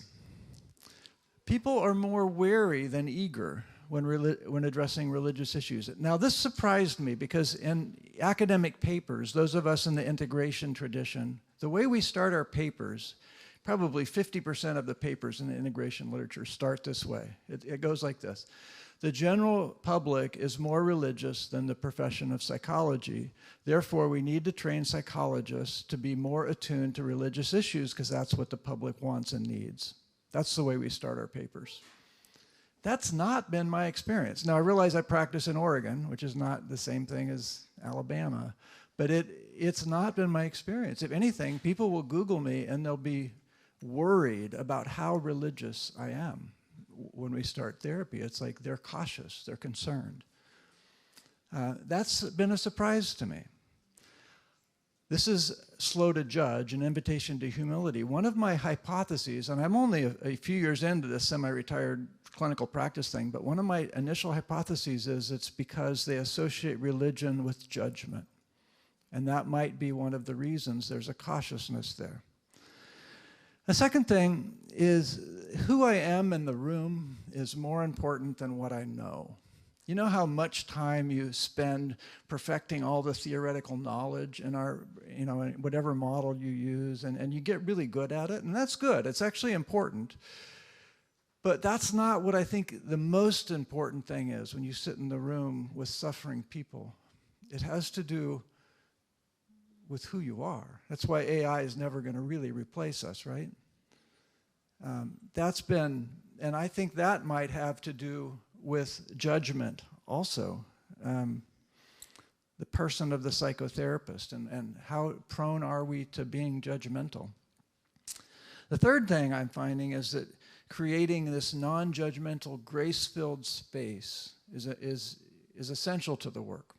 Again, AI, I mean, it can simulate that, but it can't do that. Lisa and I are working on just starting actually on a new book project.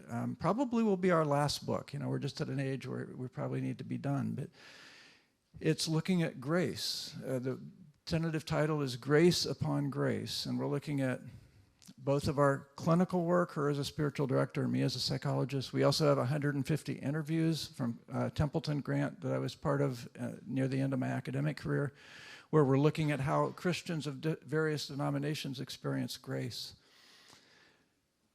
Grace. I think that's what we do so much in the office. Now, there's a little bit of a trick here, though, because we have to make judgments. And this is where it gets kind of a fine line. How do we make judgments without being judgmental? As psychologists, we're called to do this all the time. We make a diagnosis, we make a treatment plan, we make a decision in a session to go this way instead of that way. We're constantly making judgments, and we need to. But how do we do that without being judgmental? Here's an illustration that we use in the book. And it's kind of fun, but like you're driving down Highway 99 and there's just all these traffic lights and you're in a hurry and the light turns yellow. And what do? Do you hit the brake or do you hit the accelerator?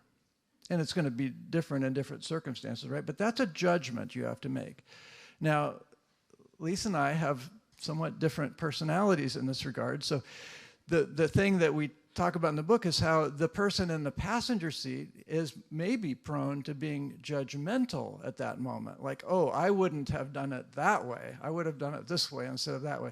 Lisa tends to head toward the accelerator. I tend to head toward the brake. And then we've gotten to the point after 46 years we can kind of smile and laugh. But early on, there was some judgmentalness going on in that. How can we make judgments without being judgmental? Jesus spoke to this in his most famous sermon, the Sermon on the Mount, when he said, "Do not judge others, and you will not be judged, for you will be treated as you treat others. The standard you use in judging is a standard by which you will be judged." And why worry about a speck in your friend's eye when you have a log in your own? How can you think of saying to your friend, "Let me help you get rid of that speck in your eye," when you can't see past the log in your own eye? We are prone to being judgmental. I'm going to take you back to 2003, and I want you to meet Steve Bartman. This is an incident that happened in the National League Championship Series in 2003. There's a little bit of context. The Cubs had not been to the World Series and not won the World Series for decades. I don't remember how many years it was. And there was this thing that happened in 1945 when someone apparently wanted to bring his billy goat into the Cubs stadium, to Wrigley Field. And he was turned away. And if you've ever smelled a billy goat, it was probably a pretty good decision to turn him away. But when he left, he cursed the Cubs. He said, "You ain't going to win no more." And that became known as the curse of the billy goat. And the Cubs hadn't won a championship since then. So 2003 comes along. They're ahead 3-0 in the 8th inning, 5 outs away. They're up 3-2 in the series. So they're going to go to the World Series, it looks like. And then in the, I think it's the 8th inning, this is what happens.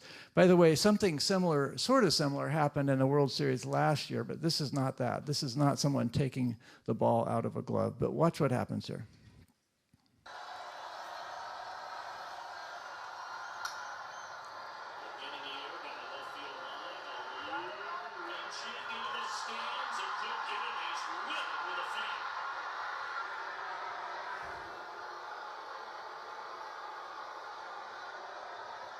See the guy in the gray shirt? Notice him. That's awfully close to fan interference right there. The umpire's all over it. The umpire right down there, Mike Everett's on the play. If Alou has to reach into the stands, it's fair game for the fans to catch the ball. If the fan reaches out over the field, then it can be ruled fan interference. That is very, very close. Now that's Steve Bartman right there. that Steve Bartman is the guy that got his hand on the ball. He did what any of us would do if we saw a fly ball or a foul ball going into our area. We reach up to catch it, right? The guy 2 people over was Pat Looney. You don't know Pat Looney. No one's ever written or heard of him. But he was the guy that came within an inch of touching that baseball. He had already decided that if he got the ball, it was going to go to his son, because his wife was about to give birth to a son. But instead, he couldn't reach it. Steve Bartman hit the ball, and Moises, as little left fielder, showed his outrage, and Chicago went crazy. You saw in that last picture Bartman wiping the beer off his face, but after that happened, people started throwing their beer at him.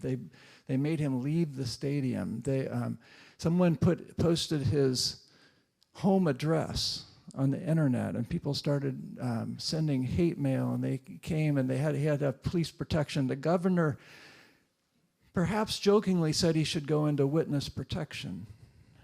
He became the villain of Chicago. The Cubs went on to lose the game, by the way, which is, and everybody put their focus on Steve Bartman. He literally went into hiding for decades because of the infamy that came his way.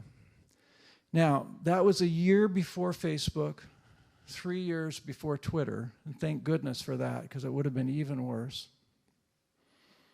We are so prone to judge. An article in the BBC Science Focus, the author put it this way: outrage has become the defining emotion of the 21st century, worn righteously as a finger-pointing badge of honor. Did you know that there's actually a web page where you can go find Facebook idiot GIFs or GIFs, I don't know how to pronounce that, but you know, these little animated images that you can put on people's Facebook page to tell them they're an idiot. There is actually a page that allows you to go find these things so that we can spread our judgment widely. Frances Haugen, you may remember, in 2021 was a whistleblower. She worked at Facebook as a data engineer. And one of the things that happened that she shed light on was in 2016 when Facebook introduced these various reactions that you could place. You know, before that it was just like. There was nothing. All these other ones showed up. And when they first started it, they gave differential point value to what you put. So if you put an angry emoji or reaction to a Facebook post, it got 5 points. If you put a like, it got 1 point, which means when you go to your news feed, what's going to show up? It's the one with the most points. So the angry feeds are the ones that are going to show up. They're going to get people more sort of agitated and riled up. It's going to make for a better post. What have we done? We've made ourselves an angry people with our posts. So let's look at this from a vantage point of psychology. Lee Ross was a professor at Stanford. He, in 1977, developed something that you've undoubtedly heard of called the fundamental attribution error. Most people in the world have heard of this. You don't have to be a psychology student or a psychologist to hear of this. It's all over the internet. Most people have heard about it because it's been around for so long, and it has a lot of explanatory power. But basically, the idea of the fundamental attribution error is that if something bad happens to you, it's because of a character flaw. If something bad happens to me, it's because of a situation that I face. So if you get a traffic ticket for running a red light because you didn't stop in time, yeah, that's never happened, has it? No, that's a good point. Yes, a good correction there. Lest I be judgmental here, right? If you get a traffic ticket, it's because you're a bad driver. If I get a traffic ticket, it's because the sun was in my eyes. I'll explain it with situations for me and with character traits for you. That's the fundamental attribution error. Everyone knows about it. It's been around 50 years. What people tend not to know about is that Professor Ross went on in his career at Stanford, a long, important career, and he looked at conflict in the Middle East. He continued to do many laboratory studies. And near the end of his life, about 3 years before he died in 2021, he wrote this article about what he now considers the truly fundamental attribution error. He didn't quite renounce the fundamental attribution error, but he says there's a better way to look at this. There's a more important way to look at this. And it happens in 3 steps. So let me just sort of walk you through the steps. The 3 steps are these. One is, I know the truth. That's how we tend to approach the world, by presuming that we know what is true. Had someone a number of years ago suggest the Showtime series Dexter to us. And we watched a couple episodes, maybe one, I don't know. We didn't care much for it. And it's partly, we're Quakers, so there's that. Partly it seemed really violent, but the biggest thing for me, this show, by the way, if you don't know it, it's this guy that's like a crime pathologist during the day, likable guy, but at night he figures out people who have gotten away with terrible things and brings them to justice by killing them. So he's an assassin at night and a crime pathologist by day. The thing that bothered me the most about it was the assumption that we all make when watching this show, that he knows the truth, that what his analysis reveals to him is undoubtedly true, and therefore whatever awful thing he's doing in the middle of the night to someone is well-deserved because Dexter knows the truth. Well, that could be questioned for all of us. Sometimes our assumption that we know the truth is simply not right. The second part of this truly fundamental attribution, I should tell you, it's called naive realism is the name for it. The second part is, if you know what I know, then you'll agree with me. So I know the truth, and if you know what I know, you're bound to agree. Now, Lee Ross did a number of studies. They seem kind of trivial compared to how this shows up on social media, but let me just mention the studies. He'd have people stand outside of the grocery store, researchers stand outside. So let's imagine you're leaving Fred Meyer and you have some groceries in your cart and someone stops you and says, do you mind answering a few questions about your shopping experience today? And you say yes or no, but let's say you say yes and you answer a few questions and they say, do you mind signing a release so that we can make your opinions publicly available? All right, and so then you either choose to say yes or no, you're going to sign the release. Now, that's not what the researchers care about. None of that really matters. Then the final question they ask you is, do you think other people will agree to sign a release? So what they're really wanting to know is, whatever you decide, are you going to assume that other people would do the same thing? And the answer is yes. People assume that others would do the same thing that they're doing. So they did this in 3 different studies. A speeding ticket. You get a speeding ticket. Do you go to court to fight it, or do you just pay the fine? Again, they don't care what you answer to that, except they want to know, what do you think other people would do? And what they found is people assume that other people would do the same thing that I would do. And a third study, similar, this might hit close to home. Would you prefer to be graded on a group project or an individual project in this class? All right. And they don't care so much what the answer is, but whatever you say, then you're going to assume other people are going to say the same thing.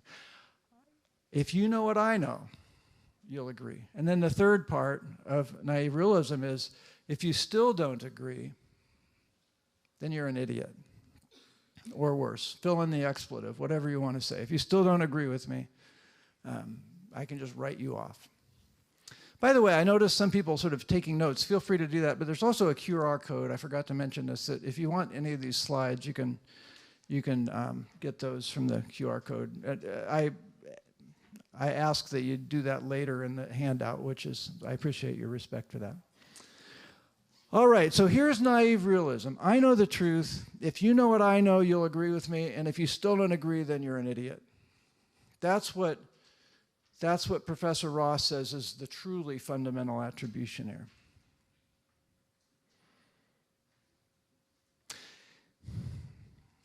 There's a question, a single item question that we use a lot in research about religious commitment. It goes like this.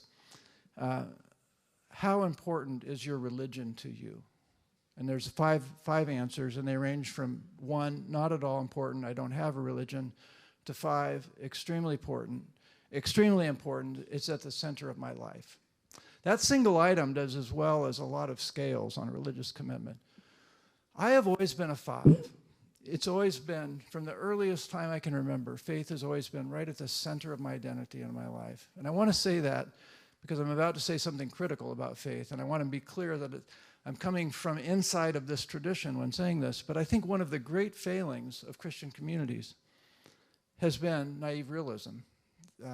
The assumption that we know the truth, that if others know what we knew, they would agree, and if they don't, then we can call them names.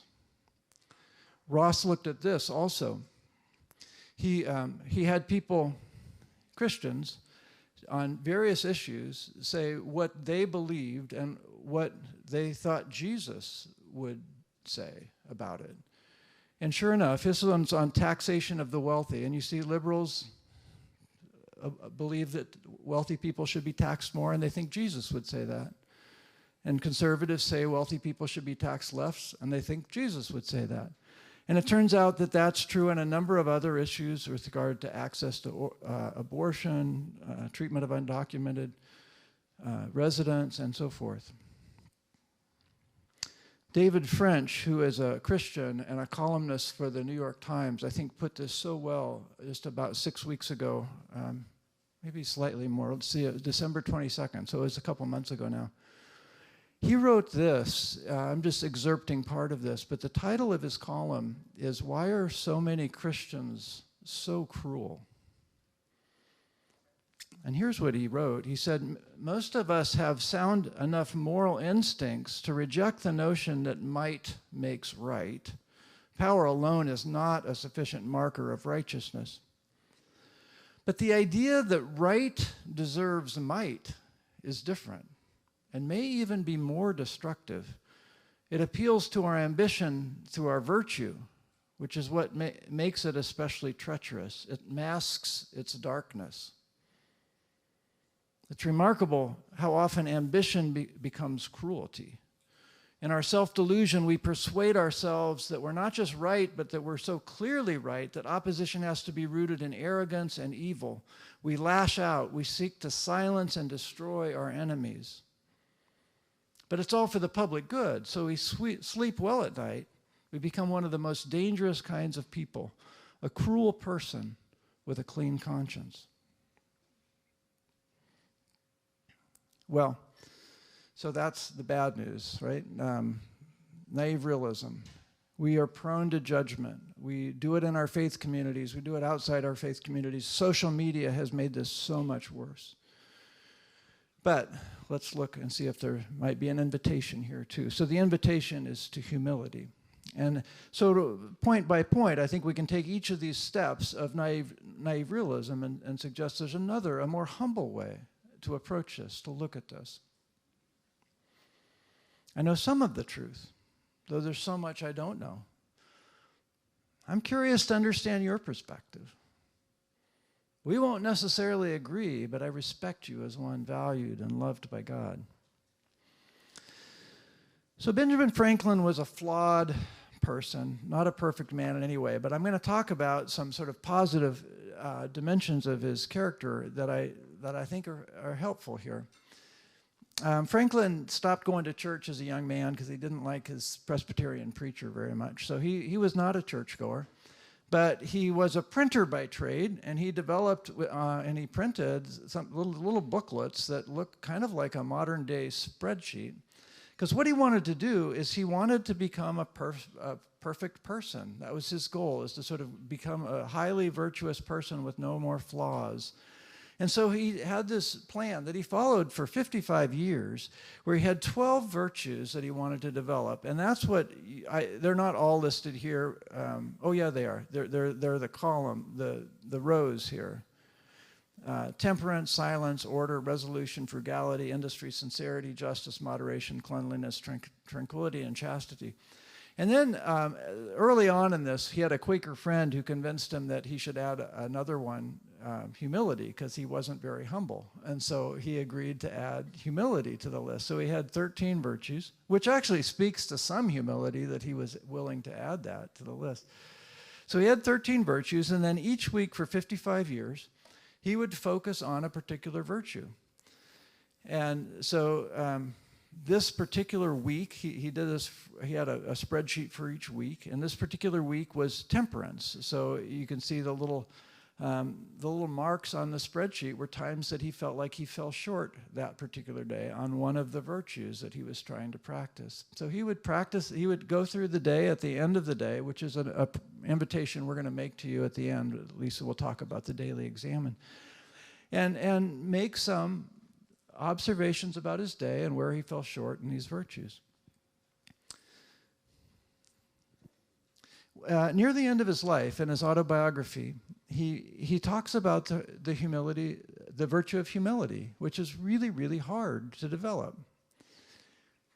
And maybe that's why we don't talk about it very much. But Franklin writes this: in reality, there is perhaps no one of our natural passions so hard to subdue as pride. Disguise it, struggle with it, beat it down, stifle it, mortify it as much as one pleases, it is still alive and will every now and then will peep out and show itself. You will see it perhaps often in this history, his autobiography. For even if I could conceive that I had completely overcome it, I should probably be proud of my humility. Humility. Now, I want to mention Benjamin Franklin, because he was one of the signers of our Constitution. We sometimes think of the Constitutional Convention as like a psychology convention where you come and 3 days later you go home. But it wasn't that. It started in May of 1787 and it lasted until September of 1787. There were delegates, 55 delegates from each of the 12 states, trying to hammer out what a constitution would look like in our great country. Only 39 of them signed the final constitution, so 16 of them did not agree. Franklin himself signed it, but he did not agree with everything. He was 81, the oldest delegate, and he wrote this speech for the final night of the convention, which he was not able to give because of his age, but a friend gave this speech for him. And look how he came to the conclusion of signing the Constitution, even though he disagreed with parts of it. He says, "For having lived long, I have experienced many instances of being obliged by better information or fuller consideration to change opinions, even on important subjects, which I once thought right but found to be otherwise. It is therefore that the older I grow, the more apt I am to doubt my own judgment and to pay more respect to the judgment of others. Most men indeed, as well as most sects and religion, think themselves in possession of all truth, and that wherever others differ from them, it is so far error." And I look at that and I'm so impressed with his 55-year practice plan, and that he could form the kind of humility that he needed to be able to say something that you would never hear in politics today, whichever side you're on. People are not going to say this today. The capacity to think, I might be wrong. I can change my mind because I might be wrong. That takes some humility. So here is the sort of invitation in terms of the person of the psychotherapist. We hear a lot about self-compassion these days, and I'm glad we do. It's such a good concept. Kristen Neff and her work on self-compassion is so helpful. I just think we also need to set us in the same plane as that. We need to think about self-confrontation, the capacity to confront ourselves, to recognize that we might be wrong. And I'm going to linger on this point for a bit with the help of a Russian novelist, Alexander Solzhenitsyn. I've only given one graduation speech in my professional life, and that was 25 years ago. I was asked to talk at Geneva College commencement. Geneva is in a little corner of Pennsylvania where the thing I still remember is they put French fries in their salads, which is just, it was so good. I actually loved it. And sometimes when I came home, I would order fries and salad and put French fries in my salad because it was so good. But it's like a thing in this part of Pennsylvania. So I gave this talk, this commencement talk, and the way I started it, the first sentences were talking about Richard Foster and Alexander Solzhenitsyn, both of which talk about the superficiality of our age. And I started with this quote from Solzhenitsyn: "Hastiness and superficiality are the psychic diseases of the 20th century." And then I paused, and then I said, I've never read Alexander Solzhenitsyn. I found this quote on the internet. And I sort of made my point, right? That I can give this sort of quote that makes you stop and think about something, and I can do it without ever having read the person. I mean, I embarrassed myself a little by making that point, but the point landed well. Hastiness and superficiality really are problems. Well, I've read some Solzhenitsyn now, because I was curious about the quote, and I wanted to know more about where it came from. And it had come 22 years before that at an address at Harvard University. I want to tell you just a little bit about Solzhenitsyn. He was born into a devout Orthodox, Russian Orthodox family, Christian family. He became an atheist. He became a leader of the Red Army. At some point, he wrote a letter, a critical letter to Stalin, which was not a good idea at that time in Russia. And he was in prison for 8 years in the Gulag, which one of his books, and the one that I'll be talking about in a minute, is called The Gulag Archipelago, where he actually writes about his experience in this Russian prison, which was awful. Khrushchev then came into power. Solzhenitsyn was released from prison, and he began writing novels. And his work enraged some Soviet authorities, and so they stripped him of his citizenship. And so in 1976, then, he and his family moved to Vermont. Later, in 1990, his citizenship in Russia was restored, and he moved back home in 1994. He died in 2008. So this speech that he gives at Harvard, and I'm going to play part of it for you here, it happened in 1978, 2 years after he moved to Vermont. So there's context here. He's coming from Russia. He's coming from a place where there's not a free press. He's coming to the United States where there is a free press. And is that question still on the Wexler? It used to be years ago that we had that question on the Wexler. Why is a free press important in a democracy? You have to have a free press to have a democracy. So Solzhenitsyn's going to make some critical comments about the press here.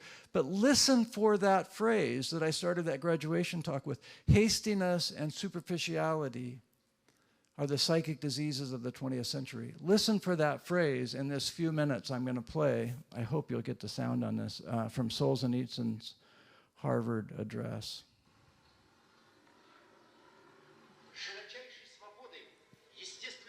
The press, too, of course, enjoys the widest freedom. I shall be using the word press to include all media. But what sort of use does it make of this freedom? Here again, the main concern is not to infringe the letter of the law. There is no true moral responsibility for defamation or disproportion.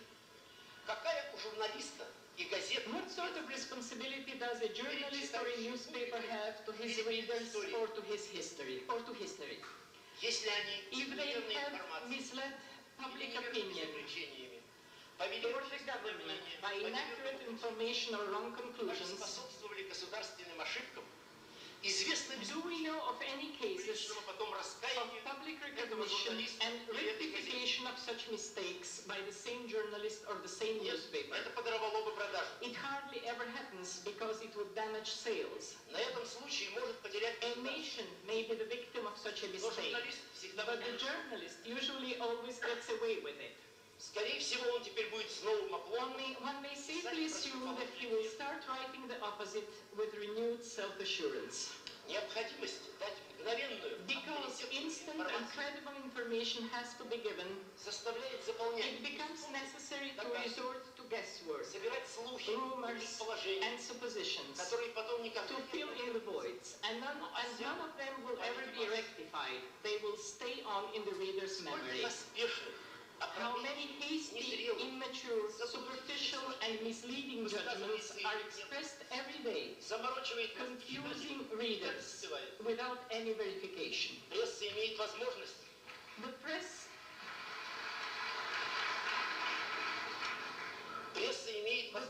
can both simulate public opinion and miseducate it. Thus, we may see terrorists described as heroes, or secret matters pertaining to one's nation's defense publicly revealed. Or we may witness shameless intrusion on the privacy of well-known people under the slogan, everyone is entitled to know everything. But this is a false slogan, characteristic of a false era. People also have the right not to know, and it's a much more valuable one. The right not to have their divine souls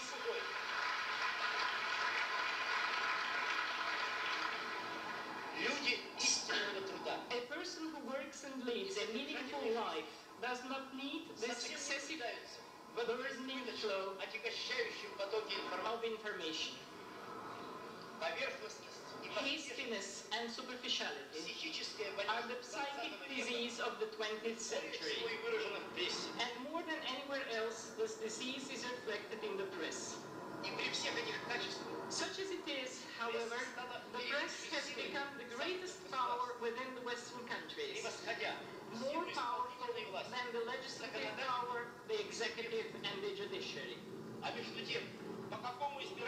one would then like to ask, by what law has it been elected, and to whom is it responsible? I don't know. He may overstate that, but it's a point that it's worth thinking about. And remember, this was the 20th century, the psychic disease of the 20th century. What about the 21st century? What's changed since 1978 when he gave that address? The death of the fairness doctrine is one thing. From 1949 to 1987 in our country, we had a doctrine that says if on national news you give one side of an issue, you have to give equal airtime to the other side. And then news channels started proliferating with cable, and it became impossible to monitor the fairness doctrine, so it got jettisoned. So now we have designer news outlets that will give you what you want to know and tell the story with the sort of slant that you want to hear. So we have media bias charts. You've seen these that sort of try to evaluate news stations to see how biased, how hasty and superficiality various channels are. What about social media? If the media was the problem in the 20th century, we've all become the media in the 21st century. Think about how all of us have access to sort of publishing information at our whim. Now, again, I'm trying to invite you to humility, and Solzhenitsyn ultimately does this. If you go and read Gulag Archipelago, and I actually saw this quote, I'll come clean here, I saw this quote in a sermon, and I was so intrigued by it. This was the day before Google. So I went and bought the book, and I only read it to page 312, where I found this quote, and then I put it down. It's a dark book. It's a dark book about being imprisoned in Russia and Siberia. But this is what is so profound about the possibility of humility that Solzhenitsyn describes. So here he is, a prisoner because of political dissonance in a just an awful, inhumane prison. And this is what he writes. It was only when I lay there on rotting prison straw that I sensed within myself the first stirrings of good.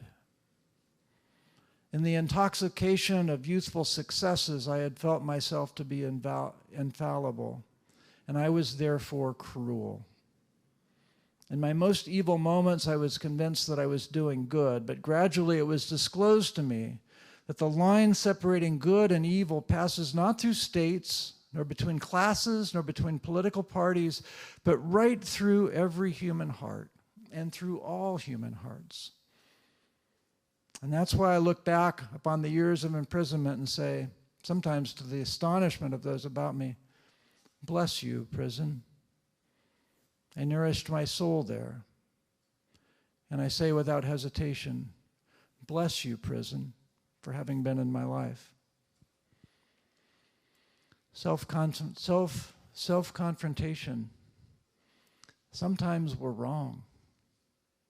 Sometimes we're wrong. We're wrong in our clinical judgments. We're wrong in our diagnoses. We're wrong in our personal lives. Humility demands that we be open to that possibility. Yes, to self-compassion. I'm a big fan. But also self-confrontation. And with that, I want to talk about, I'm going to actually ask Lisa up to talk about a spiritual practice that's been really meaningful for the two of us in recent years.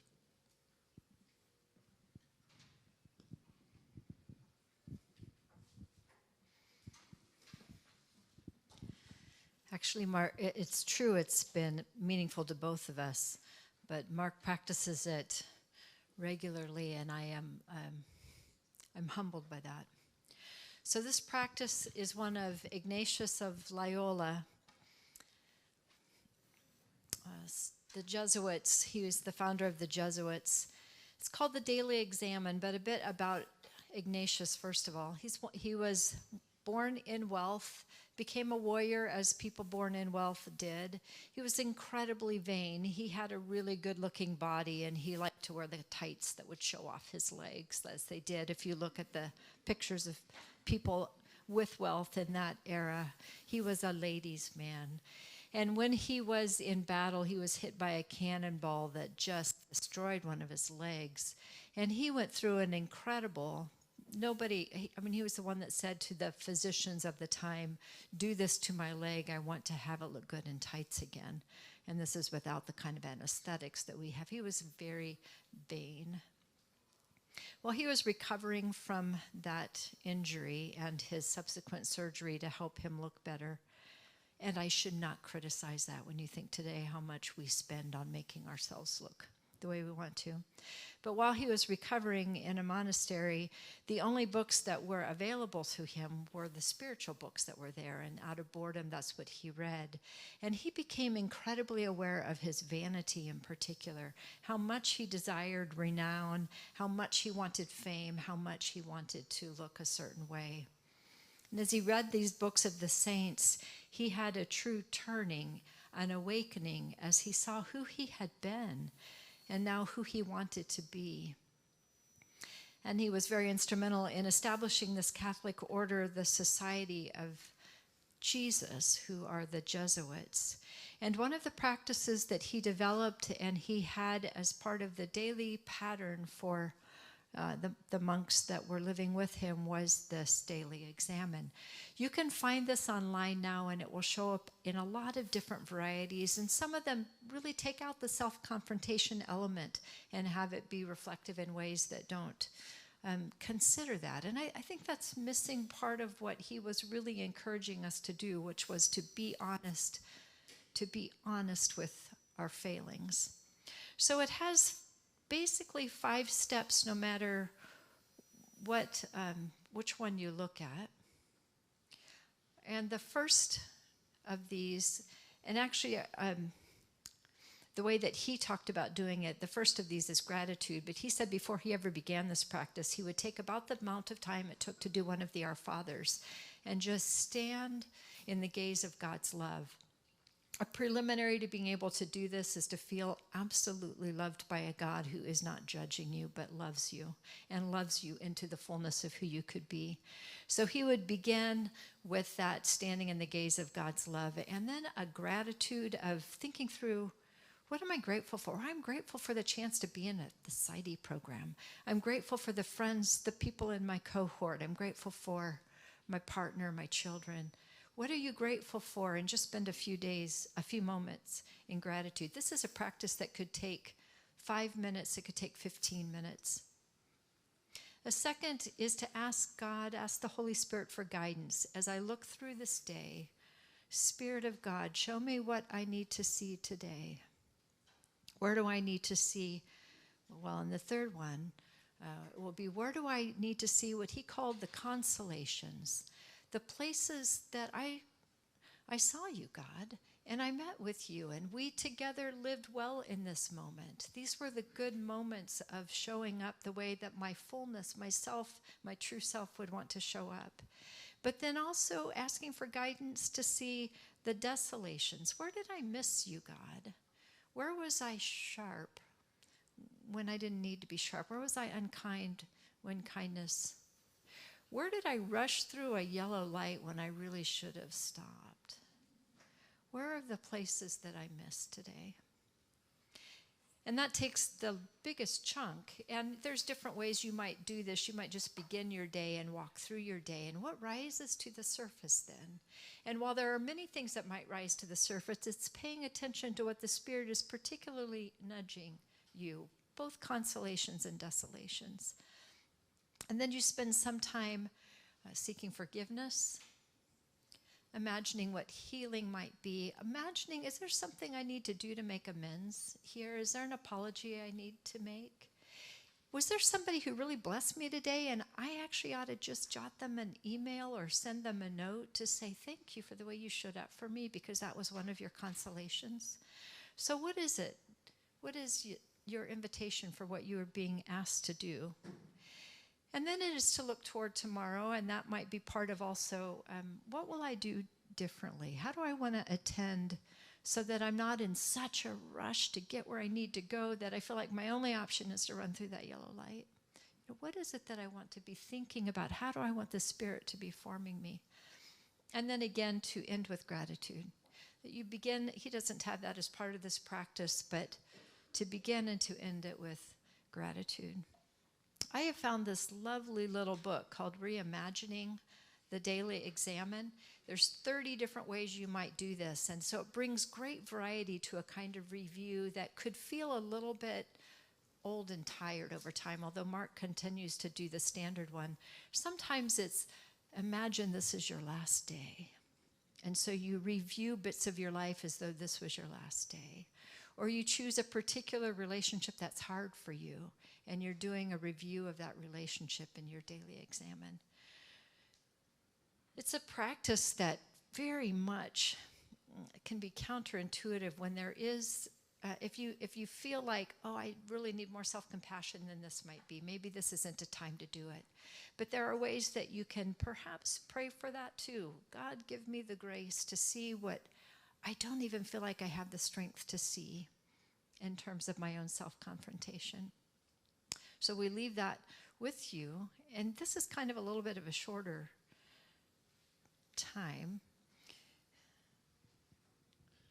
As Lisa was talking, I just thought of one connect the dot kind of thing I wanted to do. Dr. Bufford made a comment in this fishbowl here that I wanted to follow up on. I thought it was really a lovely comment.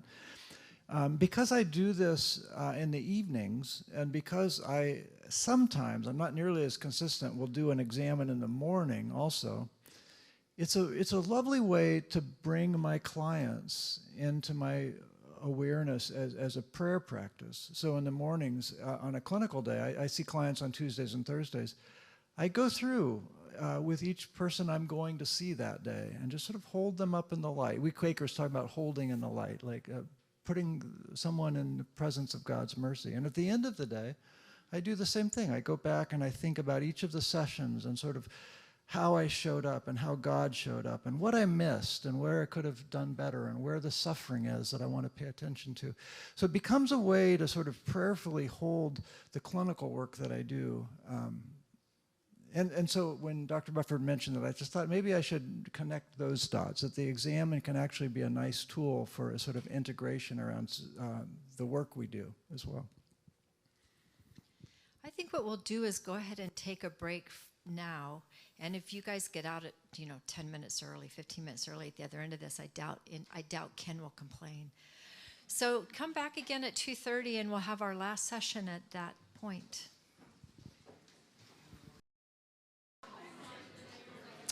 All right, I wanted to finish the story of Steve Bartman. So after spending really decades in sort of shameful isolation, Bartman was recognized in 2016 when the Cubs won the World Series for the first time in, 108 years, I think. They gave him a World Series ring, recognizing how badly they had treated him. And Bartman had this to say as he received the ring. He said, "Although I don't consider myself worthy of such an honor, I'm deeply moved and sincerely grateful.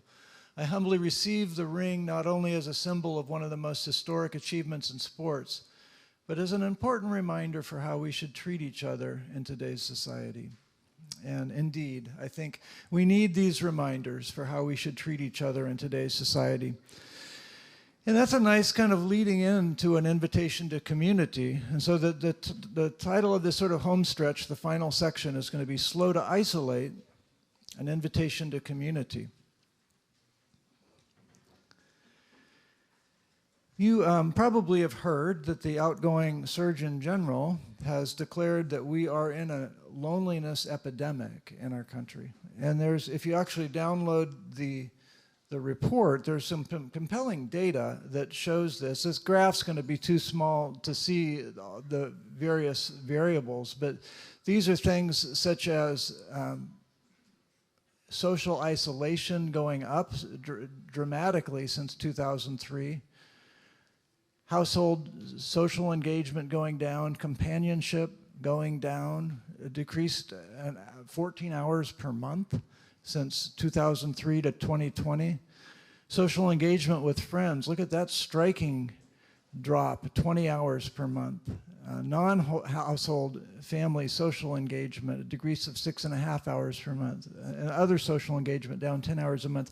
We're in a crisis here. And if the data that is being reported is correct, being lonely and socially isolated is as bad for one's health as smoking 15 cigarettes per day. This is a serious crisis that we're facing. One of the things, you probably see it in your clinical work. I certainly do. I work with a lot of older adults, and I see so much social isolation and loneliness. It truly is an epidemic, and it has health consequences. We need to be concerned about this.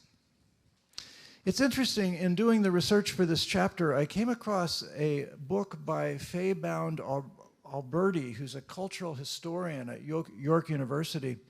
And she essentially writes a history of the notion of loneliness. And it turns out it's sort of a modern invention. Before about the year 1800, you didn't really see the word loneliness showing up in the literature. There was a word that at the time was called onely, and that's where we get our word lonely, is actually it's the same root word.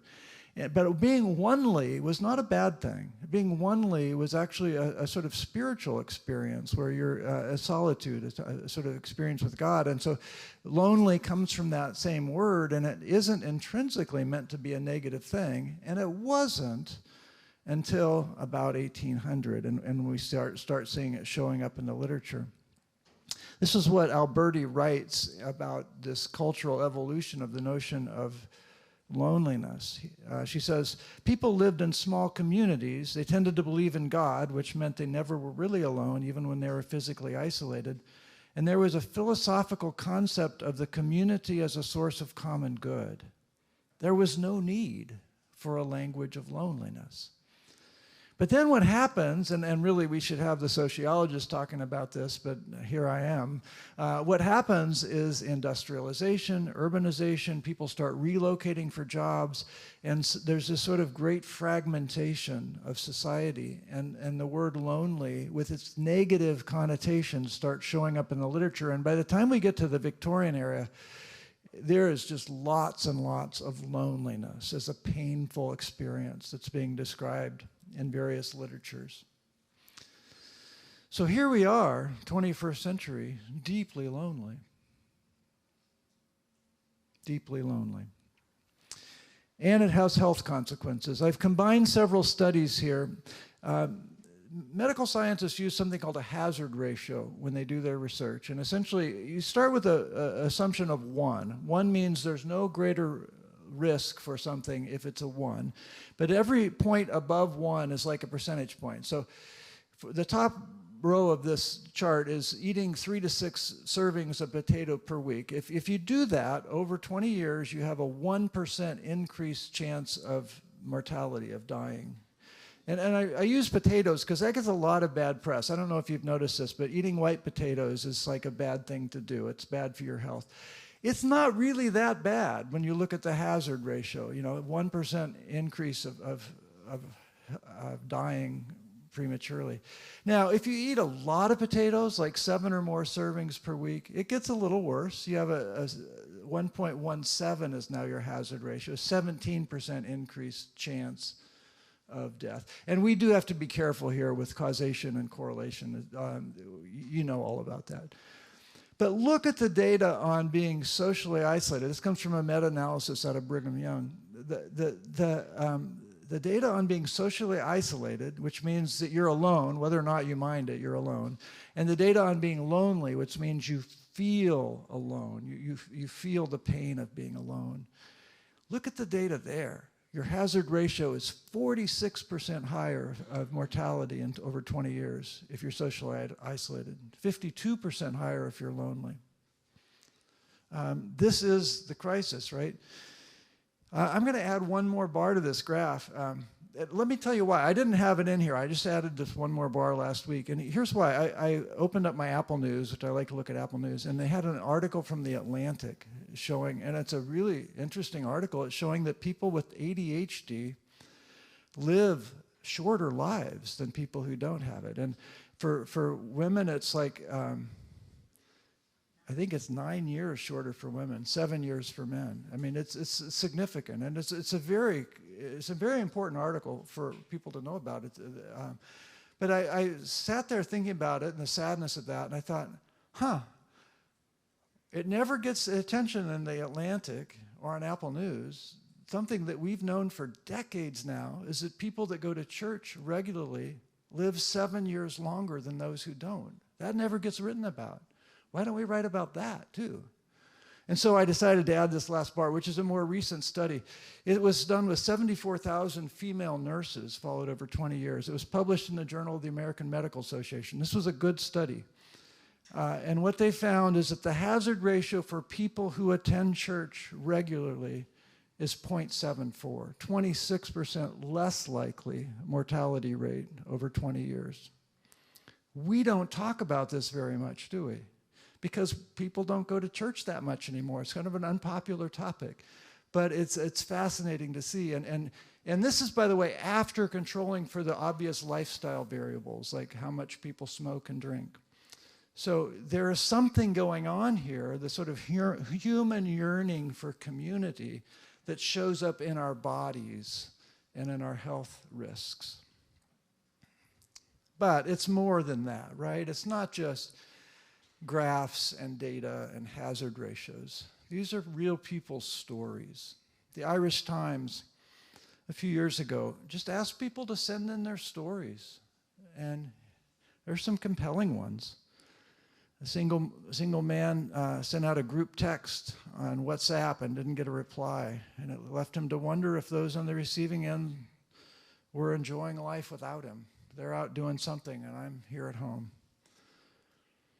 A married woman feeling isolated after moving back to her hometown, leaving cherished friends behind. She said, I don't know how to go about making new friends. At my age, everyone seems to have established their groups of friends. Or here's someone writing about the loneliness of being in a marriage with someone who doesn't seem to love you. Constant loneliness that accompanies your every waking and sleeping hour. Here's someone who writes about the inner torture of self-doubt and feelings of worthlessness that pop up in social situations, a social anxiety situation. Painful as it is, it's easier to be alone. Someone saying the long loneliness that lives in the shadow of a loved one's death. If loneliness were a color, it would be dark gray.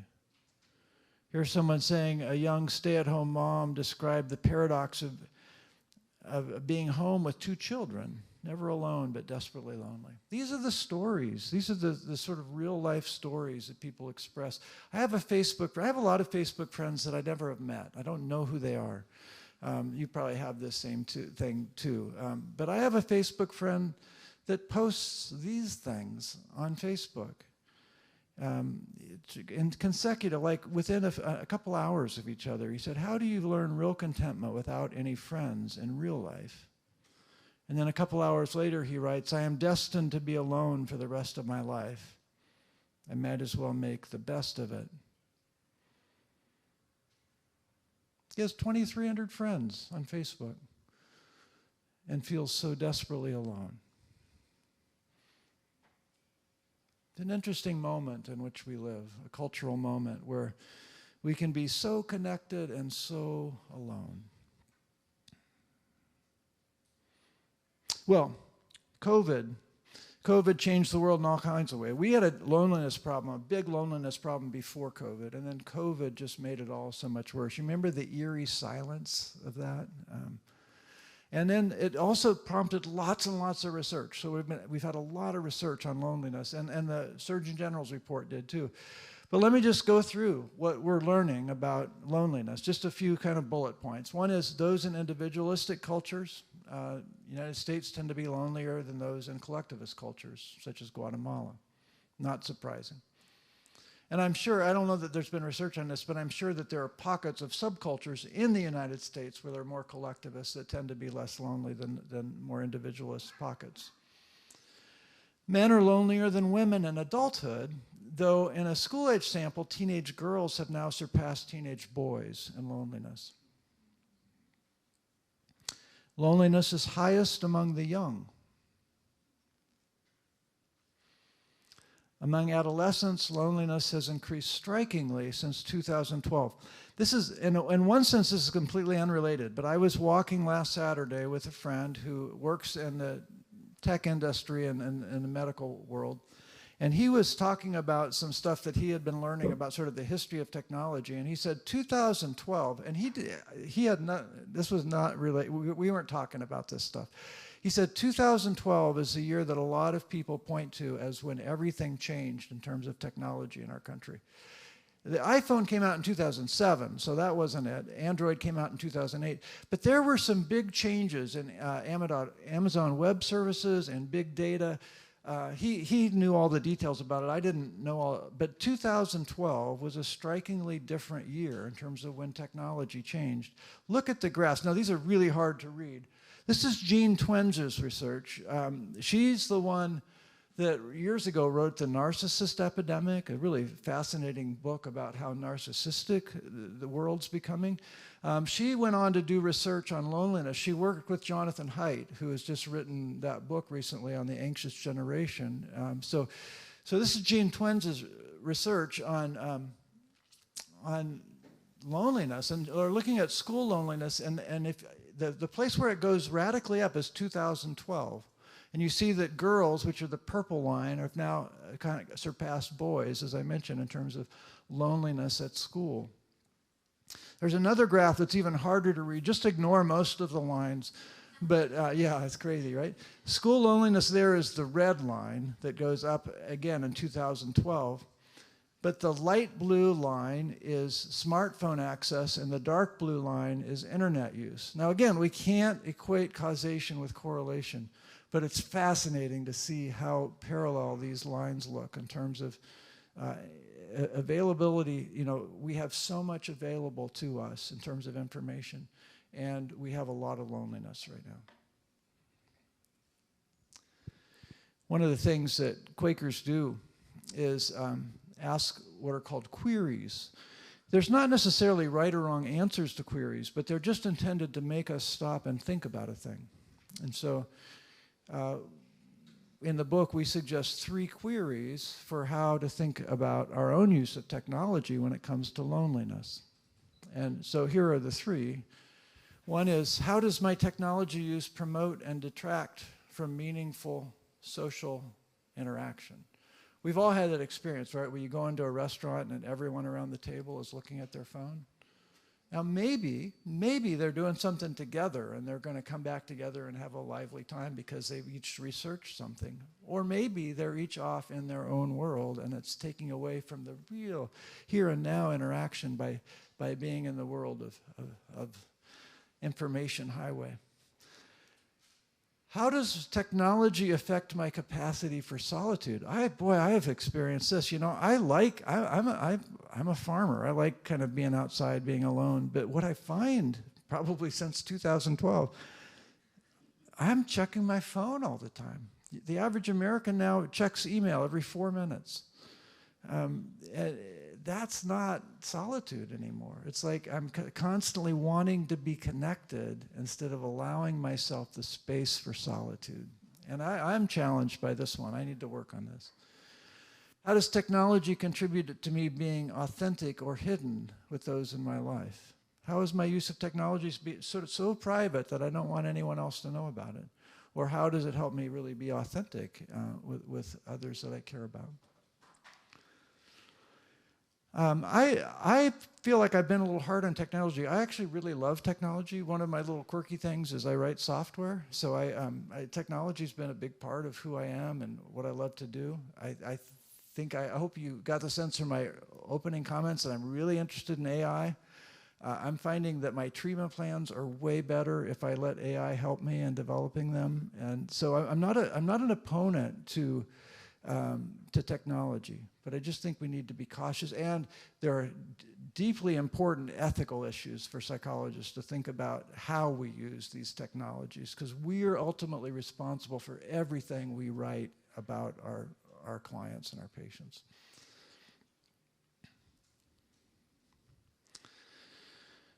All right, I have just a question.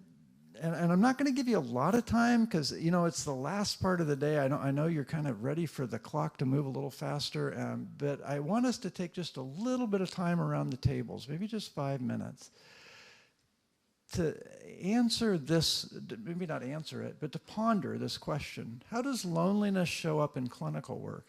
And I'm not just thinking of your clients, although that might be what you go with. That's important too. But maybe for you as a clinician, how does loneliness show up in your clinical work? All right, so let me give you just a few minutes to talk about that, and then Lisa's going to come up for the invitation to community. All right, I said I was going to turn it over to Lisa next, but I realized there's one more slide for me before I do.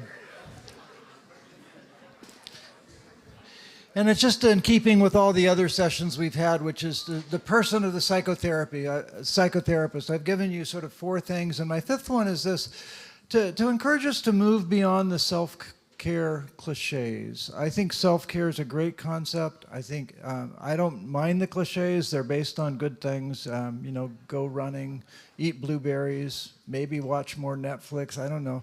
But I think we want to move beyond the cliches and realize that our deep yearning is for community. It's for friendship. It's for relationship. So if we're really serious about self-care, yeah, do all those other things if you need to, but let's make sure we're connected to people.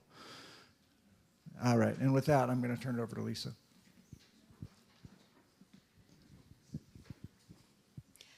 I'm going to actually have you talk with each other again for a minute, so we'll get that hubbub going.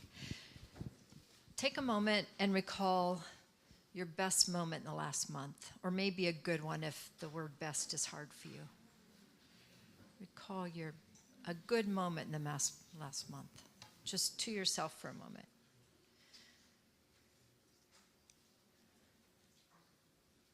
Where were you? What were you doing? What made it good? And then maybe rather than the whole table, although you can do the whole table if you can do that, share that with someone next to you or your table. What were you doing? What made it good? Where were you? 2 minutes.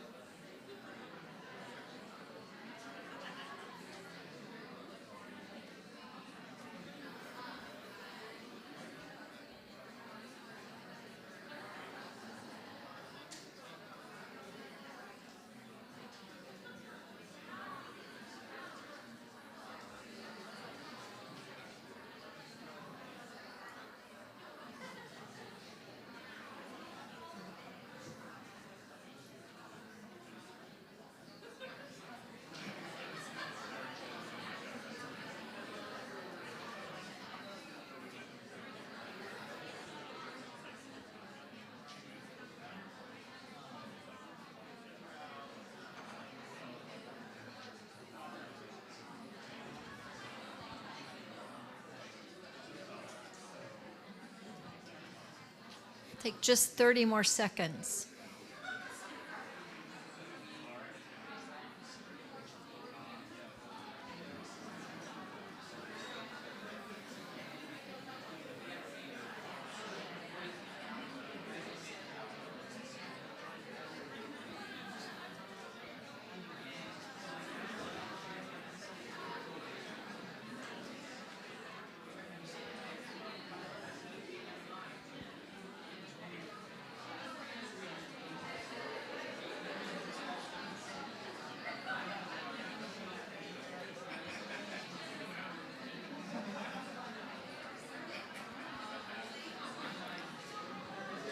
I'm going to pull you back from this conversation you're having.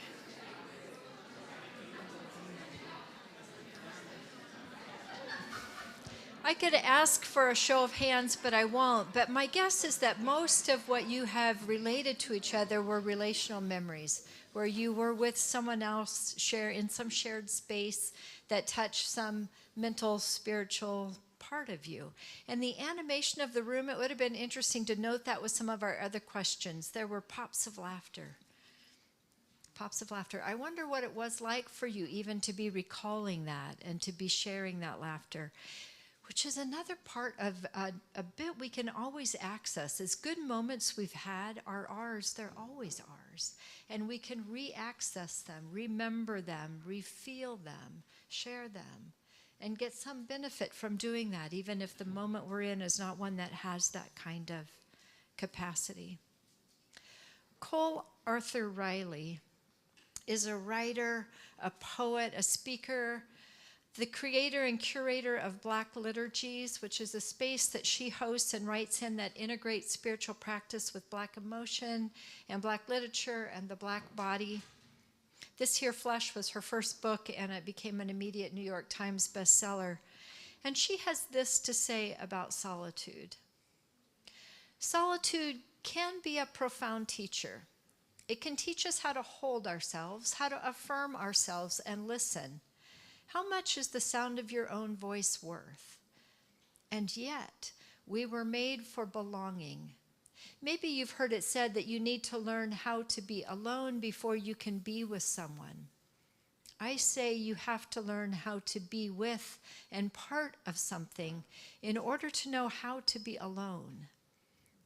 I think it is only out of a deep anchoring in community that one can be free to explore the solitary. Those are wise words from a youngish woman.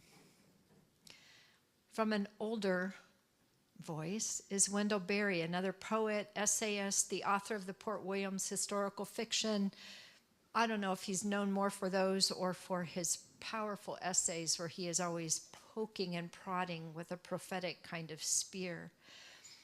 He was a farmer turned, a professor turned farmer, and he speaks deeply and often about community. In an address that he titled, "It All Turns on Affection," this was a talk he gave for the National Endowment of the Humanities in 2012, he is lauding and arguing powerfully for the staying putness of choosing place and community over career advancement, which was what he chose to do when he left his teaching position to go back to his home community to farm. Allowing our belonging to a community to have obligations over our place and limit some of our grasping and our grabbing and our individual choice, assuming that what I do is none of your business. It is my destiny. Unpopular words, and yet so well received in some of the places where he is speaking it. He argues fairly persuasively in this talk and in other essays. I think it's the one called Why What You Did Last Night Is Everybody's Business. Provocative question about our sexuality. He says, in fact, it's other people's business because what you do impacts other people. It impacts our children, but it impacts other people's children. It impacts our grandchildren and other people's grandchildren. It's in all of our best interest to know what each other is doing, what they are up to, and to care about that. It reminds me I need to be a good citizen. I don't have kids in school anymore, but I still want to be mindful as I drive by the school zone that these are someone else's kids. I want to attend. I want to offer a prayer blessing as I go by that school. When I'm out for my morning walk and there's trash, it's not my trash. I didn't throw it out there.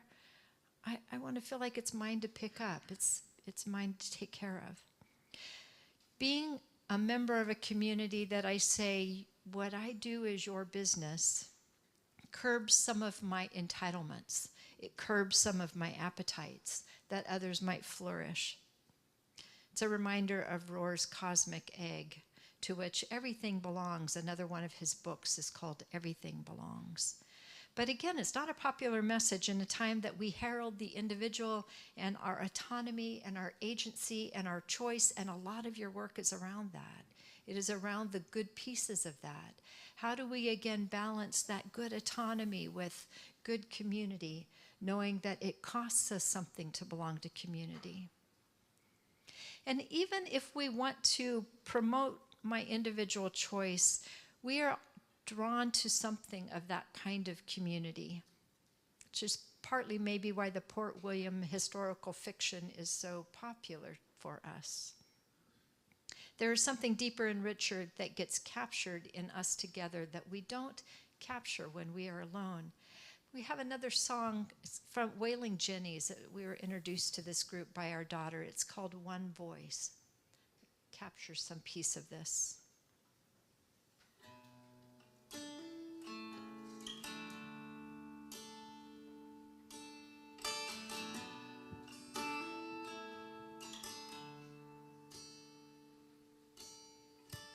This is the sound of one voice,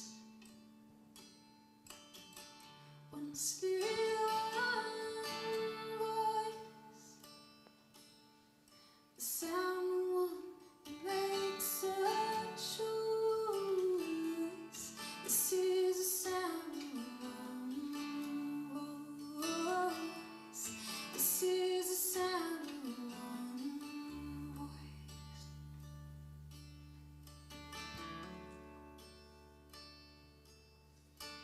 This is the sound of voices too.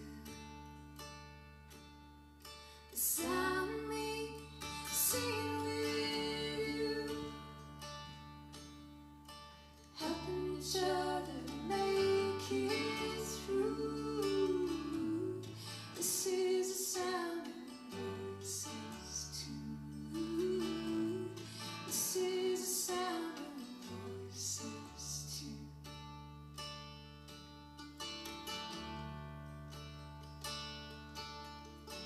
This is the sound of voices three. Sing together in harmony, surrendering to the mystery. This is the sound of voices three. This is the sound of voices three.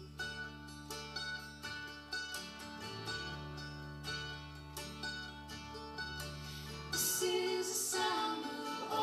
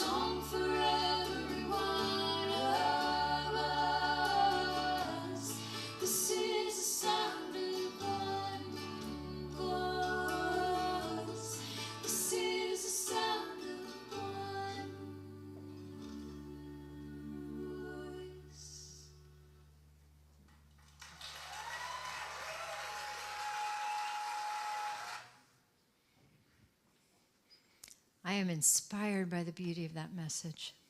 The honoring of the one and the two and the three, and ultimately coming back to the one. Two of our daughters live across the street from each other in Portland, near the University of Portland.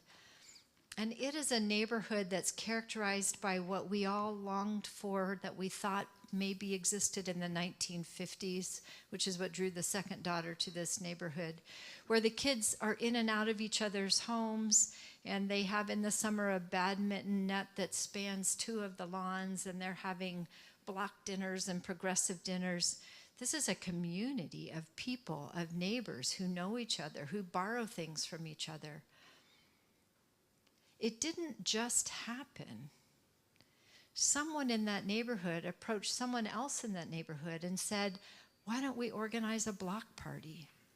Someone in that neighborhood who had children spoke to some other parents with children and said, how about we get our kids together? It doesn't just happen. It's always on somebody to make it happen. The truth be told, I am an introvert. Oh, that's not a surprise. Most of you are probably introverts too. Otherwise, you wouldn't be in psychology, right? And I'm a terrible neighbor. I am really not a good neighbor. The only neighbor I know is the one who buys my extra eggs. Every place we have lived, I have not been a good neighbor. I carry this as a growth edge, and I think I'm running out of time if I really want to become more neighborly. But I do have a community that has obligations on me, and I am willing to let those obligations be what they need to be because of the benefit I get from that community. And for me, and this would be true for Mark too, it is our little country, quirky church of North Valley Friends. We call ourselves the Church of the Misfit Toys, because there's a whole lot of us that feel like we don't fit, which is what makes that community work so beautifully. I'm not trying to get you to come to my church, but I still want to tell you a bit about it. During COVID, actually a couple other things. We're this little church, socioeconomically quite diverse, not very diverse in many other ways, but we were in the newspaper of Newburgh Graphic a lot because we were trying to deal with the houseless challenges in Newburgh and had a tiny home village and kept getting shut down, unfortunately, by other Christians primarily. But we're a little church that's trying to make a difference in our community. During COVID, our then youth pastor got some extra supply of toilet paper. Remember when there was a shortage of toilet paper? And he said, anyone who needs toilet paper, I'll come deliver it on your porch. You know, like the newspaper, I'll just throw you rolls of toilet paper. And we had someone else who said, I've got sourdough and I've got starters. Anyone want a starter? Remember, there was a shortage of yeast. And so we were sharing in just beautiful ways during COVID. How can we show up for each other? How can we drop off care packages to remind each other that even though we're not meeting together, we have an obligation to care and to wonder how each other is doing? We have a listserv. It's kind of a, that's what you know about our church, where anyone who has anything they want to, are ready to part with, seldom is it sold. We have a microwave we don't need anymore. We have a sofa we don't need anymore. We have canning jars. Anybody want my canning jars? I need a ride to the airport. Can anyone take me to the airport? Can I borrow a car for a week? My relatives are coming in. I mean, it's sometimes they're pretty big asks. Mark just loaned his hiking poles to people who came and picked it up yesterday who are going hiking and wanted hiking poles. It is a wonderful community. I ask for, I'm famous for this now. I love it. We don't eat a whole lot of meat, but I do like turkey stock. So after Thanksgiving, I say, anyone have a carcass that they don't know what to do with? I'll come pick up your carcass. Every year I get to make turkey stock with somebody else's carcass. We have small groups where people can be known and seen and held, and that's who we're trying to be, and we're doing the work knowing that we don't always succeed, and not everyone at our church feels the way about it that I feel about it. But this is God at work in us, through us, as us. And as a community, we know that's going to require some obligation. It's going to require me to feel less entitled. I didn't really want to do the chili cook-off this weekend. But we signed up because it's kind of our job to bring the vegetarian chili to the chili cook-off. It's okay, the cost that it takes because of the benefits that we get. It is a hopeful place. Community is a hopeful place. And I know that even as I speak that, there are a whole lot of you who wish you had some kind of community like that and don't know what it would take in order to make it happen. This reminds me, though, of Psalm 3. And the version of Psalm 3 I'm going to give you comes out of a book. Well, you'll see the title of the book. It's a theologian who wanted to take the essence of these Psalms and distill it because it was hard in some cases to read the Psalms as they were. So parts of Psalm 3. But you, O God, continue to recreate the world, dancing at the fragile edge, breathing at the margins, in vulnerability offering yourself again and again. You call us into quiet, into a nurturing beyond words. You strengthen our backs and stretch our hearts. You lift our heads and spur our songs. You move in and beyond us, inviting us to fashion the world anew in love. Each day I awaken, aware of your sustaining presence, which holds the planets and sparks our imaginations. There is nothing to fear, though much to lose. When we turn toward you, we turn toward life. Imagine God doing this collectively, cosmically, not just you alone or me alone, but calling us together in this quiet, nurturing that is beyond words, moving in us and beyond us, inviting us as a community into fashioning the world anew in love. What a lovely, lovely image that is. It is movement in the story, in that bigger story. We are a lonely people who value our privacy and our autonomy, yet we yearn for community, and we know enough that we are healthier individually and collectively when we have it. As we talked about in that little breakout that Mark just had you do, your work is isolating work. It's you and a client in a room, and you are tending the client. It's not a mutual relationship. Our encouragement for you is to begin to move outside your comfort zone to connect with others. And I know you already feel like you have so much on your plate. How can you do it now? Maybe you can't do it now. Maybe you can't do it now, but don't forget to yearn for it. Perhaps you could find other psychologists. You speak of your cohort so well. I wonder what it's like when you leave and you don't have your cohort. I think that would have been another interesting conversation. Who becomes your cohort when you leave this place? Find other psychologists with whom you can gather regularly to laugh, to encourage, to talk through the hard and complicated cases you have. Or find a civic interest that allows you to serve alongside others in ways that remind you that you belong. Find a church. That process is brutal. I am so glad I just am a Quaker and just find a Quaker church. It zeroes down my options to about 3. Find a church. Or if you can't find a church, start a reading group. Go on as a reading group. Or if you can't stand reading any more than you already have to read, you have to eat, start a meal sharing group. Find some way that you become the initiator of that which you long for, rather than waiting for someone else to be the initiator to invite you into it. That would be my encouragement to you. Note how the goodness you experience in doing so is a gift turned outward to others, even as it also feeds you.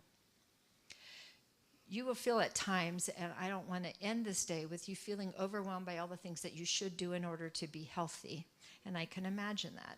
So I want to end with more words from this wise woman, Cole Arthur Riley. This comes from her Black Liturgies. She says, if you're feeling a kind of bone-deep, soul-body exhaustion today, please remember that is by design. However futile resistance and goodness and beauty feel today, do not surrender your appetite to them. However weary you are today, don't surrender your appetite for these good things. Pay attention. Keep record. Do what you need in order to retain possession over your own imagination. You will at times feel overwhelmed. Keep the image and the imagination and the invitation alive. So Mark and I both have a bit of a closing. Mine is the 3 takeaways that I would have for you from today, and his is a story he mentioned earlier. My 3 takeaways for you. My first would be choose toward beauty and goodness and joy in any moment. The alternative is always there. It is always there. Balance that with a choice toward beauty and goodness and joy. A second is to lean toward love. When I don't know what to do in a situation, it's a little bit easier if I could say, what would love do? What would love do? It's not always even that easy, but that makes it a little easier for me. And finally is this invitation to be the one to move toward community. Don't always be the one waiting for the invitation.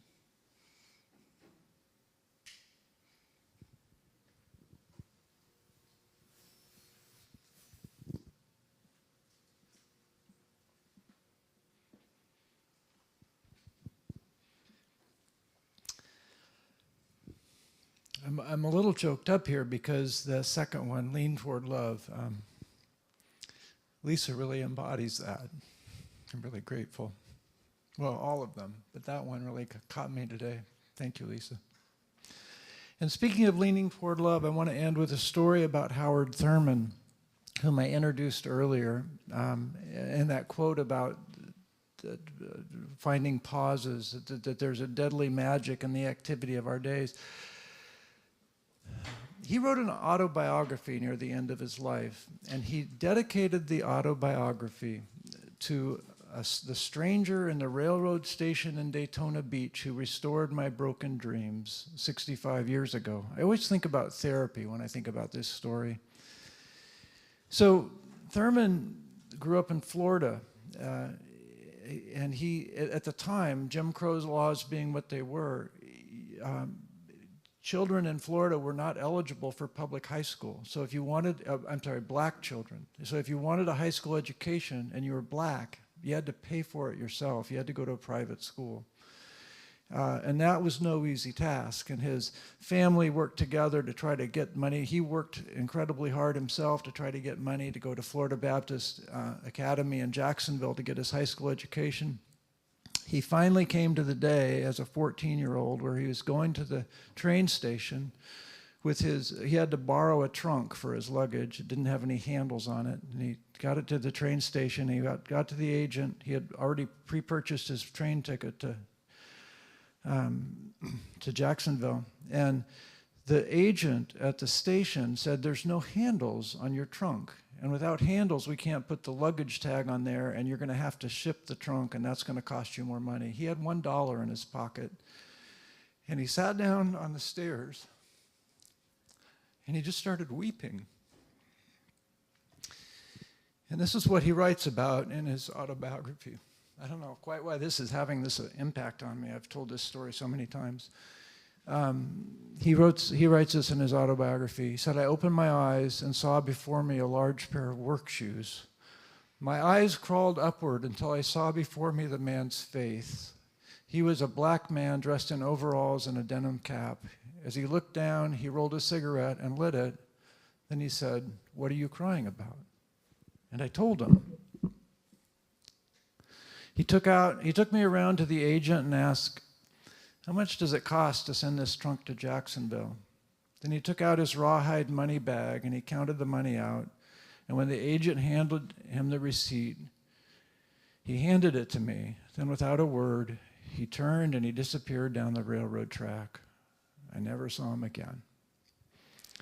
And that's the man that 65 years later he dedicated his autobiography to. Lean toward love. And I think Ken has some.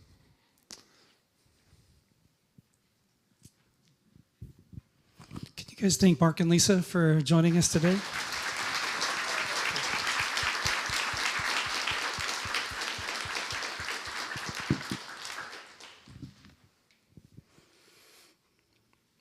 Yeah, we thank you. This is a serendipitous experience for me. A lot of what we're redoing in the integration program, this speaks directly into that. So thank you guys. We appreciate it. We got one more book to give away. You guys want to do it before we end this? All right. Well, I picked on Lisa's autobiography. What's that? This is my redemption. That's right. Okay. Yeah, we started by picking on Lisa's bio. Now we'll pick on Mark's. Does anybody remember one of the books that I listed in Mark's bio when we started today? All I need is one.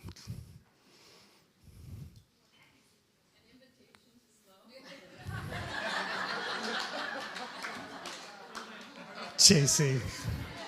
Works for me. Come get it.